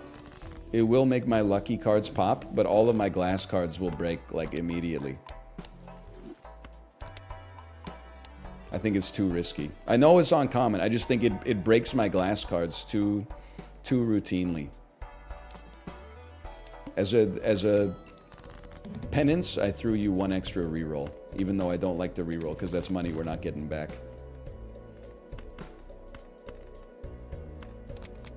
Huge. Brother, I mean, at some point we need to draw some kings.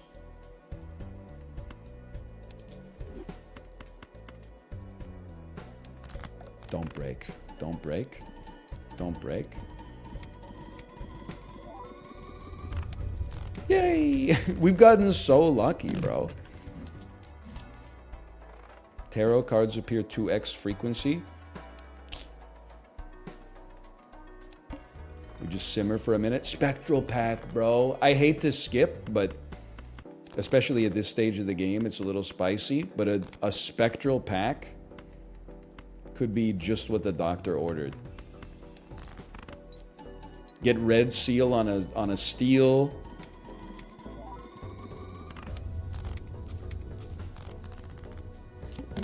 Don't skip for spectral. It's only worth $4.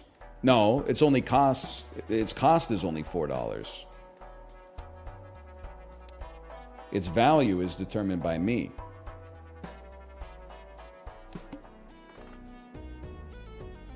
You know what? I trust you. You got in my fucking head.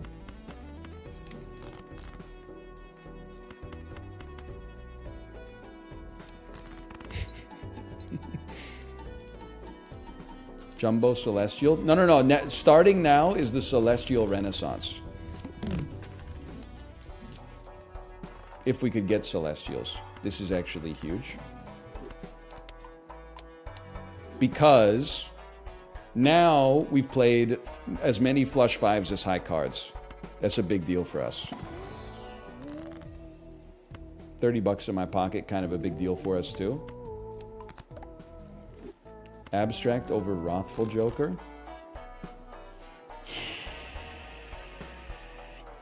You're very close. Most of the times, this is going to give us 30 mults, and this gives us 24. It could get better if we get negative jokers, but it's kind of perspective. Oh, and you're right. Wrathful triggers faster. Yeah. The mult triggers earlier, which means that the steel cards are multiplying a larger number. We go through this a lot. I always appreciate the heads up. Thank you. I'll take a steel card. That's a gimme. Oh! I mean, 50 chips when you got like 10,000 mults? That ain't nothing to sneeze at, bro. Okay? I mean, I'm a simple kind of man. You're gonna put me in this situation. I'm gonna fight my way out of this situation. That was not even close to being good enough. I think we just lost. Okay, so you have to play. We can't discard jacks. You should play Dookie to draw more kings. What? Play for Dusk. Oh, you raised a good point.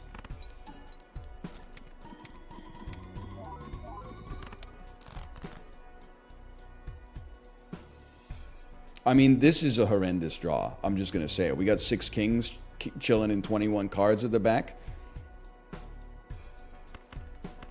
With Dusk, I mean, I guess this is as good as it gets.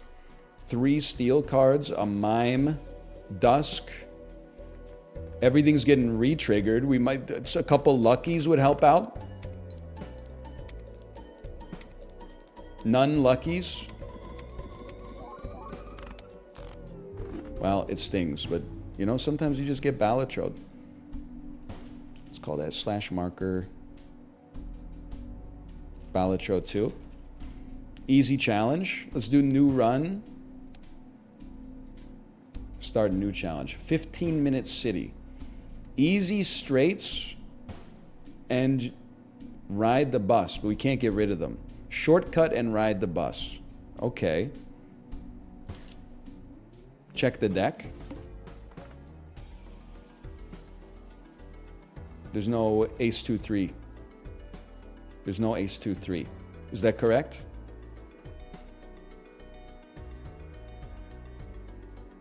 And it's double face cards. Oh, brother. Okay. In this case, I'm using my intelligence to surmise what I should do. What I think I should do is early game, I think I have no choice but to not skip and thus build this mult as high as possible. And we will pray that good jokers come up.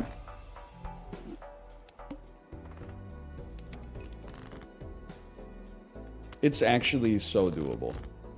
We'll pray good jokers come up without rerolls.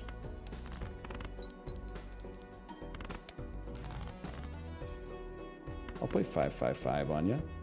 I'll dump a 5-5-5 on your head. You could ignore bus.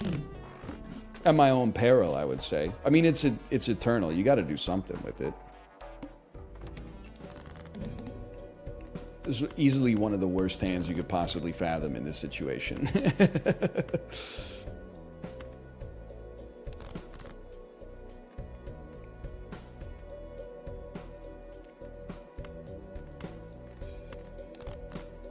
No! Okay.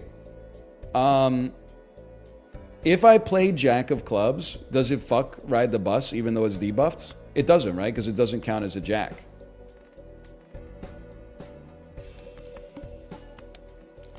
Huge.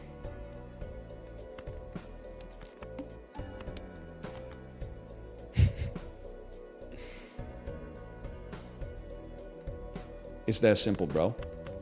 Draw a straight.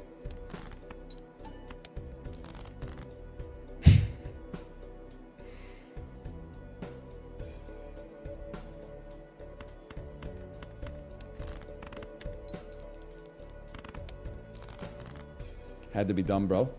Had to be done. There was no other outcome. I'm alive. Sucks to have bus go back down to 1 though. Sure. Ancient Joker could get us out of a pinch, and then maybe Arcana Pack will just save us. I don't even know what. I guess removing face cards goes kind of crazy. We got a long way to go though. Okay, try to play some diamonds. Beautiful. Maybe we don't give a fuck. Maybe we just play face cards, bro. I mean, I guess if we don't have to, it would be nice, but... That's a straight flush! This is a tough one. It's a spicy one, no doubt about that. Clubs also give 8 mults. I don't think we can afford to say no to that right now. Diamonds. Da, da, da, da, da, da, da. You know what I'm talking about? Islands heads.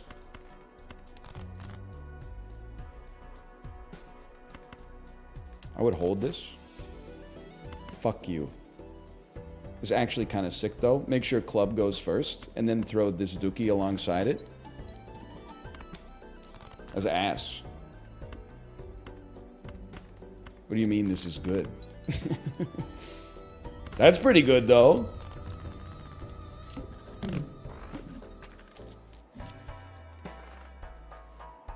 You ever done any seeded runs?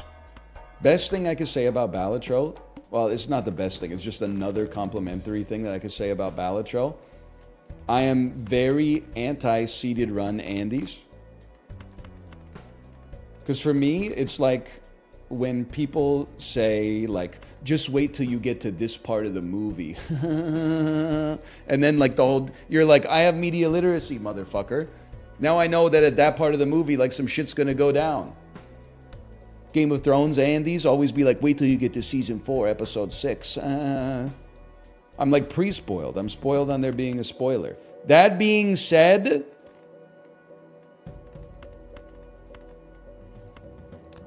Balatro is such a good game that I could see myself possibly doing seeded runs. I could see myself getting over my preconceived notions and biases and doing a seeded run at some point. Well, we probably won't take Paradola. I think we're straight chilling for now, bro. We like hearts, we like clubs. So what, we get sober? So what, we smoke nothing? Know what I'm saying?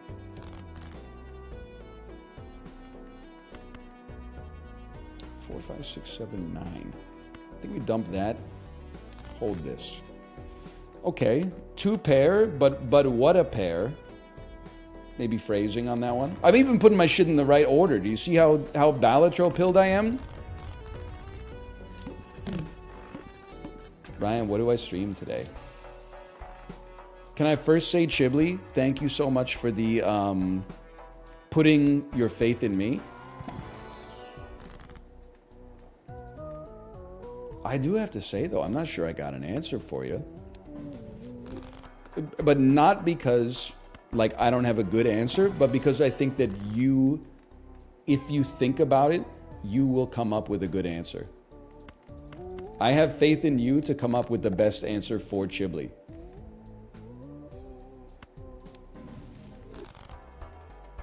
As long as it's not Stardew. I see a lot of people saying Stardew.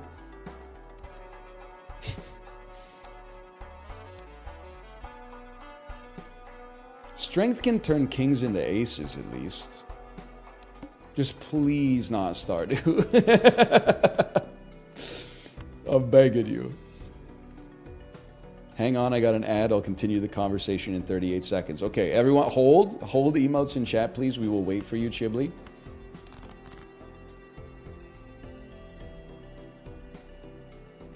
Check this shit out.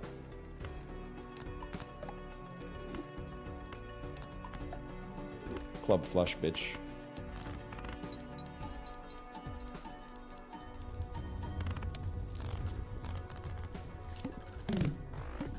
You have no 2s and 3s? Yeah, but at least I could play, like, you know, pair of aces or something, you know? Thank you, Sato Mori, for giving Chiblee a gifted subscription. Thank you. 1 more month of ad-free. Why do you dislike Stardew so much? I'm not being an extreme hater, okay? I just find it boring to watch. That's it. It's no disrespect to the friends of mine who play it. I think they're great. I just don't like watching it. I'm expressing an opinion. I'm not being a hater. I didn't say fuck everybody who's ever played Stardew Valley. I mean, that's like, that would be insane. Hold this. 5, 6, 7, 8, 9, bro. With the spade at the back, it's perfect.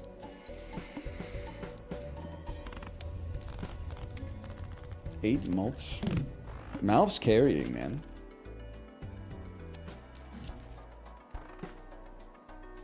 Like, the best thing I could say, or the most honest thing I could say, is that the way that many people feel about a difficult game of climbing, that's how I feel about Stardew Valley. Like, my brain is incapable of deriving pleasure from watching it. Clubs. They love it. Straights can skip one. You're absolutely right. Now I will play nothing but straights forever.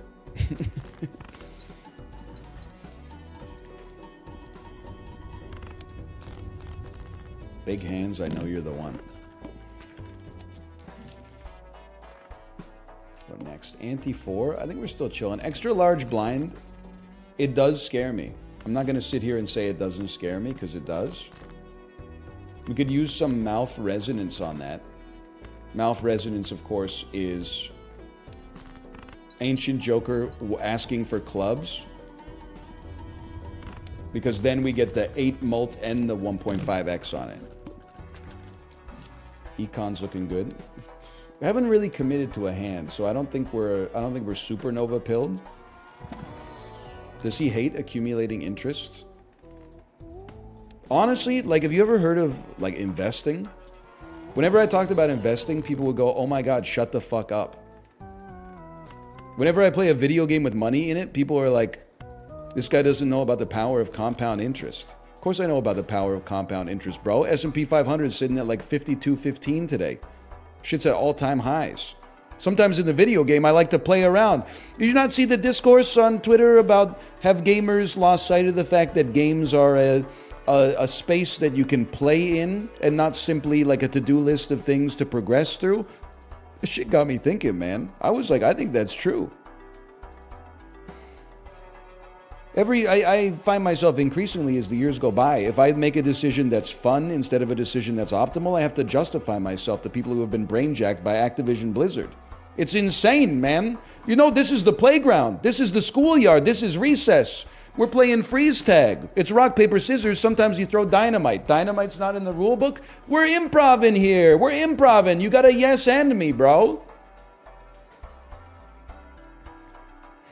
Not just tell me you can't throw dynamite. Oh, well, you sound real mad just because dynamite kicks the shit out of paper.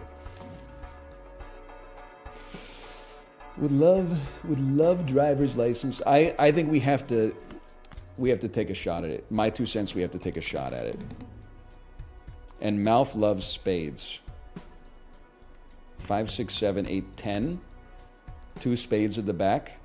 This is a very risky play, don't get me wrong. But if we can get driver's license to work, it might just win the entire ante for us. Holy fuck, that sucks ass.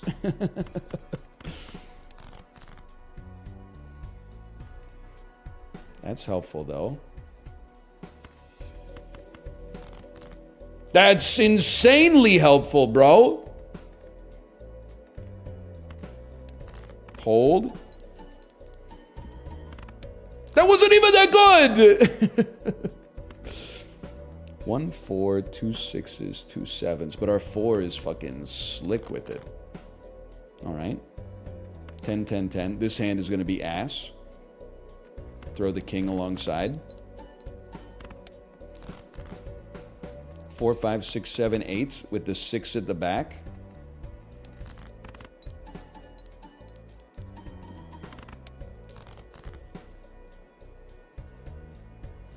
Motherfucker.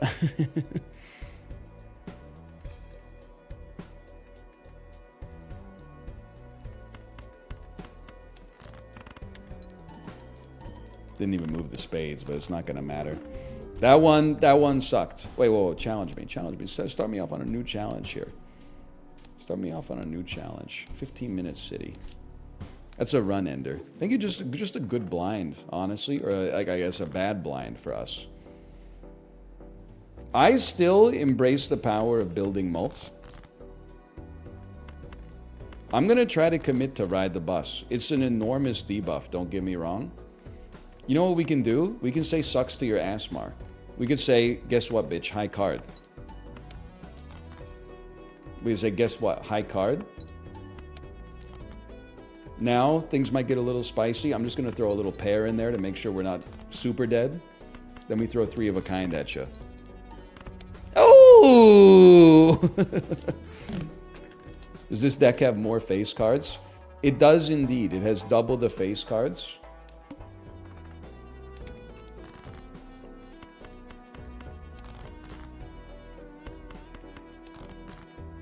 My interest, though. Are we gonna do this again? Is this how you saw this shit going down?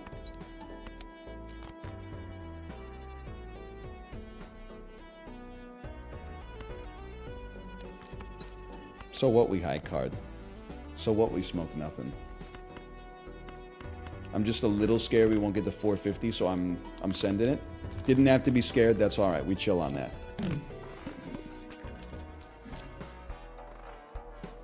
+1 hand size. It's a little weak, but I'll chill with it for now. I'm a simple man, watch this. 4-4 lets you discard King Jack. You get to remove some dookie from your hands. I mean, we could just discard, but 4, 5, 7, 8, 9. 4, 5, 6, 7, 8, even better. Pair of 9s with a 10 kicker dipped in Mama Liz's chili oil. Play a 4. 5, 6, 7, 8, 10, bitch.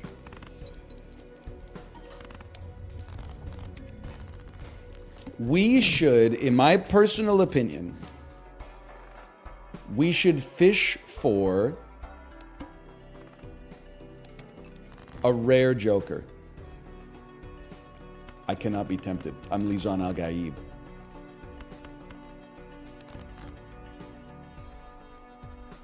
This isn't going to win in one hand. Give me 4, 5, 7, 8, 9. So we got some space. If we see the opportunity to... Oh, fuck.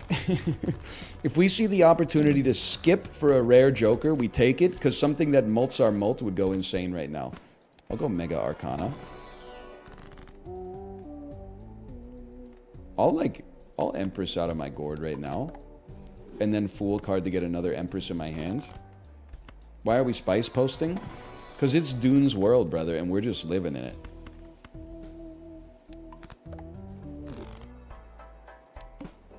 Would you guys rather live on Earth or Arrakis? What do you think? Earth did great, but I gotta give it to my planet Arrakis. Because it did... I screwed it up. How about pair of sixes dumping a king and a queen?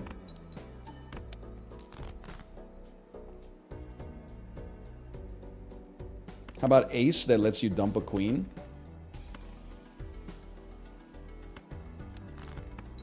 The man's a damn genius.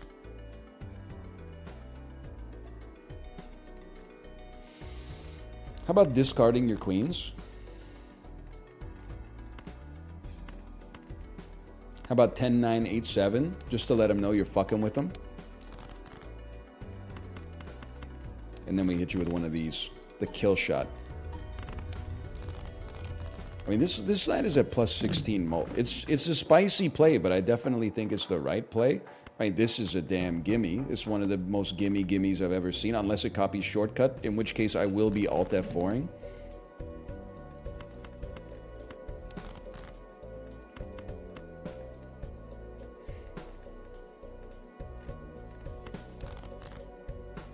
Four, 5, 6, 7, 8. Beautiful. It's a beautiful thing when it all works out together. How about we start small? 4, 5, 6. 4, 5. Ace, king, jack.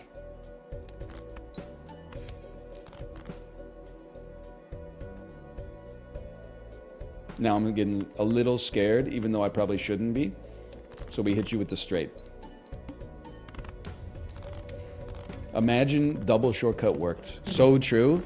Fucking hit him with an ace, 4, 7, 10, king straight. That'd be fucking crazy, bro. I can't believe how long it took me to, like, do the math on it. It's kind of embarrassing. I'm a big Cartomancer guy, though. I'll be honest with you. I'm a big Cartomancer guy. Love it. This is guaranteed to work. It's guaranteed to work. Imagine double smear Joker made everything wild. My fucking ass when it all gets debuffed simultaneously on every single boss blind.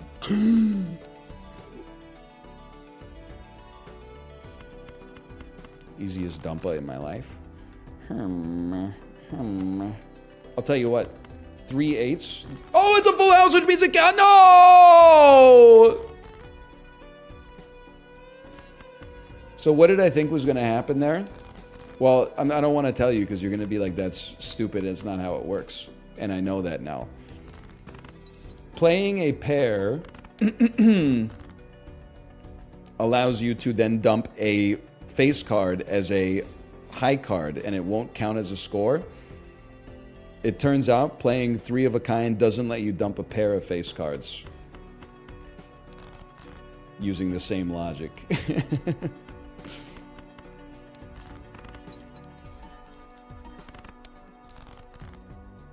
In this business, we hold. There's no shot, man. 10 Jack, Queen, King. Oh, there's no. It's over. The dream is dead. What are we at? 201? I got one more attempt in me because we started a little late today. Run it back. Because now we know what we're doing, too. You're dumping dog shit. You're playing at your residence to build up, ride the bus as much as possible.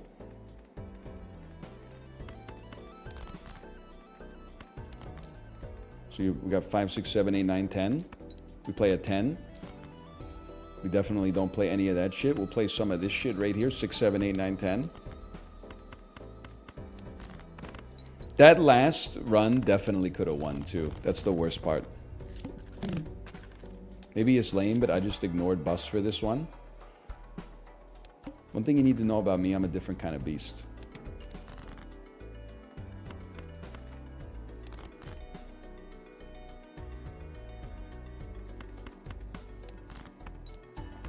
I feel like, well, I don't feel like you've done anything wrong, by the way.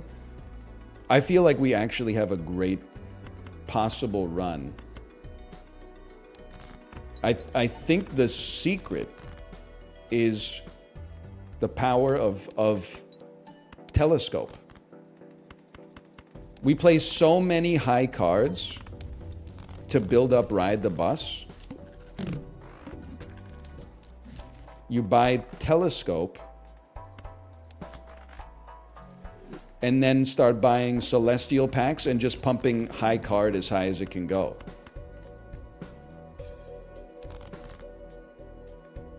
These don't count. I love that for us. It's so over. It's ante 1, bro. This shit ain't even started yet. They got you saying it's so over. It's an embarrassment.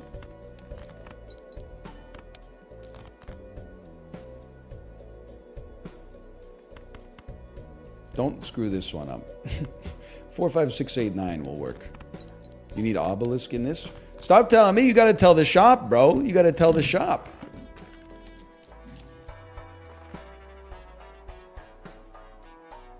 We go spectral. Any day of the week we go spectral. Aura. I don't really want 3 enhanced face cards. I would happily accept a foil 5, even though it's the lowest possible roll. We go again. Telescope, I'm telling you, you may not believe me, that's your prerogative. Telescope's going to be huge for us, bro. Plus, I don't know about you, there's like the least satisfying deck to play, flushes. Second least satisfying deck to play, full house. Satisfying decks to play, high card, 5 of a kind, flush house, 4 of a kind, pair, straight. If you can play weird hands that are normally hard to get and make it work, it's just fun. You feel like a boss when you do it. You're bossing up. It's boss o'clock.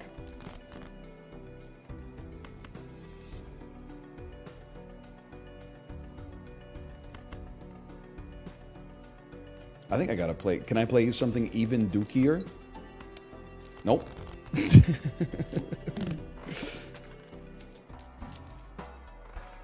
You like corn dogs? Assuming you're not about to ligma me. Yeah, I mean, I wouldn't say I go insane for them, but I would say that I enjoy eating them.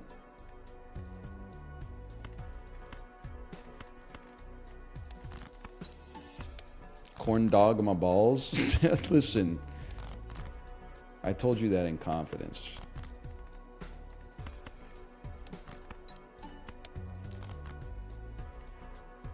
I will say, though, it's not going to get me any fans.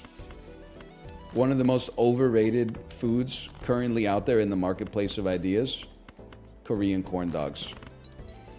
They're not bad. At the end of the day, it's, you know, a pork cylinder wrapped in French fries with like big fluffy breadcrumbs on it. But the way that people talk about it as if like it's the grandest, I guess I wouldn't be able to afford this if I didn't do this first. The grandest food you'll ever see. Plus, like a corn dog should be $3.50. And Korean corn dogs in Canada, they're like, from a food truck, $9-10. I just give me a pogo, brother. Just give me a hot dog that's breaded. I don't need all the fucking the okonomiyaki sauce and then the gochujang on top of it. YouTube's obsessed with Korean street food. I know, and I always feel like a bad guy. But like I lived in Korea and I ate the street food now and then. And I'm like, it's good, but it's not like the best food on planet Earth. You gotta acknowledge that most of it is cooked in a fucking street level deep fryer attached to wheels. Like they got a lot of limitations to the business that they're running. They're doing what they can and a lot of it turns out, and it's the best food ever. If you believe that, then that's great. Don't get me wrong. I'm just saying that if you're coming out of Samdak Sobangso 2 a.m., you just left Who's Bob, you're fucking hammered. Sure, get like a little pizza inside of a cup. Get a Korean corn dog. Get a fucking Pikachu-shaped like cutlet on a stick or something like that. But if it's 6 p.m. and you're like, what do you want to do for dinner? Do not go to the jokbal cart. You can do better, man. There's lots of amazing food in South Korea. Hang on, you can only play one hand. Hello, Kate, by the way. I'm just going a little late, Kate, because I'm addicted to Ballad Show, but also I started a little late today. How do you know about jokbal? I lived in Korea! I was in the pool! Hang on, I can only play one hand. In that case, we do this.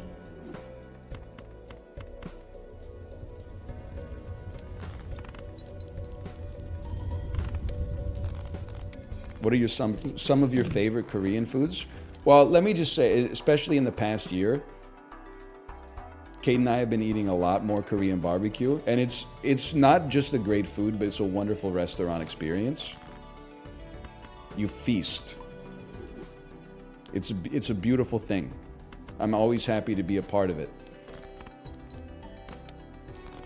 I did see, and I don't want to throw my good friend under the bus here, but I did see Cobalt Streak say, is it considered not okay to bring your own gochujang to Korean barbecue?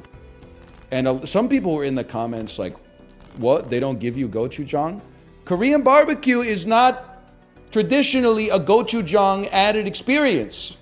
I get that it's Korean food, so you think it's got to have gochujang the same way everything Canadian has to have maple syrup. But Korean barbecue is samjang, and then maybe like some chamgirum with some salt in it, and then maybe one other sauce, probably like a ponzu-inspired soy sauce type deal. You shouldn't be, if you want to be traditional, you shouldn't be dipping the samgyeopsal in gochujang. The flavor of the gochujang is too strong. You can put the gochujang in your bibimbap, okay? You can put the gochujang... You can put it on a lot of things, okay? You can dip steamed broccoli into it, but Korean barbecue, traditionally the gochujang is not what you're doing there, okay? I'm not trying to cause problems. I'm stating my reality. Now, that being said, if you want to dip it, then fucking dip it, bro. Don't let me tell you. If you love the way it tastes, that's fine. I was just, that the Food Network Andes that were in the comments that were like, they don't give you gochujang at the KBBQ restaurant? I'm like, yeah, because it's probably fucking owned by people who know what Korean barbecue is served with. Like, you don't even know what you're getting mad about, bro.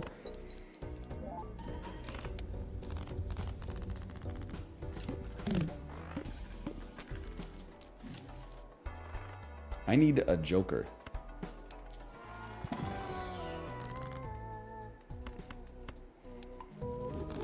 You can bring your own Mama Liz's chili oil. Sure, I'm not going to insult that. Okay, we played 10 high cards. I'd still like to get my interest popping before we start buying Celestial packs. I understand we haven't really lived by that code up to this point, but so be it.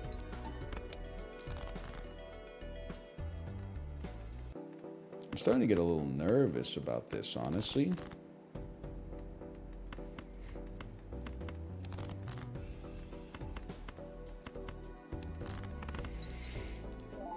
Anyway. 6, 8, 9, 10 jack. No, I don't think we will be doing that. We're Costco guys. Of course we don't play that.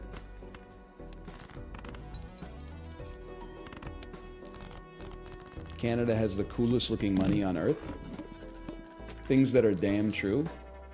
I'll take things that are damn true for 1,000, Alex.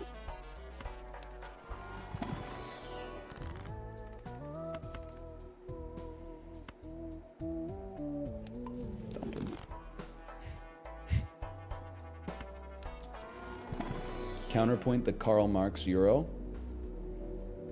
You know what? Now that I'm thinking about it, would we rather... I mean, you're like a times fucking 1 Andy, man. Maybe we don't want to play high card. Maybe we want to play high card a lot in order to get Ride the Bus popping, but we actually want to buy Saturn because we're playing straights most often. Whatever, you just got to get the ante-8. Play only one hand type this round. You motherfucker, you. You motherfucker, you. Okay, we have to get to a straight. No, we don't. Well...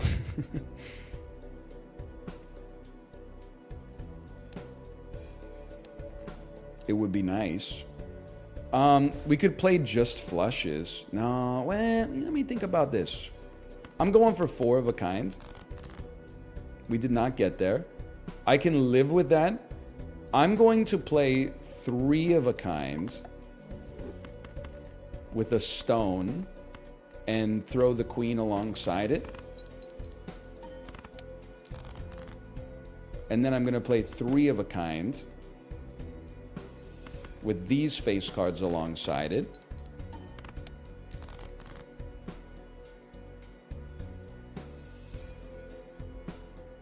Then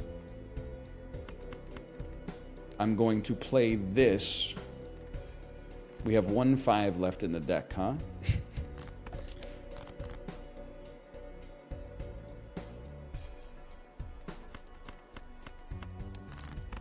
All right.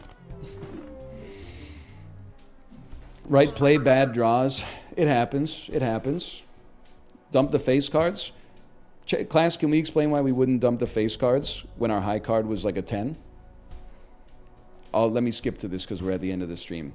The face cards would have counted as our high cards and thus would have scored and would have ruined Ride the Bus. They wouldn't count? Why not? It was oh, you're right, because it wouldn't count because it wouldn't be 5 cards. You genius. Or because it's not the same hand. That actually might... They should have a button, Local Thunk. If you want to ruin people's lives, there should be a button that's like, show me what I could have drawn in my next draw. Imagine if I pressed that button and there was a 5 there. Oh, man, it would have made all the difference. Like, when you lose, you should be able to click on your deck and see the order of what you would have drawn. I don't know if that's discovered at runtime or if it's seeded when the deck pops up at the start of the round, but imagine. Okay, slash mark. We'll call that Balatro. I think it's Balatro 3. Let me see if my wife is ready to stream.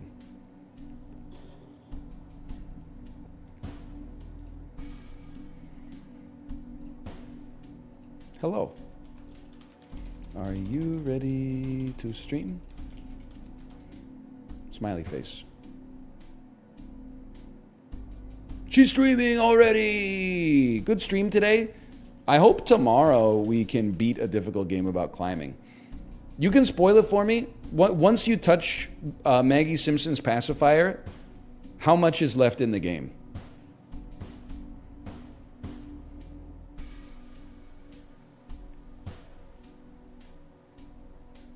2 minutes? Okay, but what if you're not a speedrunner? 5%. Okay, 5%. I can live with that. See you tomorrow. Bye.